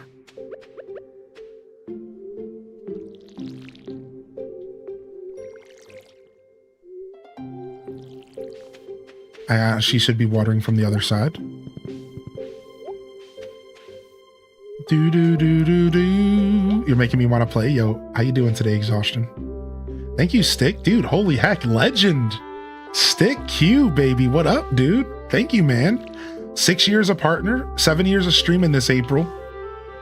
It's been quite a journey. My favorite play style. Plant so much that you drop from exhaustion.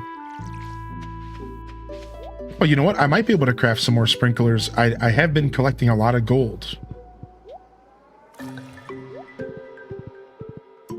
Yeah, I might be able to.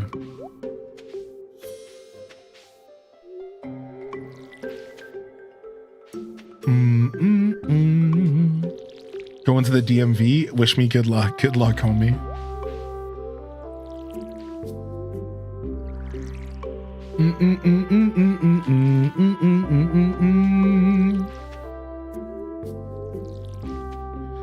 And doobie doobie doobie doobie doo. This song is so chill.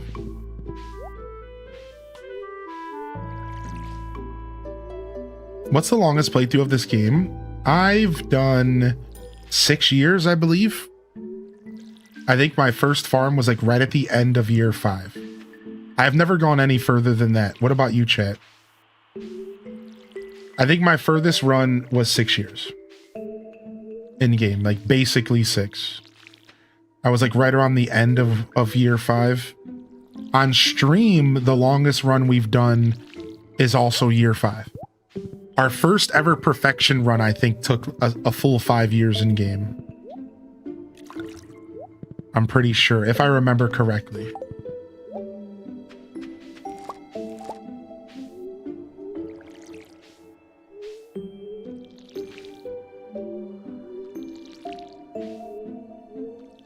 Just finished watching My Neighbor's Totoro for the first time. Oh, cute. That's a cute movie. You went to year 9, 10 once, or 8, 9 once? That's kind of nuts. That's kind of nuts. Also, Clover, did you get your question answered about the Holy Sword? I believe the Holy Sword is vanilla, by the way. It's just kind of a rare item that you only get from a drop, so not everyone knows it exists. Yo, what's up? Have a great day today, Elobu. Have a great day today. Yeah, I believe that the Holy Sword is vanilla. This is not an expanded sword, but it's like a rare drop. I think you can only receive this sword via a drop. So I think there's plenty of players that probably have never seen it before. 7 years for me on my perfection save. I have several saves that I bounce between. Right. Yeah, I'm not usually one to stick with the save file that much longer. If I was playing in my free time, I would be more inclined to do a super long term save file, but usually when it comes to playing these games on Twitch, 5 years is about as far as Stardew Valley runs its course. Usually at that point, we're all looking forward to doing something a little different on the channel. I mean, there's always going to be the hardcore Stardew Valleyers that just want more Stardew always. We love you. We see you. But I just mean in general, like at a certain point, it does start to become like repetitive, and so we usually don't go past the 5-year mark unless we're doing like a challenge or something. Someone slept for 1,000 years just to witness the long-term effects of their farm of not doing anything. That's crazy. That's so cool. What a cool little experiment.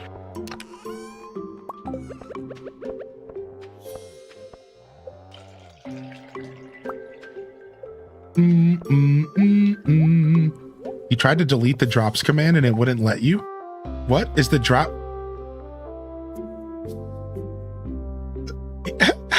Delcom space drops. Get that trash out of here. Deleted. What up, Dazza?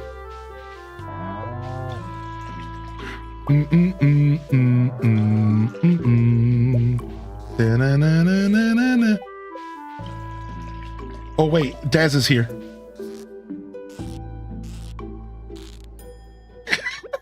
Oh no, now I'm exhausted. Frick. That's what I get for playing around.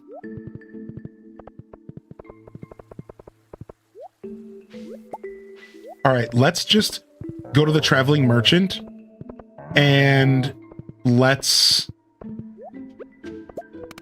focus on clearing our farm today instead of going back to the skull caverns because we have bad luck anyways. And we're not going to make any headway there, so it doesn't matter. It was a fun first attempt, but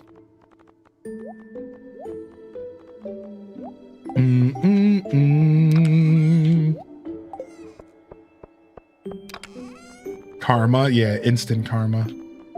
I've always been somebody who gets hit with instant karma, though. I'm not allowed to have, like, no matter what. That's how my life has always been. Karma for me is a cruel mistress for sure, because like for example, if I was playing Smash Brothers and I decided to taunt after killing a player, I'd instantly have a mistake occur. Or anytime in my life where I start to talk a little smack, like, you know what, dude? I'm the best streamer that's ever lived. All of a sudden, the next day, my power will be out, and like the universe will kindly remind me that, no, you're not. Shut up. Like, that has like been my journey for a long time as a person. Like, I'm not allowed to ever get too big-headed, or I will be instant karma'd every time, no matter what. I have to stay humble in life, which, you know, it's not a bad little superpower to have because it keeps me humble.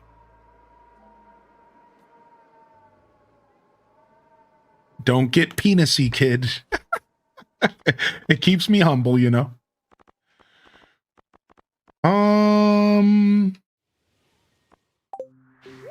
We're good here. Let's just go clear up our farm. New favorite phrase. I don't know where that came from, but I like it too. Pretty funny. I never heard that before, but I'm here for it. Maybe I have heard of it, actually. I'm not sure. I might have. Dude, I did get my Sim City. Yes. I'm sorry I haven't gotten back to your DMs yet. I'm going to get back to your DMs ASAP. Sim City's right here. Yes, Aubrey, thank you, dude. It's so used and beautiful. I love it. I haven't plugged it into my Super Nintendo yet, but I want you to know that that's my third Super Nintendo game in my new collection. And I just want to thank you for adding to my collection and helping me reclaim my childhood. I now own A Link to the Past complete in box, which is crazy to say out loud. I own Mario All-Stars, and now I own Sim City. Yeah, dude. Yeah, dude. I'm so excited. I'm so excited.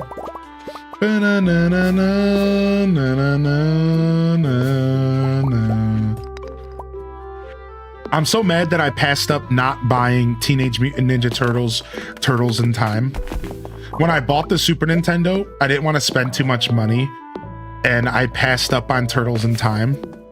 And I'm so like sad about that because in hindsight, it was a really good price and I should have just bought it because I haven't seen it since and like anywhere. And I'm like, oh man, I should own Turtles in Time right now.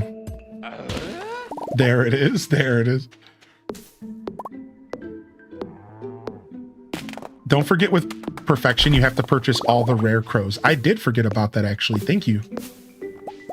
I don't want to spend the money now, but thank you for that reminder. Seriously. Yo, Cushy Bear, good to see you. Also, Maddie Senju. I saw Cushy and Maddie Senju today. I was...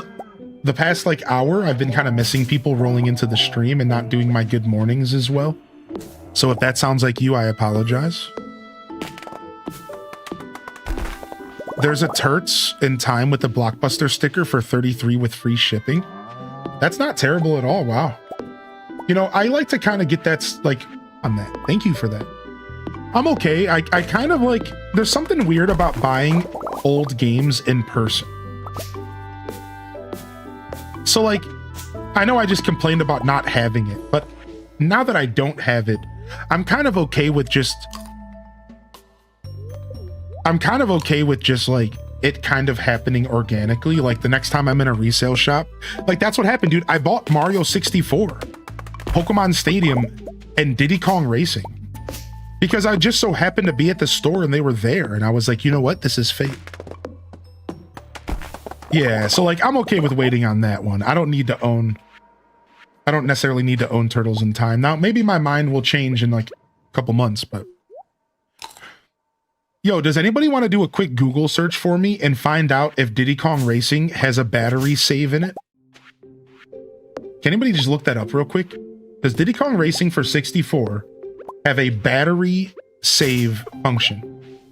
It does? Okay, so that's 100% why my Diddy Kong is not saving anymore. Yeah, flea markets, exactly. All right, I just needed to know because my Diddy Kong Racing is no longer saving, and I figured it was the classic the battery is dead problem, but I just wanted to like double check because I haven't Googled it myself. So I think I'm gonna open it up and see if I can replace the battery myself. I've really wanted to get into more modding and stuff, and I think that this is a really good opportunity. I only spent $20 on the game. I think this might be a really good opportunity for me to learn how to open up a game and like fix it up. I'm gonna try.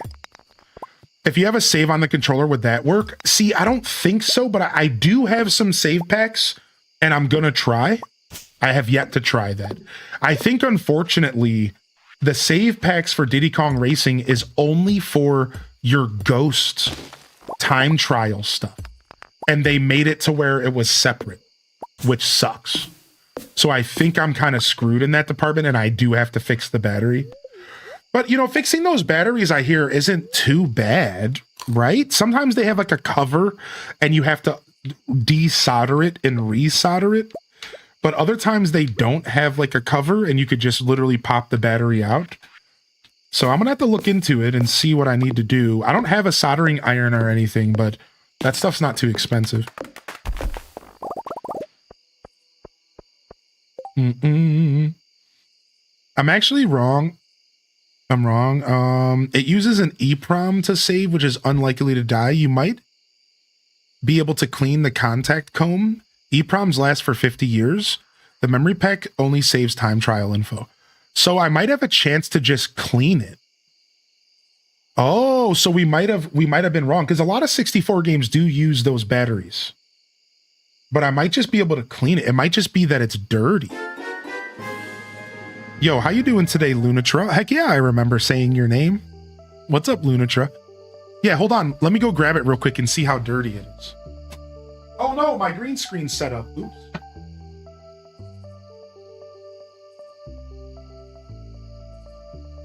All right, well, I'm gonna have to fix that green screen later because I just ran into it. I bet you it's just dirty, dude, because this thing was probably sitting in the back warehouse of GameStop. I bought it from GameStop.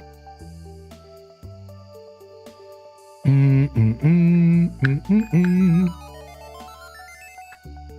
don't know, man, but it doesn't save right now and I hate it. I would love to actually do a playthrough of Diddy Kong. Repo carts have issue saving. Oh, I wonder if this is a repo. That would suck if this was a cheater cart. I wonder how you can tell if something's repo. I know a little bit about the Pokemon universe. This doesn't look like a repo though. Like if I had to guess, this is an original copy of the game. And you know the way the reason I say that is because the sticker is just too perfect, dude. The sticker on the cartridge is just like, there's no way this is a repo. I could be wrong. Repos have gotten pretty advanced nowadays. Yo, thank you, Lily Tazi, for the tier 2. Check the screws on the back. I was wondering if there was an easy way to tell. My axe level is level 2. What's up, Namta Swiss? What's up, Namta Swiss? What's up? How to tell if my N64 art is repo? All right, screw the AI overview. All right, so people are saying you have to open it up to really tell, but I see a lot of questions here about fake versus real N64 carts. So I decided to show some pictures of some real games up against fake games so you can spot the differences. All right, let's quickly see if this Reddit post has anything to do with the outside before opening it up. No. Oh. Okay. So wait, which one's real in this scenario? Are they saying the back one's real here? Hold on. Let me read more. Hold on. He said, next, be on the lookout for the wrong contrast of colors on the labels, and the size of the logos are off. Most fake labels have the wrong resolution print. Notice the bigger print size for the logos. Lastly, you'll notice that the legit cart's pin connector looks brown. Hold on, here we go. The first pic shows the inside real versus fake. The real PVC is etched in gold. Blah, blah, blah, blah, blah. On the fake, you'll see a flash chip, blah, blah, blah. Next, you might notice a circle on the Nintendo instead of a square. Now, not always, yada, yada. Next, you'll notice the back sticker is very light greenish gray as opposed to the legit carts with a more darker gray. This back sticker is a little bit of a lighter gray. You'll notice the legit cart's pin. So it doesn't say anything about the bolts, but I think the back cart is real and the front one is fake. And if that's the case, then I got a real cart potentially, I think. My bolts are super legit. My bolts on the back are super legit, but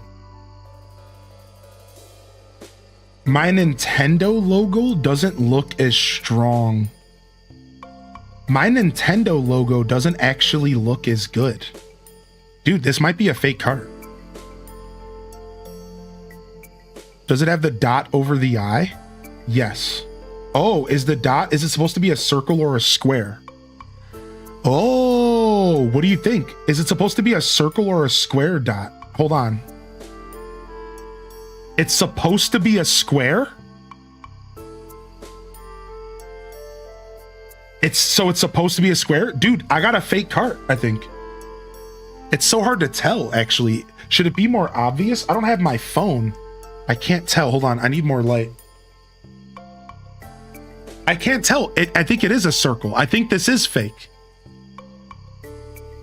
It's certainly not a square, but it's also not a circle. It's like weirdly in the middle. Is there a QC number stamped on the label? A QC number. Well, unfortunately, GameStop put some trash over a trashy sticker over. Hold on, let me peel this off. Yeah, where do I see a QC number? Where do I see that? Oh, thank you, Rotten Poppy. You could have sent it to me in a DM as well if that's easier.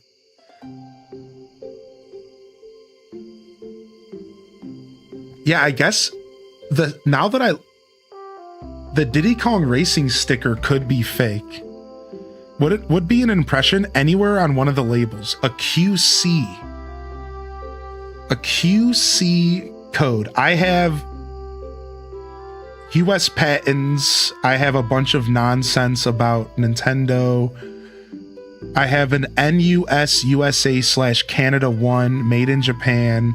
And then on the front, on the sticker, I have NUS-006 USA. It does feel fake though. Hold on. Let me quickly Google Diddy Kong Racing legit cart cover. I want to see like the image of Diddy Kong Racing and see if the colors look off for me. Like, I wonder, is this a real card I'm looking at? Yeah, dude, my positioning is my sticker is whack. Dude, this card is fake. GameStop sold me a fake card potentially. Potentially. So look at why is the rareware on a different side here? Look. Why is the rareware on the right here, but then here this says it's authentic and it's in the middle? What's going on with that? It could be EU versus NA, right?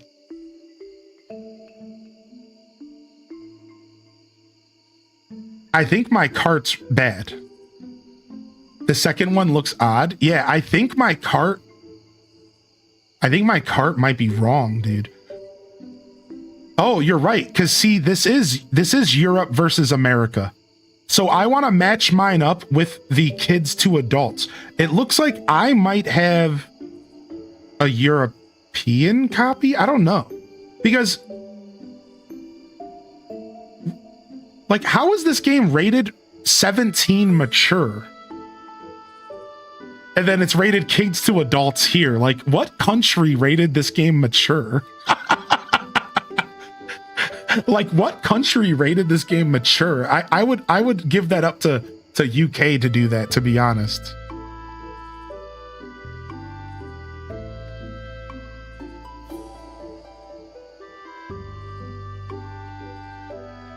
Yeah, like, my sticker seems a little zoomed in. My sticker has more showing than any of these carts do. Look at my sticker.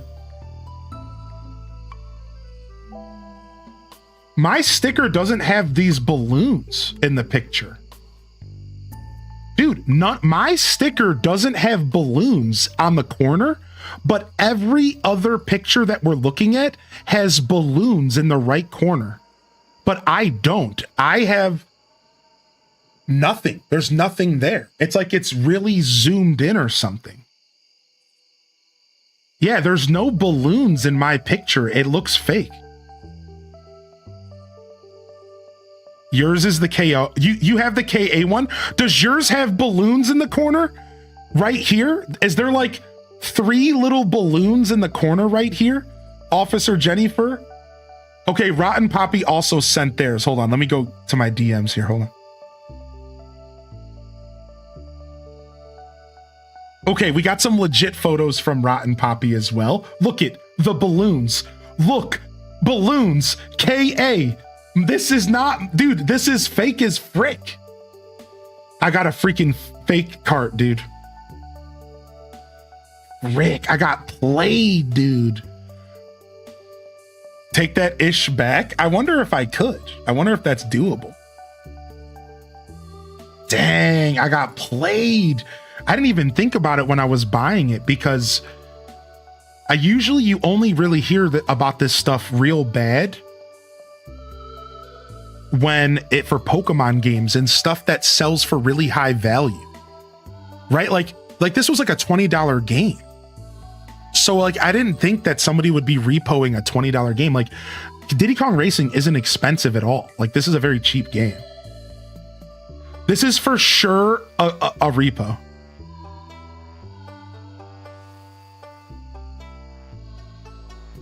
Yeah, this is for sure a repo because my Nintendo doesn't have this clean of a square. Mine's like a real funky like circle. My Nintendo looks mad whack. Do you have a channel preference? No, you can just post it wherever. You gotta open it to make sure. I know, I gotta open it. I'm gonna do it. I'm gonna open it and see. I'm gonna see what the inside looks like. I'm gonna open it.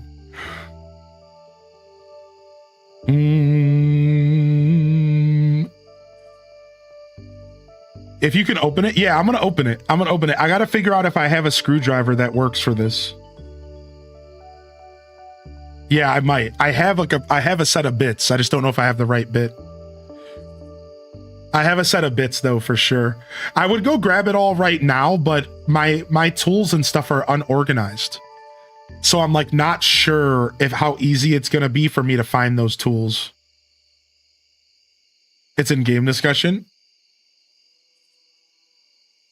All right, hold on. Let's go take a look here real quick at game discussion.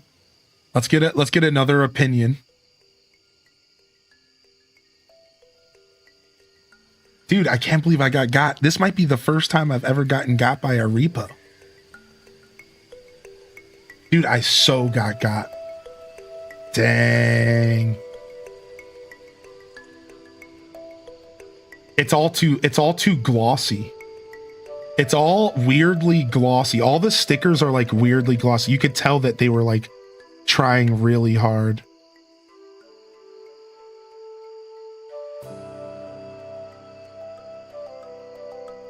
We'll know for sure though.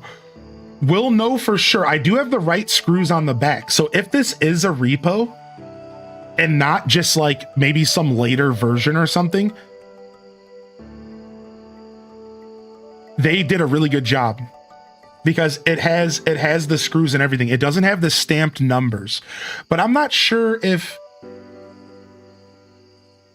I wonder, hold on, let me go look at Rotten Poppies again. Maybe Rotten Poppies has the stamped numbers as well. Let me see. Yeah, see, look at Rotten Poppy doesn't have the stamped numbers. So the stamped numbers might not always be a thing. Because remember, they made multiple versions of these games. There's like version 1, version 2.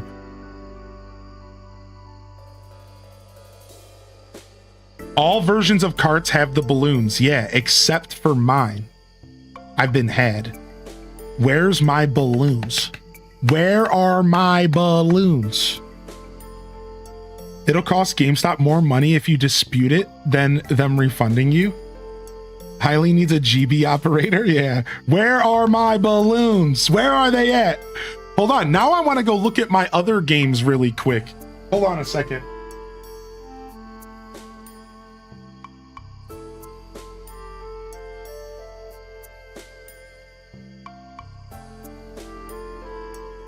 Oh.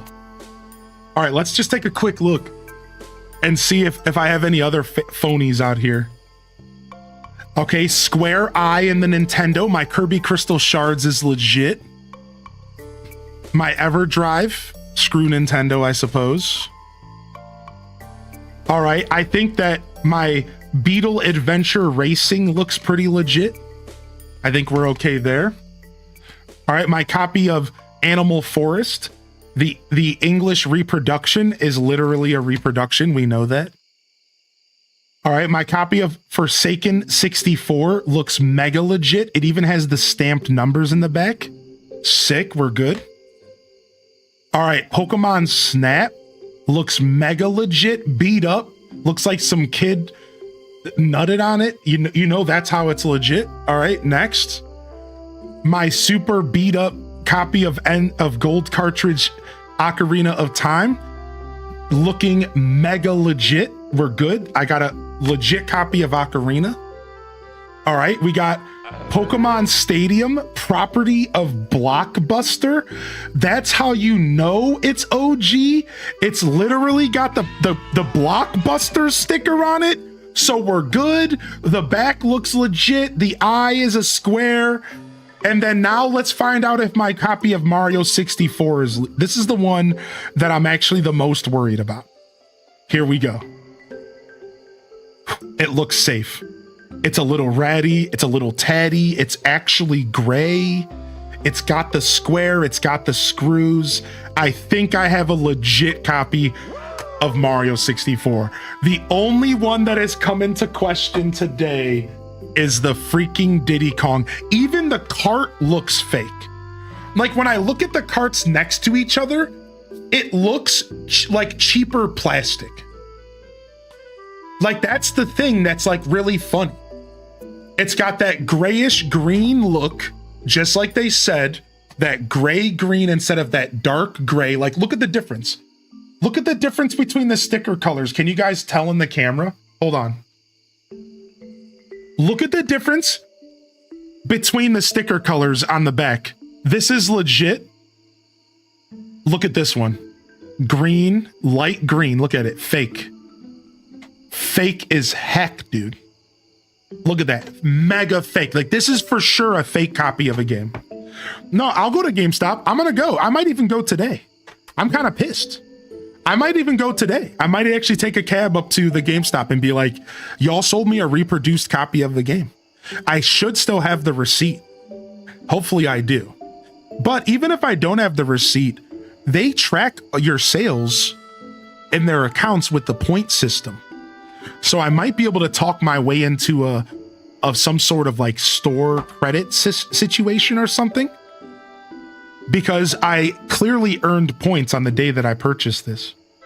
But I gotta go look around and see if I have the receipt. Sometimes I keep receipts, sometimes I don't. It like just depends on my mood.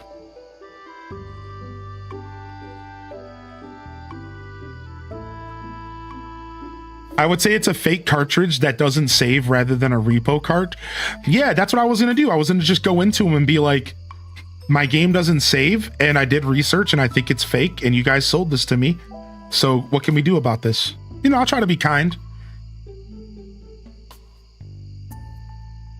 Oh, thank you, Rotten Poppy. I appreciate that. Man, I can't believe I got a repo, dude. I can't believe I'm so sad. Man, my journey of gaming, it's been tainted. I feel dirty. I feel like I need to go take a shower. I hate this. Man. I got played, dude. I feel grimy. I feel violated. Destroy the store shelves, take over the store. I feel mad dirty, dude. I can't believe I got a dirty game. And I plugged that into my 64. My 64 has been tainted by repo garbage. What do I do now? I gotta go buy a whole new Nintendo 64. I can't keep this thing on my shelf. It's been tainted. It's dirty. It's used goods. I can't. What do I do now? What do I do, man? I'm at a loss. Frank.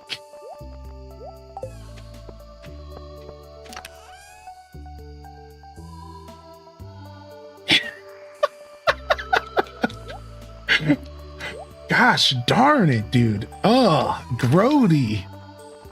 Ugh, nasty. Where's that game at? Diddy Kong Racing? Get out of here. I'm throwing you out of the room. Get this trash out of here. Get out of my office. Get out of my gaming space. You don't belong in here. Diddy Kong Racing. Brother.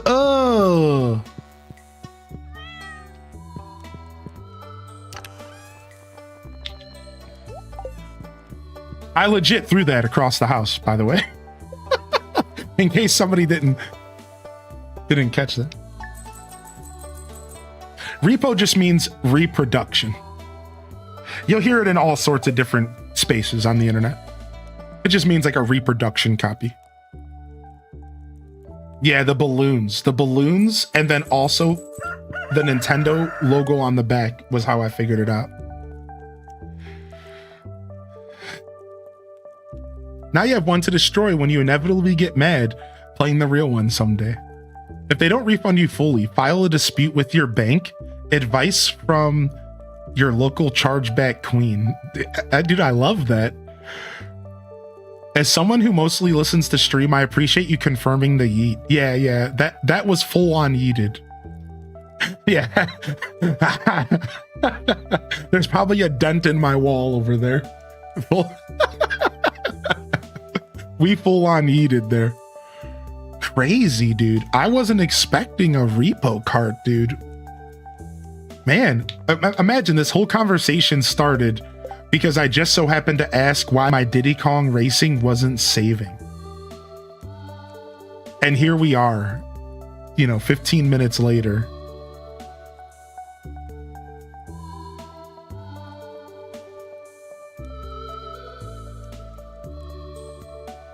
Shout out to the person who knew stuff about cartridge batteries. Yeah, dude. Appreciate you. It was Flip Toast and Aubrey. Thank y'all. Because now you'll have trust issues. Yeah, now I'm done. I'm going to be smelling cartridges before I buy them. I'm going to be showing up like I'm the police officer tasting the product. This tastes like a reproduction. Are you sure? Yeah. Showing up at flea markets, licking them. This tastes like 20-year-old cigarettes and baby vomit. You got a deal. That's what you're looking for. That's the. If it doesn't taste like 20-year-old cigarettes, it's fake. It's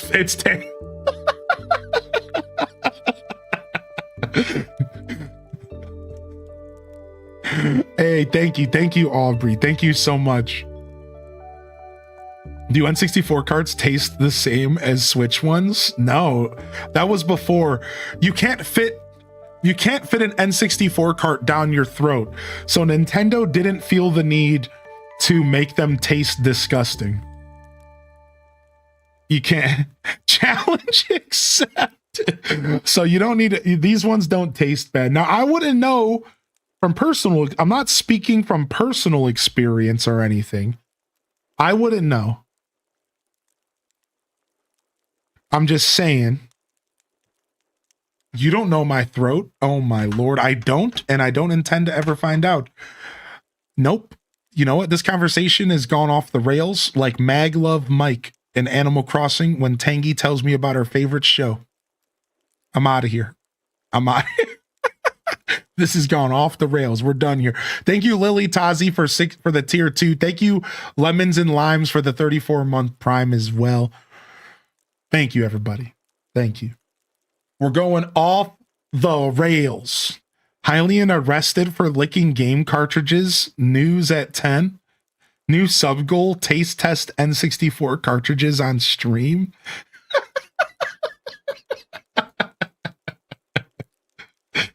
I just landed a phone interview. Yo, congratulations, Kate Nicholas. Nice, dude. Nice. We love that. Oh my gosh. All right, y'all. All right, y'all.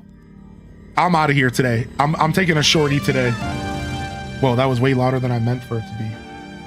All right, I'm taking a shorty today.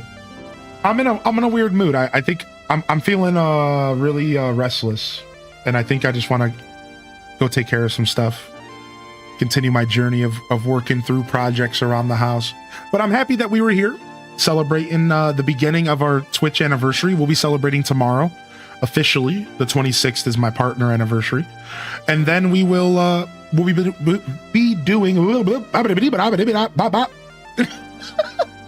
we will be doing more Stardew Valley tomorrow morning.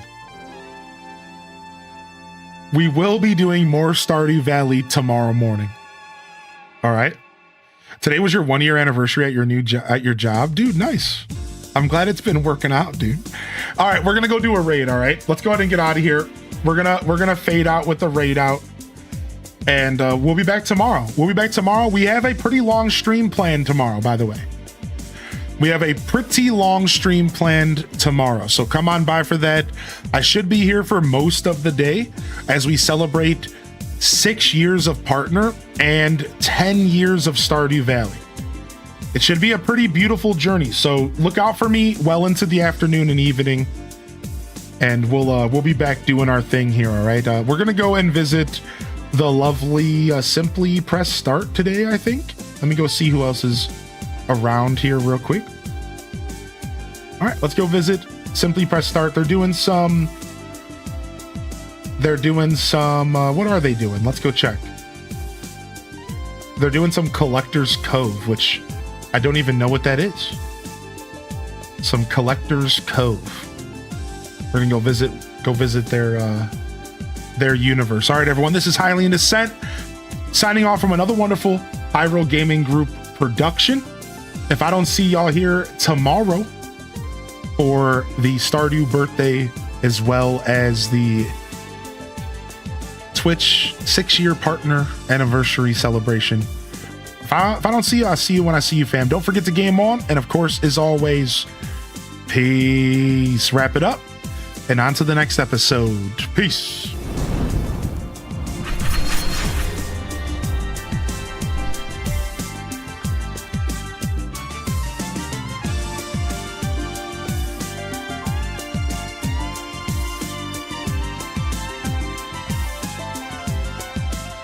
All right, all right, all right, all right. Yeah, sure. Raid requests can always go to the DMs. We just raided our buddy Sim Dogga. You know, I guess it just depends on what you consider a small creator, but you know, our buddy Simcopter maybe had 3 people hanging out when we raided him just 3 days ago. And we're going to visit Simply Press Start today, who has a well-established audience. But yeah, we love supporting our fellow creators here. We also run 2 stream teams, and you can find plenty of creators there as well. And we like to go out there and raid them when we can. It's a beautiful thing. Raiding on Twitch can be a lot of fun, a nice way to meet new creators and help uplift the creators around us. We do our best. We're out of here, everyone. Love y'all and appreciate y'all. Hope you enjoy Simply Press Start's a stream here. Get yourself a raid message if you haven't already. And we're gonna call it here today. You got a little on the lighter side. Good morning, Serenity. Thank you. You'll be able to get your happy partner anniversaries in the chat here tomorrow as well. Thank you so much. Love y'all and appreciate y'all. Honored to be a part of your daily routines, and I'm certainly honored to have you as a part of mine. But until next time, this is Highly in Descent signing off. Peace, y'all. And hit them cat jams, baby. Peace. Peace.